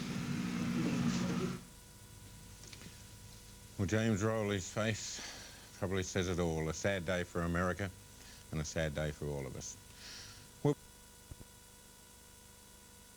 But this day would never come.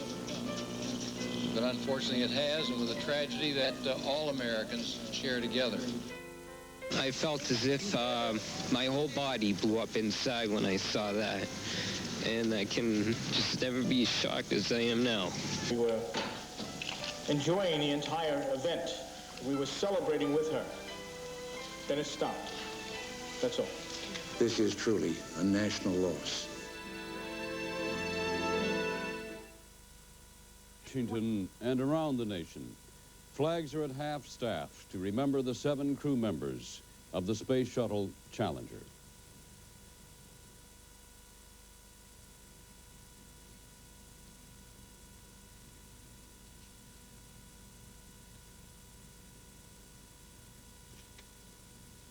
Good morning. The nation mourns the deaths of the 7 crew members of the Space Shuttle Challenger. And Concord, New Hampshire has its own private pain. Social studies teacher Krista McAuliffe, the first private citizen to go up. A memorial church service is being held at this very hour in Concord, similar to the one that was held last night.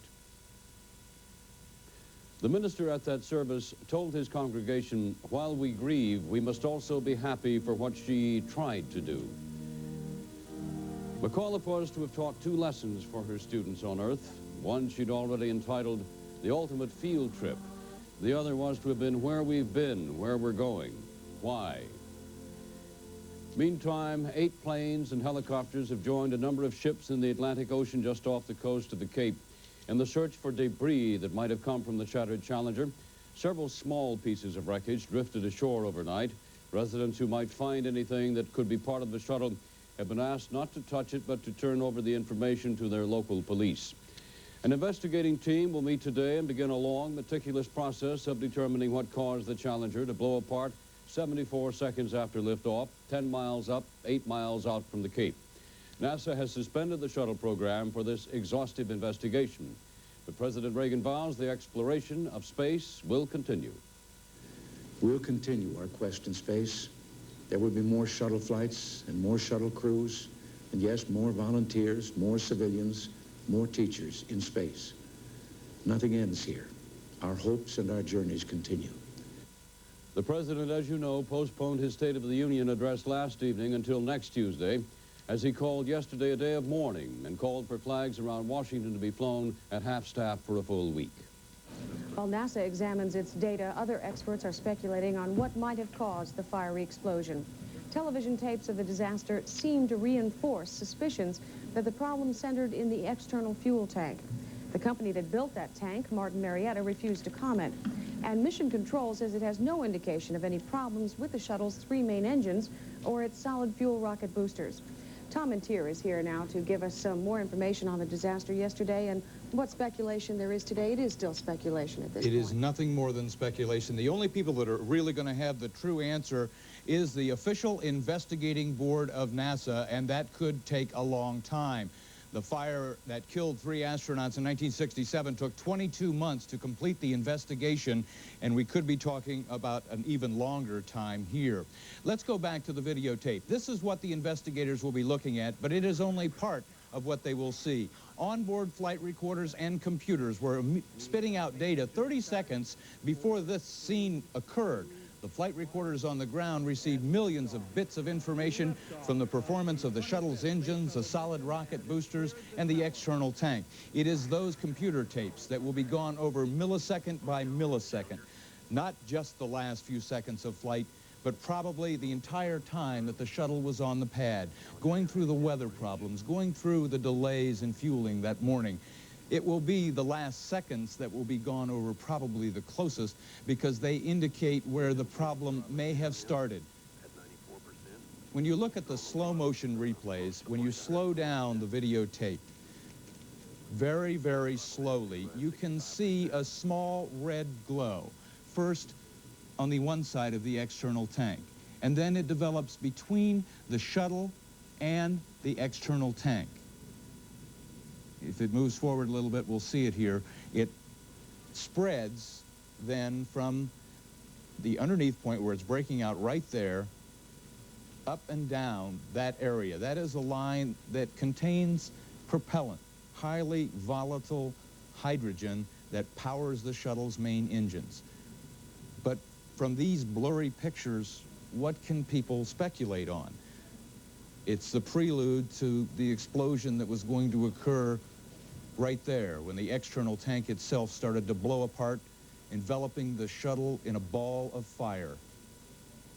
But it is the investigators down on the ground that have the data that was being put out until just a few seconds after here, when NASA ground controllers say we have lost all telemetry from the space shuttle.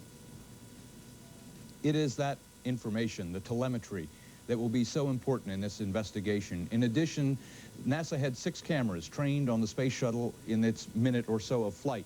Those pictures, both TV and still pictures, will be broken down frame by frame, computer enhanced, and then studied.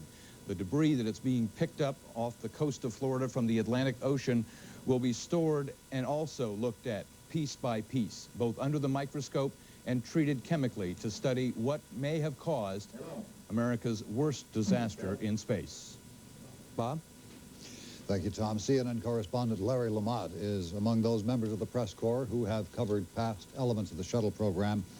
Larry Lamont is at Kennedy Space Center this morning, where the search of the waters offshore continues. Larry? Bob, there is some speculation here that the space shuttle mission could be delayed for another year before they have another space shuttle mission. And of course, NASA would like to beat that time frame. Therefore, they have a very intense investigation already underway and a search for debris. A search that includes a 5,500 square mile area, 8 ships, 7 airplanes. Some debris has already floated ashore. Yesterday, space tiles were found by members of the public and were taken to NASA. NASA has issued warnings concerned that members of the public might find something explosive and have warned them not to touch anything if they do find it, but to notify NASA. They want to take all this debris, put it together with what they find on the computers, all notes and computations, and come up with as quick a solution as possible to the cause of this tragedy. Only when they have decided what the cause is can they correct it and get this space program back on track. NASA has no news conference scheduled this morning. In fact, they are reportedly meeting to determine just how much information they're going to release to the press and also how much access they're going to give to the news media as far as the search that is going on. For example, they're talking about having a pool operation that would allow some media to go on board the ships that are searching for debris. Some of the family members of the astronauts have already left, those family members who viewed the tragedy yesterday, but others are believed still here. NASA, however, does not know their whereabouts. And at the moment, people are trying to overcome the gloom of this major tragedy and get down to the business of finding a cause, and only then will they be able to get the space program going once again. Larry Lamont, CNN, Cape Canaveral. Larry, before you go, have you any word there, confirmed or otherwise, about the discovery of anything especially significant in any of the debris that's been recovered so far? There has been a discovery of something as long as 10 feet, but no one is saying exactly what that is. That seems to be the biggest piece of debris discovered thus far, but whether it's significant, we just don't know. NASA, again, is going to have to keep us informed, and thus far, no news conferences are scheduled. What is the status of what I presume will be memorial services of some kind to be held at the Cape? Do you know that? There are several memorial services scheduled in the area at various churches. It seems to be up to the individual churches. We don't have word yet on a specific memorial service scheduled here at the Cape. All right, thank you. Correspondent Larry Lamont at Kennedy Space Center at Cape Canaveral. Marianne? Well, NASA's search for clues as to just what happened to the shuttle continues today as crews go out in helicopters and boats to retrieve what they can of the rubble that once was Challenger. CNN's John Zarella has more. If you draw a line 50 miles out to the southeast of the Cape and 100 miles north, you have the principal search area, 50 by 100 square miles. That would put remnants of the shuttle in waters 70 to 200 feet deep. Search for the shuttle began about 1 hour after the explosion. Debris was falling until that time and made it impossible for rescue vessels to move into the area. It was a frustrating day for everyone, information nearly impossible to obtain. What actually happened to the orbiter is either not known or NASA is not saying. Data from all of the shuttle instrumentation, photographs, launch pad systems, hardware, cargo, ground support systems, and even notes made by any member of the launch team and flight ops team are being impounded for study. At 5:50 p.m., the Vice President of the United States arrived at the Kennedy Space Center with Senator Jake Garn and Senator John Glenn. The three men came to pay their respects to the families of the dead astronauts. The President and I and the entire nation join in mourning the 7 splendid men and women who now rest in God's arms. Today's tragedy reminds us that danger awaits all who push back the frontier of space. It's been nearly a quarter of a century that we've thought this might happen sometime, but we've delayed that day until today. We hoped that this day would never come, but unfortunately it has, and with a tragedy that all Americans share together. The families of the victims have been secluded in the astronauts' quarters. They have apparently told Vice President Bush that they do not want this tragic incident to interfere in the continuation of the shuttle program. John Zarella, CNN, at the Kennedy Space Center in Florida. The live broadcasts and rebroadcasts of the Challenger explosion brought stark evidence of death into the living rooms and classrooms of this country. Psychologists say the harsh reality of the disaster may be especially traumatizing to children because a teacher and a mother was aboard. The experts say youngsters idolize astronauts, but teachers and mothers are part of their everyday lives. And New Hampshire teacher Krista McAuliffe had become a familiar figure. Children across the country sat in stunned silence or cried as the shuttle exploded into a ball of fire. Experts say it is important for parents and teachers to talk with children about the tragedy. Some schools are making counselors available today to help students cope with their feelings. It was just last month the Challenger's crew members were excitedly looking forward to this shuttle mission. Tony Clark reports. It was an excited, energetic crew that met with reporters last month. They were anxious to get on with their mission. They had an exuberance that was contagious. Commander Dick Scobie said this would be the mission that would ensure NASA's future, with Krista McAuliffe providing the inspiration. But the lasting part is going to be the idea that she puts in the head of both teachers and students to expect to be in space. In other words, their future, space is part of their future. They expect to live and work there. And if she can do that, she's doing a lot for mankind. Communications engineer Greg Jarvis was having the time of his life. He thought getting to go into space after working around the space program for years was the icing on the cake. There was Judy Resnick, a cool professional who knew how to operate the shuttle's remote manipulator arm better than anyone, and who, without any fanfare, was helping McAuliffe get ready for this mission. For Ellison Onizuka, this was his second mission. The first was for the Department of Defense and was kept under wraps. So this time, he was basking in the national attention the whole crew was getting. Pilot Mike Smith always wanted to fly, and he loved letting others in on it. When Krista McAuliffe went up for her jet trainer flight, he turned the controls over to her. She turned the plane over. It was a kick for both of them. Ron McNair was easy to like instantly. He put you at ease with his charm and candor. He wanted to take his saxophone on this mission and do a little shuttle serenading. And if not that, he had one other idea. I'm going to find me a window, perch in that window, grab me a camera, put my music on, and just watch the world go by. And of course, there was Krista. Her mom said she always loved space and loved adventure. In fact, she and her husband had signed up for those early airline promotions, taking reservations for space flights. But this she took very seriously. She wanted people to reach out and try new things.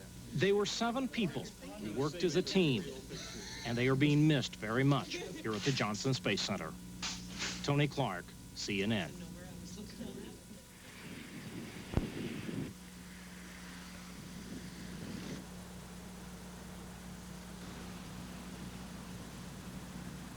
On CNN. Rockwell International Corporation is expressing shock over the space shuttle catastrophe. Rockwell built all of 5 of NASA's space shuttles.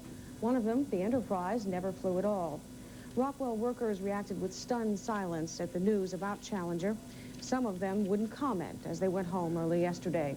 Other workers found it hard to accept the disaster occurred at all because of the shuttle's elaborate safety precautions.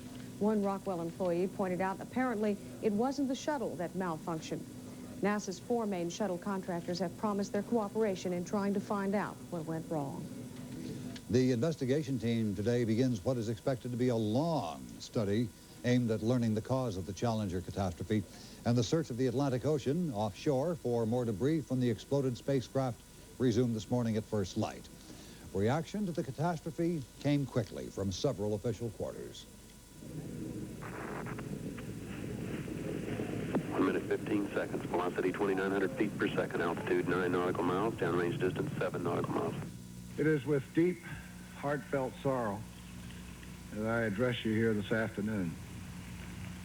At 11:40 a.m. this morning, space program experienced a national tragedy with the explosion of the Space Shuttle Challenger approximately a minute and a half after launch from here at the Kennedy Space Center. I regret that I have to report that based on very preliminary searches of the ocean where the Challenger impacted this morning, these searches have not revealed any evidence that the crew of Challenger survived. You get chills, you know, when you first hear about it. And, you know, I don't know, you know, you start wondering why, you know, they're doing it and why they're going up so often and that type of stuff. It hit me kind of hard. Everybody was shocked. They all went silent. Nobody spoke. Just watched in stunned silence. I guess in our human existence there is triumph and there is tragedy. They served our hopes for scientific exploration and for human progress. The future doesn't belong to the faint-hearted. It belongs to the brave. The Challenger crew was pulling us into the future, and we'll continue to follow them. We will never forget them, nor the last time we saw them, this morning, as they prepared for their journey and waved goodbye, and slipped the surly bonds of earth to touch the face of God. May your spirit, O Lord, be with them, and may your love follow them and their families this day and every day, we pray. Amen.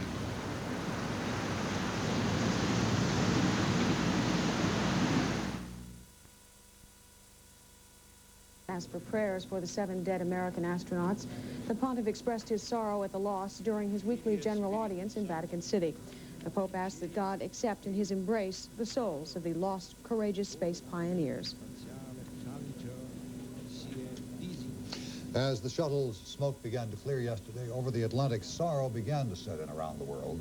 Letters of condolences poured in from government leaders in Europe, Asia, Africa, and Latin America. Space travelers have sent their own messages of sympathy. One West German astronaut who flew aboard Challenger 2 months ago says seeing pictures of the explosion is terrible. And in Tokyo, a Japanese astronaut who was to fly the Challenger in 2 years says she's now worried, but will go up anyway if NASA says it's safe. The idea of regular and affordable space travel was born in the early 70s and had been developing well, despite some nagging problems. After 24 trips into space, shuttle launches had become almost routine until yesterday. Here's a look back at the program officially called the Space Transportation System.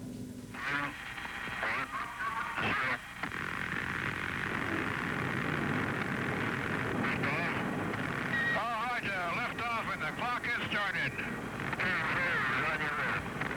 Yes, sir. Reading you loud and clear. This is Freedom 7. The fuel is Choose to go to the moon and educate and do the other thing, not because they are easy, but because they are hard.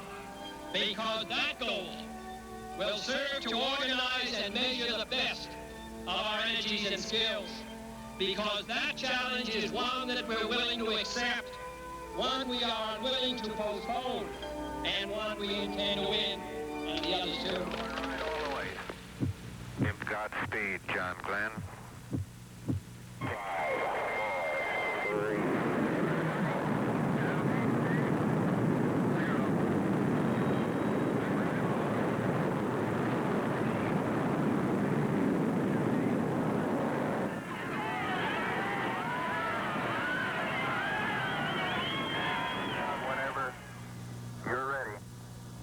Lieutenant, go now, is that right? Affirmative. Okay, I've rolled up and I'm rolling to the right now. Under my own influence. There goes a... Looks like a thermal plug, Jim. It is, yes.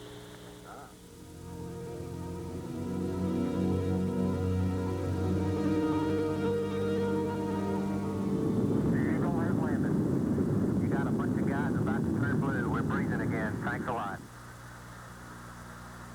That's one small step for man. One giant leap for mankind.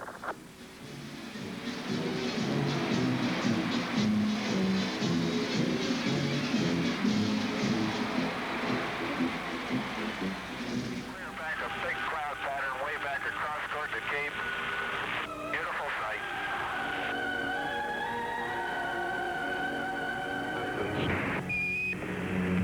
3 meters. 3 meters. 13 meters. 1 meter.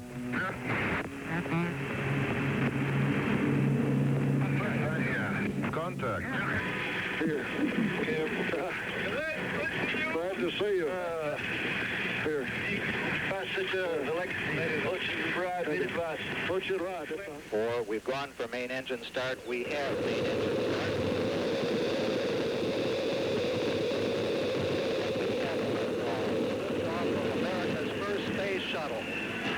shuttle has cleared the tower.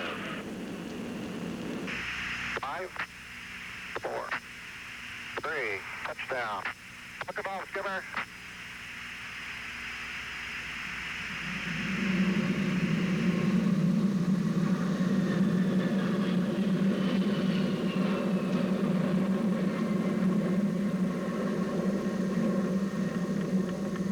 This mission, I guess any space flight is a great space flight, and we're having an awful lot of fun.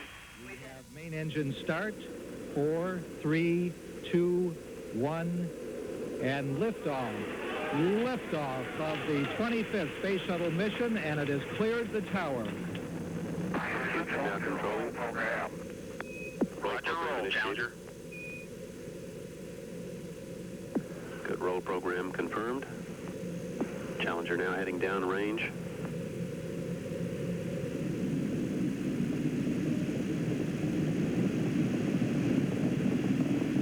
Engines beginning throttling down now at 94%. Normal throttles for most of the flight, 104%.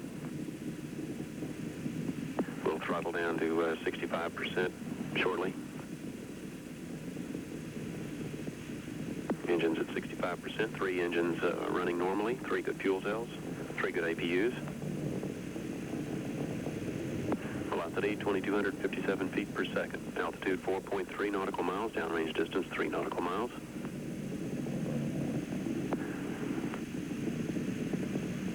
Engines throttling up. 3 engines now at 104%. Challenger, go at throttle up.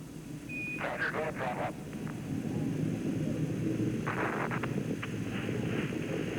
One minute, 15 seconds. Velocity 2,900 feet per second. Altitude 9 nautical miles. Downrange distance 7 nautical miles.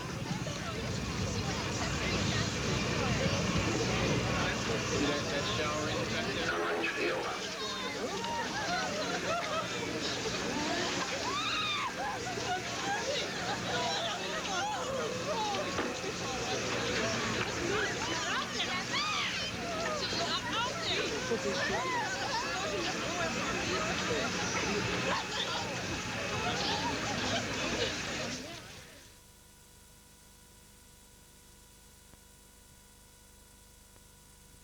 America mourns the 7 astronauts lost in the space shuttle disaster. The question being asked around the world is, of course, what happened? We'll look at the possible causes of the explosion very shortly. According to unofficial reports, Rockwell was in touch with the Space Center as ice formed on the shuttle prior to takeoff. Quite an unusual event in Florida. NASA officials say all the relevant contractors and experts inspected the pad and were consulted before the launch. NASA isn't saying what it believes went wrong. It'll take time and the work of hundreds of experts to piece together the final moments before the tragedy. But it has been reported the ultra-sensitive computers, which monitor every system on board the shuttle and its launches, didn't detect any malfunction.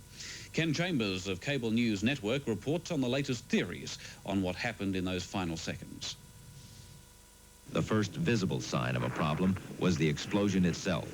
But slow-motion replays of the final seconds of flight show what appears to be a fire burning between Challenger and its volatile external fuel tank.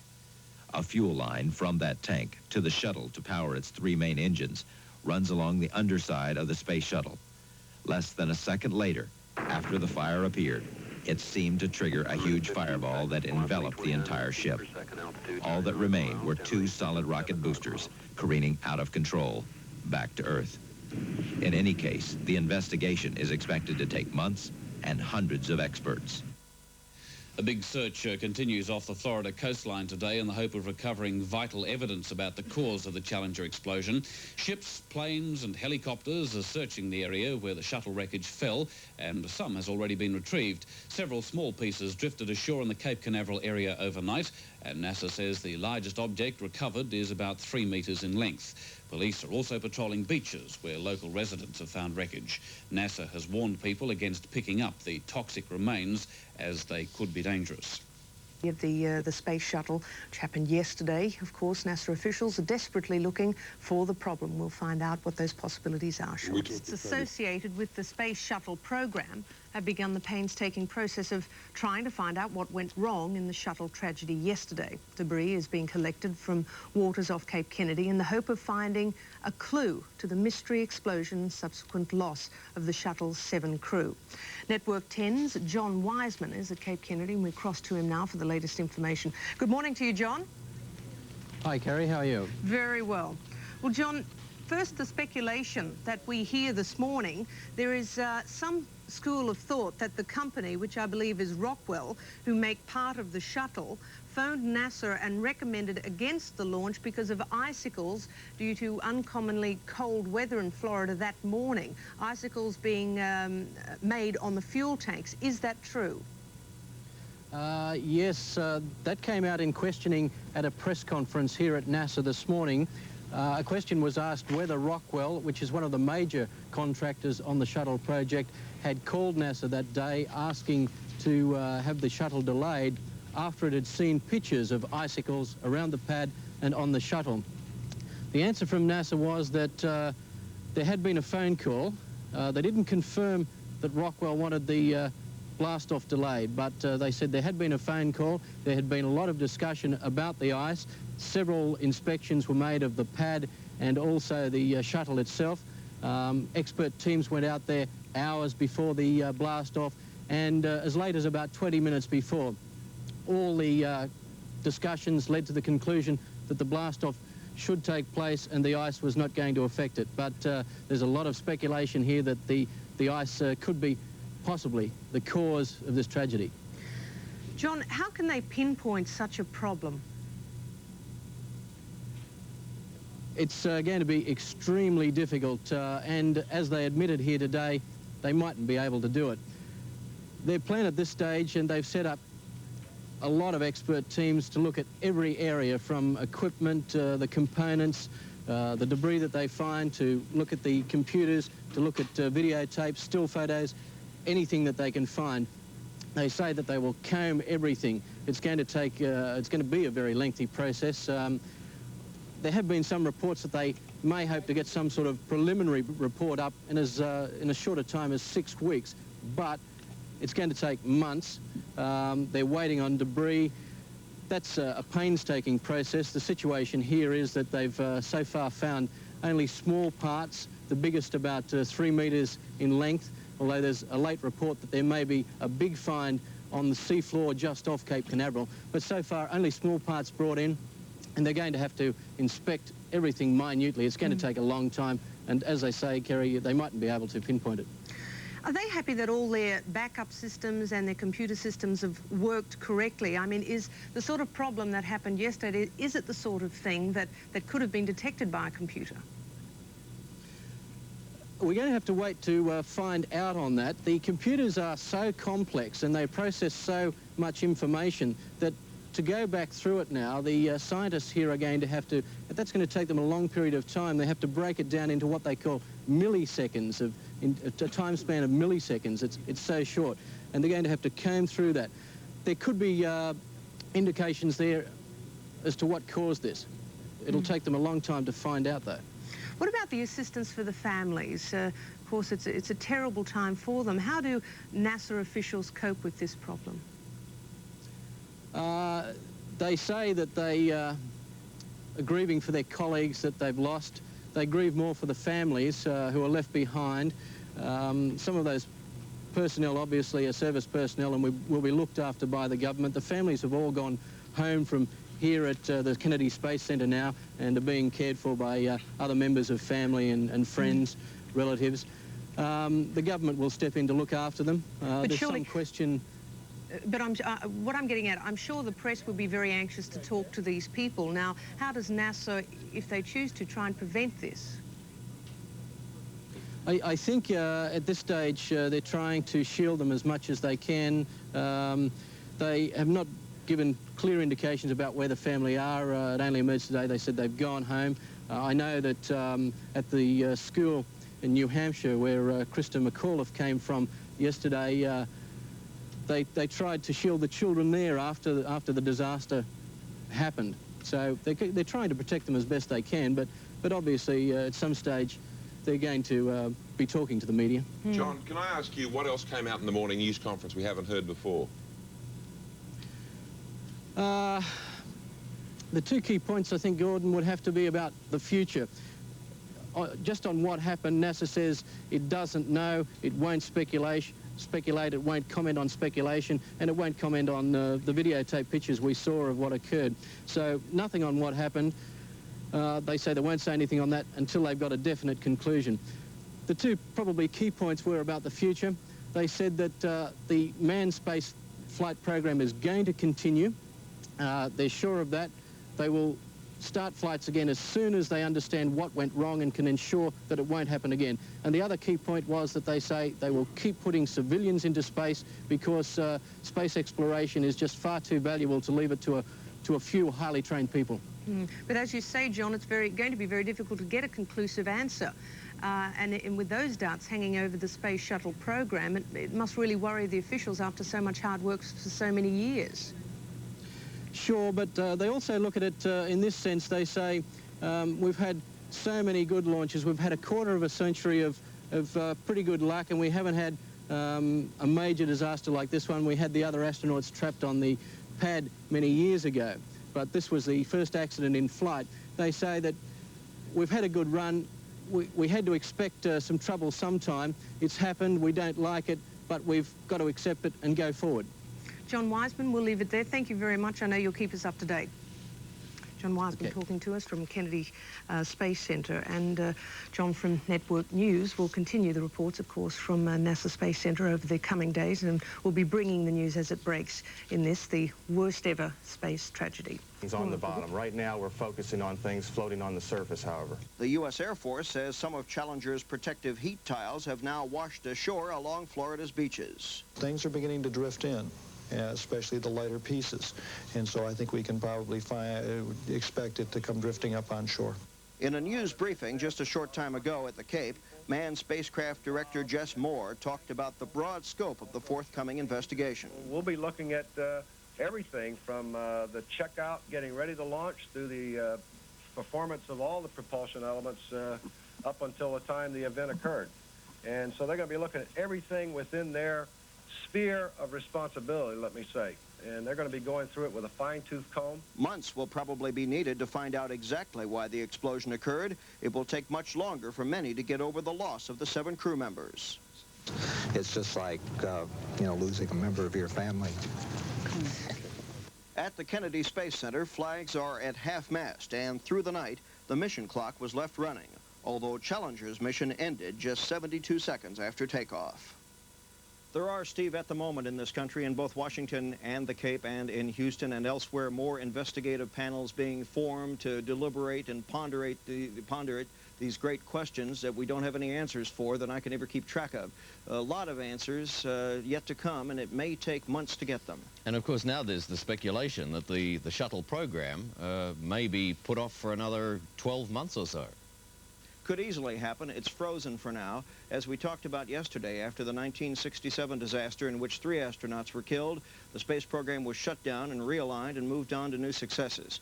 We must think that will happen this time, but I would suspect that the guessing that it will be at least 12 months before we see another manned launch, if then, is probably accurate. Bob, is there any suggestion that if and when the program's resumed, it may resume in a different form to the form we know? Well, there has been a suggestion that perhaps the shuttle program is being rushed too much, but at the same time, the eventual goal of the shuttle program is what the United States has been aiming for a long time.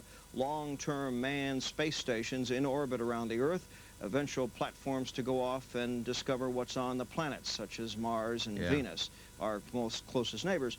So this is a logical progression, and one would think that probably there would not be a major realignment, although certainly some modification of the shuttle program. Yeah. All right, my friend. Probably check back with you later in the program. Thanks for now. Bob Tallow. Thank you. Of the aftermath of the tragic space shuttle flight yesterday. As we said earlier, we have come to take for granted our march into the frontiers of space. Yesterday's flight was the 56th manned flight into space and the 25th mission for the shuttle program. Before yesterday's disaster, there was only one fatal accident 19 years ago when 3 astronauts died when their capsule burnt on the launching pad. Astronauts live with the prospect of death, and Gene Cernan knows the feeling all too well. He was the last man on the moon back in 1972, and in this interview with David Hartman and Joan London, he talks about the space program and the dangers. With all the time we have spent talking about the safety and the precautions, and we look at the computerization, the technology, and how much care is taken, and then we see what happened yesterday with apparently no indication. We haven't seen any indication yet today of that something was amiss ahead of time. How can it happen? Well, David, you know, we've had a tremendous success record we've come accustomed to over the last 25 years, but I don't think there's any of us, including Deke over there, who hadn't thought when his time came that was possible. It's not the kind of thing you talk about at home with your family or friends, or even with your colleagues. You train for those emergencies you can handle. You don't worry. You don't train to die. You don't plan on it. But it's something you've got to acknowledge that can happen, and you accept that and you press on. You ask Deke a minute and go, what do you do after a disaster? You learn from history. You can't change what happened yesterday, but certainly you learn from it and try and do a better job tomorrow. Gene, what happens now? An investigation, the program is grounded for the time being. Major investigations will go forward. Let's go down the road a little bit and think, well, what happens if they don't absolutely figure out what happened, why exactly it happened? What happens? Do you then say, well, we've got to go forward anyway? How do they do it? Well, you know, I'm sure the answers will not come easy or quick. We look for quick success in this country of ours, particularly in a program like this, and we look for quick answers. We've been looking at them from the moment it happened yesterday. I don't believe those answers are going to come very quick. The easy way out would be to find a nut or a bolt or something that broke, know that was it, fix it, and press on and be on our way in a month or two. It probably won't happen that way. We may have to fix a lot of things, sort of witch hunt, if you will, shotgun, as Deke said yesterday, the problem, and fix a lot of things we think may have been the problem, hoping indeed that one of them was, and yet then press on when we know we've got a sure and a safe vehicle in which a problem like this not only will not but cannot happen again. Thinking back to that fatal fire back in 1967, Roger Chaffee was aboard. He was more than just another astronaut to you. He was a close friend, he was a neighbor, he was a college classmate. You were there with his wife to help her through that tough time. Just how much do astronauts and their families think about the possibility of the death and the risk involved, and how do they manage to make it through these disasters? With a great deal of difficulty, Joan. I have thought back about that day 19 years ago, almost to the day. You know, the program was younger than it is today. Each flight was somewhat of a new challenge and certainly different. There were fewer of us in the program, and I think we all were willing to acknowledge privately, at least to ourselves, that tragedy was certainly in the wings somewhere. The possibility of it was, but we never acknowledged it publicly, even to each other, even in our homes.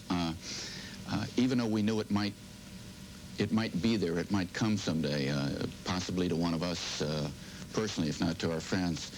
It didn't make it any easier when it happened. You never really were prepared. We weren't for what happened 19 years ago during that fire. And after so much success now, you almost, it seems like a lot of us, from our point of view, we forget that there is that element of risk there. But I don't know, how about the astronauts?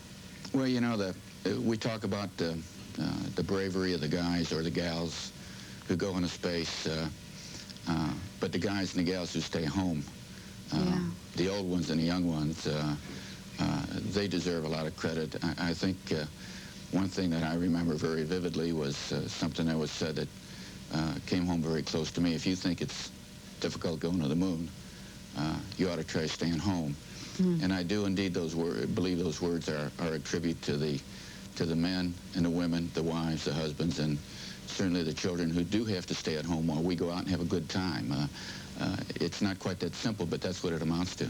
Well, it is all those people that we were all thinking about this morning. We sure thank you for being with us. Well, they that are home today, those who didn't reach for the stars personally, but who send their loved ones to do so, are the people who we ought to acknowledge as great contributors to the space program, not only in the past, but certainly in the future and the days to come.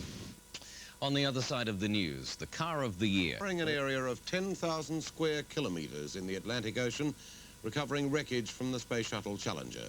The biggest piece found so far is 3 metres long.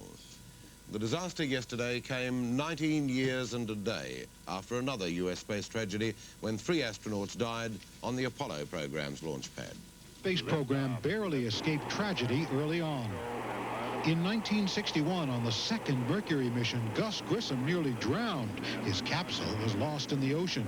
John Glenn, the first American to orbit the Earth, didn't know in 1962 if he'd make it back alive. Godspeed, John Glenn. Signals indicated his protective heat shield might be loose. Fortunately, it wasn't.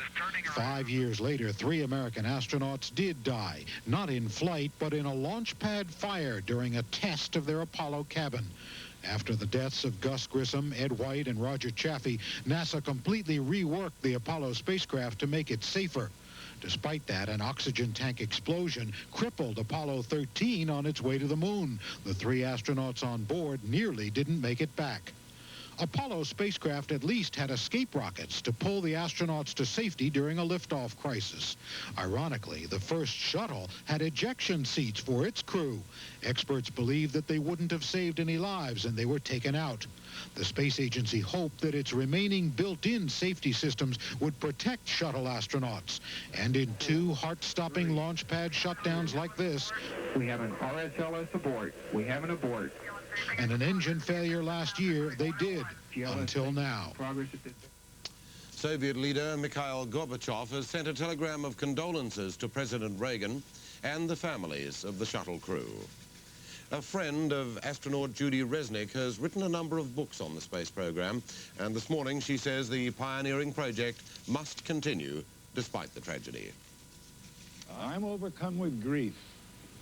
But tomorrow morning, it's a new day, new horizons, new responsibilities, and men and women of good spirit get on with it. In other news, a Brisbane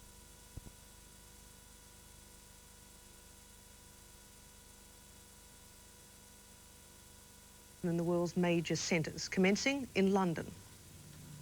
The Challenger tragedy seems to have touched the hearts of Europeans as strongly as the triumph of the first moon landing 17 years ago.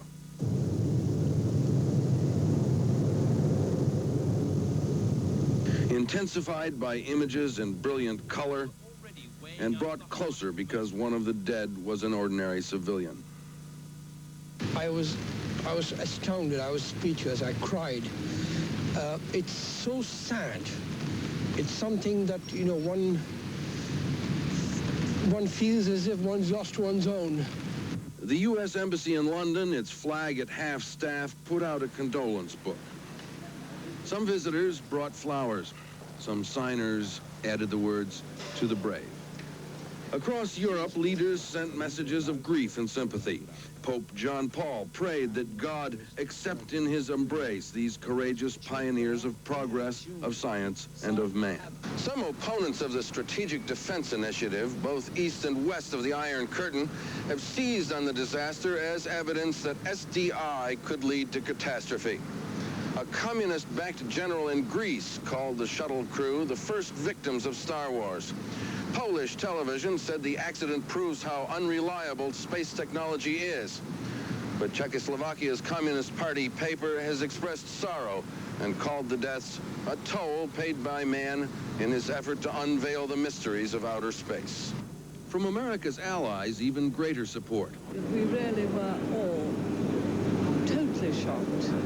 But nevertheless, we know the spirit of the people of America, the spirit of America, the spirit of freedom. British Prime Minister Margaret Thatcher, whose country has a military communications satellite that was due to be launched on a June shuttle, said the United States must not give up. Of course, everything that goes wrong jeopardizes something, but you don't give up. You don't give up when something's jeopardized. Yes, there's a problem. They have had problems before. They will solve those problems. British anchorman Leonard Parkin spoke the feelings of many of his countrymen with an unusual and personal close to his independent television news program. American technology has made the miracle of space travel seem almost routine. Indeed, the whole shuttle idea was conceived to make it just that. Now, tragic failure has cast a shadow over the whole space program. But let's not forget the years of brave pioneering success. From all of us here, goodbye. Small step for man, one giant leap for mankind.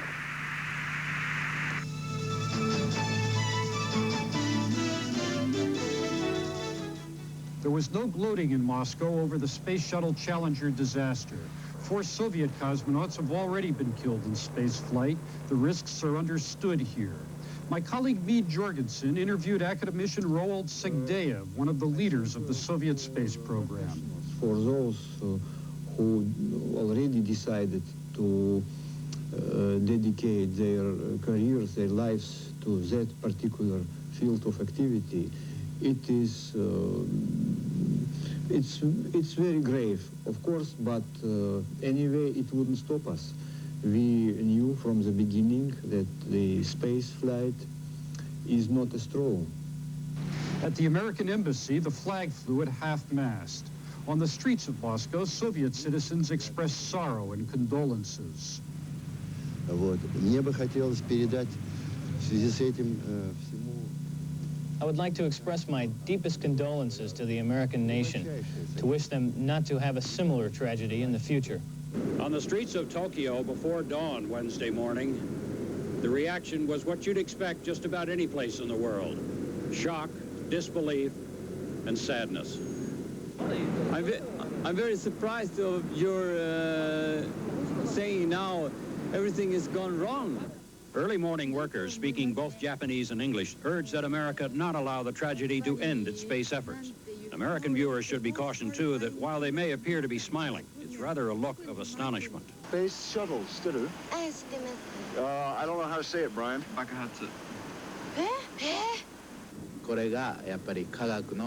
It's sad, but things like this lead to the progress of science. As one Japanese citizen, I hope that the next flight is successful. Japanese newspapers, already gone to bed with their early morning issues, quickly shifted gears and got the shuttle disaster onto the front page in late or special editions. Millions of early morning rush hour workers Wednesday morning were able to read about initial reports of the tragedy. Finally, 3 Japanese were selected last August by NASA to begin training as astronauts in the United States. One of them is a female. It's too soon, of course, to say what effect Tuesday's explosion will have on the foreign astronaut program. Mark Dolmage, CNN, Tokyo. The words of the first space shuttle pilot who came back actually have great relevance, although made in jest at the time. A reporter asked him on his return, what were the thoughts as you were coming into re-entry at the most dangerous point of the entire flight? He said, I'm not familiar with what they found in the ocean floor. Well, Greg, that gives you a bit of an idea of what we're looking at. Of course, all that debris will be brought back to Cape Canaveral, and it'll all go to serve as some sort of a record and to try to get a clue as to exactly what happened yesterday. Thanks, Ian. Are there any more definite ideas, or did NASA make any more specific comments this morning as to the future of the shuttle program? Well, yes, indeed. They in fact echoed President Reagan's statement when he said that the US or the Reagan administration will press ahead with its very active and ambitious space program. And as far as NASA are concerned, they said the same thing. They said, yes, we've had a setback, but as far as we're concerned, we will press ahead with the space shuttle program. But they did add the proviso that they won't press ahead with it until they have a definitive reason for yesterday's tragedy. Of course, that brings up all sorts of spectres as to what that will do to NASA, and obviously it's a real setback. What about the immediate plans to build another shuttle? Any mention of that? Well, in fact, yes, that was brought up. NASA officials said that they certainly have the capability to do that, but they fell short of saying whether, in fact, they would go ahead. And I guess in the current atmosphere, that is understandable. Okay then, Ian, thanks very much. Ian Hislop joining us there live from Cape Canaveral in Florida. So as you can see there, Richard, the commotion in Florida now seems to be fading. That's about all we have for you from the North American Bureau for now, but of course, if there are any further developments, we'll let you know. Thanks, Greg Hoy. That report, of course, from Greg Hoy in Los Angeles and Ian Hislop on location at Cape Canaveral. We'll be back with more of 11 a.m. right after this break. About 600 pounds of debris have been recovered. Also recovered was a charred glove, but it's not known whether the glove belonged to one of the 7 Challenger crew members who died in the explosion. An armada of small boats is being used to bring in debris from the ocean. One of the larger items found in the water was a 15-foot section of aluminum, but most objects were much smaller. Authorities have asked beachcombers to be wary of any wreckage they find because some of it could contain lethal gas or liquids. The public is being asked to call NASA if such objects turn up on the beach. The cause of the explosion is still not known, and NASA experts are closely examining tapes that recorded the performance of the various systems aboard the shuttle. In Houston, a memorial service for the Challenger astronauts was held last night at St. Bernadette's Church. Most members of the congregation are NASA employees at the Johnson Space Center. The pastor prayed that the space program will, in his words, continue its noble work. President Reagan will honor the Challenger astronauts at another memorial service tomorrow in Houston. In other news, Angolan...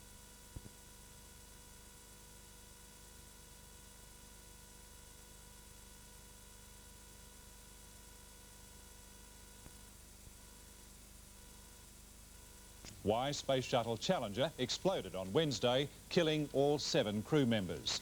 The space agency's directors have ordered an even bigger search for debris from the shuttle, and even as that was going on, the memorial services were being held. The search for debris from the shuttle resumed today in the waters off Cape Canaveral. The new floating finds have been larger and more varied than those pieces originally found. Scorched metal and electronics have been returned to ports for scientific analysis in the hunt for clues to the accident. The search will now shift to the ocean floor, where a Gulf Stream runs, and the guidance will be from oceanographers. I'm sure they have sophisticated equipment that will make the job simpler, but it's fortunate, you might say, that the location is not further offshore, where the water increases in depth quite rapidly and the strong currents of the Gulf Stream could be encountered. Fishermen dragging the waters also expect to make a contribution to the search effort. Anything's laying on the bottom of that ocean, we will come up with it. I don't care what it is, whether it's large or small. We've caught 30-foot rockets out there before. While NASA investigates, the mourning for the dead continues. 5 of the Challenger crew members came from Houston, where local churches have been filled as the community copes with the tragedy. I know that we will walk through this hour to live and to love and to fly again. Grief-stricken neighbours have offered condolences to the families of the dead astronauts. Oh, they're just wonderful people. We'll miss them. Commander Dick Scobie's parents were taken to a Houston clinic to be treated for anxiety and blood pressure problems.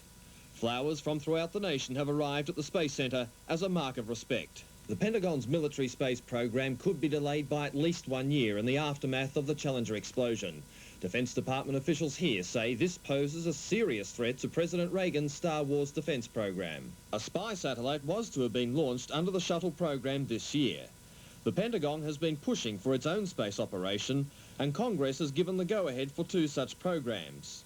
These feature a new breed of unmanned rockets, but they won't be ready until 1988. The shuttle delay has grounded the space military machine at a cost which will run into billions of dollars. In the United States, Mark O'Brien for 11 a.m.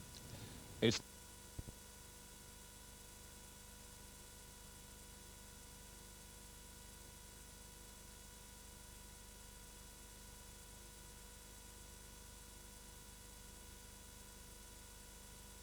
earlier this week.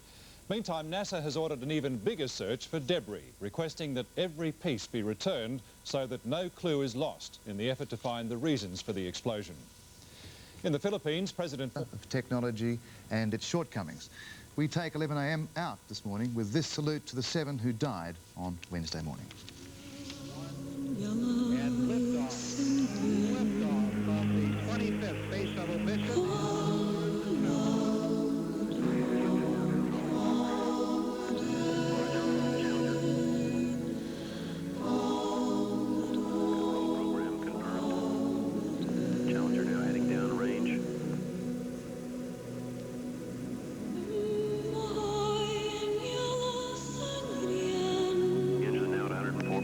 Challenger, go at throttle up.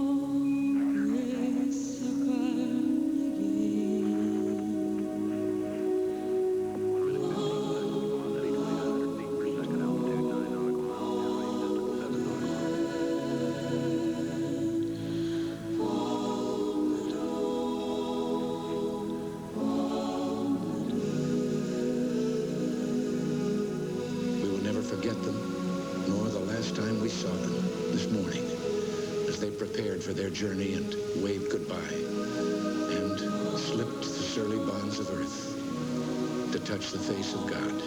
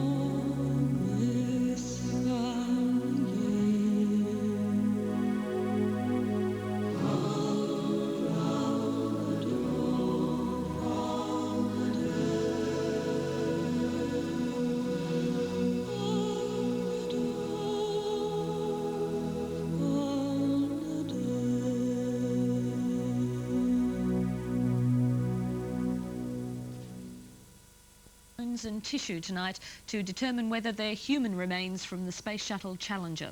The bones and tissue, enclosed in blue material, were found washed up on a beach near the launch site at Cape Canaveral in Florida. The 7 astronauts from the ill-fated craft were all wearing blue uniforms. Also, a Coast Guard ship has recovered what's believed to be part of the shuttle's fuselage. Other wreckage has been located by sonar on the ocean floor. More craft were brought into the search as the scope of it widened today. NASA directed the search ships and aircraft fan out to cover a 20,000 square kilometre area of sea off the Florida coastline to account for sea and wind currents. And as the search was stepped up today with more Navy ships joining in, it became more fruitful. Ships were reporting in with findings of sizable sections of the Challenger shuttle. As the day went on, bigger and bigger sections of the aircraft were found, including part of the fuselage, and sightings were made of the orbiter's cockpit sections, some with instruments attached. It looked as though more might be recovered from the ocean floor. They also have had multiple sonar sightings in the area, indicating that there is some large object or objects on the bottom of the ocean underneath that site. And then late today, a grim finding on a Florida beach, human tissue. A bone and tissue fragment measuring approximately 4 by 6 inches by 1 inch was found on the beach in the Atlantic, which is one of what we call the South Beaches, south of Patrick Air Force Base. It was taken to the base hospital by the police, and it is being analyzed there for possible identification. The inquiry process got into full operation today for the first time since the spacecraft blew up. Any form of recording or document associated with the Challenger craft was impounded. The history of every shuttle component will now be checked. And we must leave no stone unturned. But from NASA, still no clear-cut opinions on what could have led to the deaths of the 7 astronauts. But outside, speculation continued, with a latest theory that the orbiter was destroyed by a faulty on-board self-destruct mechanism. For Eyewitness News at Cape Canaveral, Florida, I'm John Wiseman. As the search for clues goes on, further memorial services have been held across America for the shuttle victims. And in Connecticut, junior high school students are treasuring their own unexpected keepsake. A letter from Krista McAuliffe received the day after the tragedy. 8th grade students at Mabel B. Avery School in Somers, Connecticut wrote Krista McAuliffe weeks ago to tell her she was an honorary teacher at their school. Students were shocked on Wednesday, the day after McAuliffe died, to receive an answer. Thanking the children, McAuliffe urged them to reach for the stars. The students were moved. She was like a real pioneer, someone who had a lot of courage. I mean, it's easier to cope with it now that she wrote to us. I sort of looked up to her for what she did. It was the parents of Krista McAuliffe who provided the focus of grief when they were photographed witnessing their daughter's tragic end at Cape Canaveral. And it was Mr. and Mrs. Corrigan who again provided that focus at a memorial service Thursday.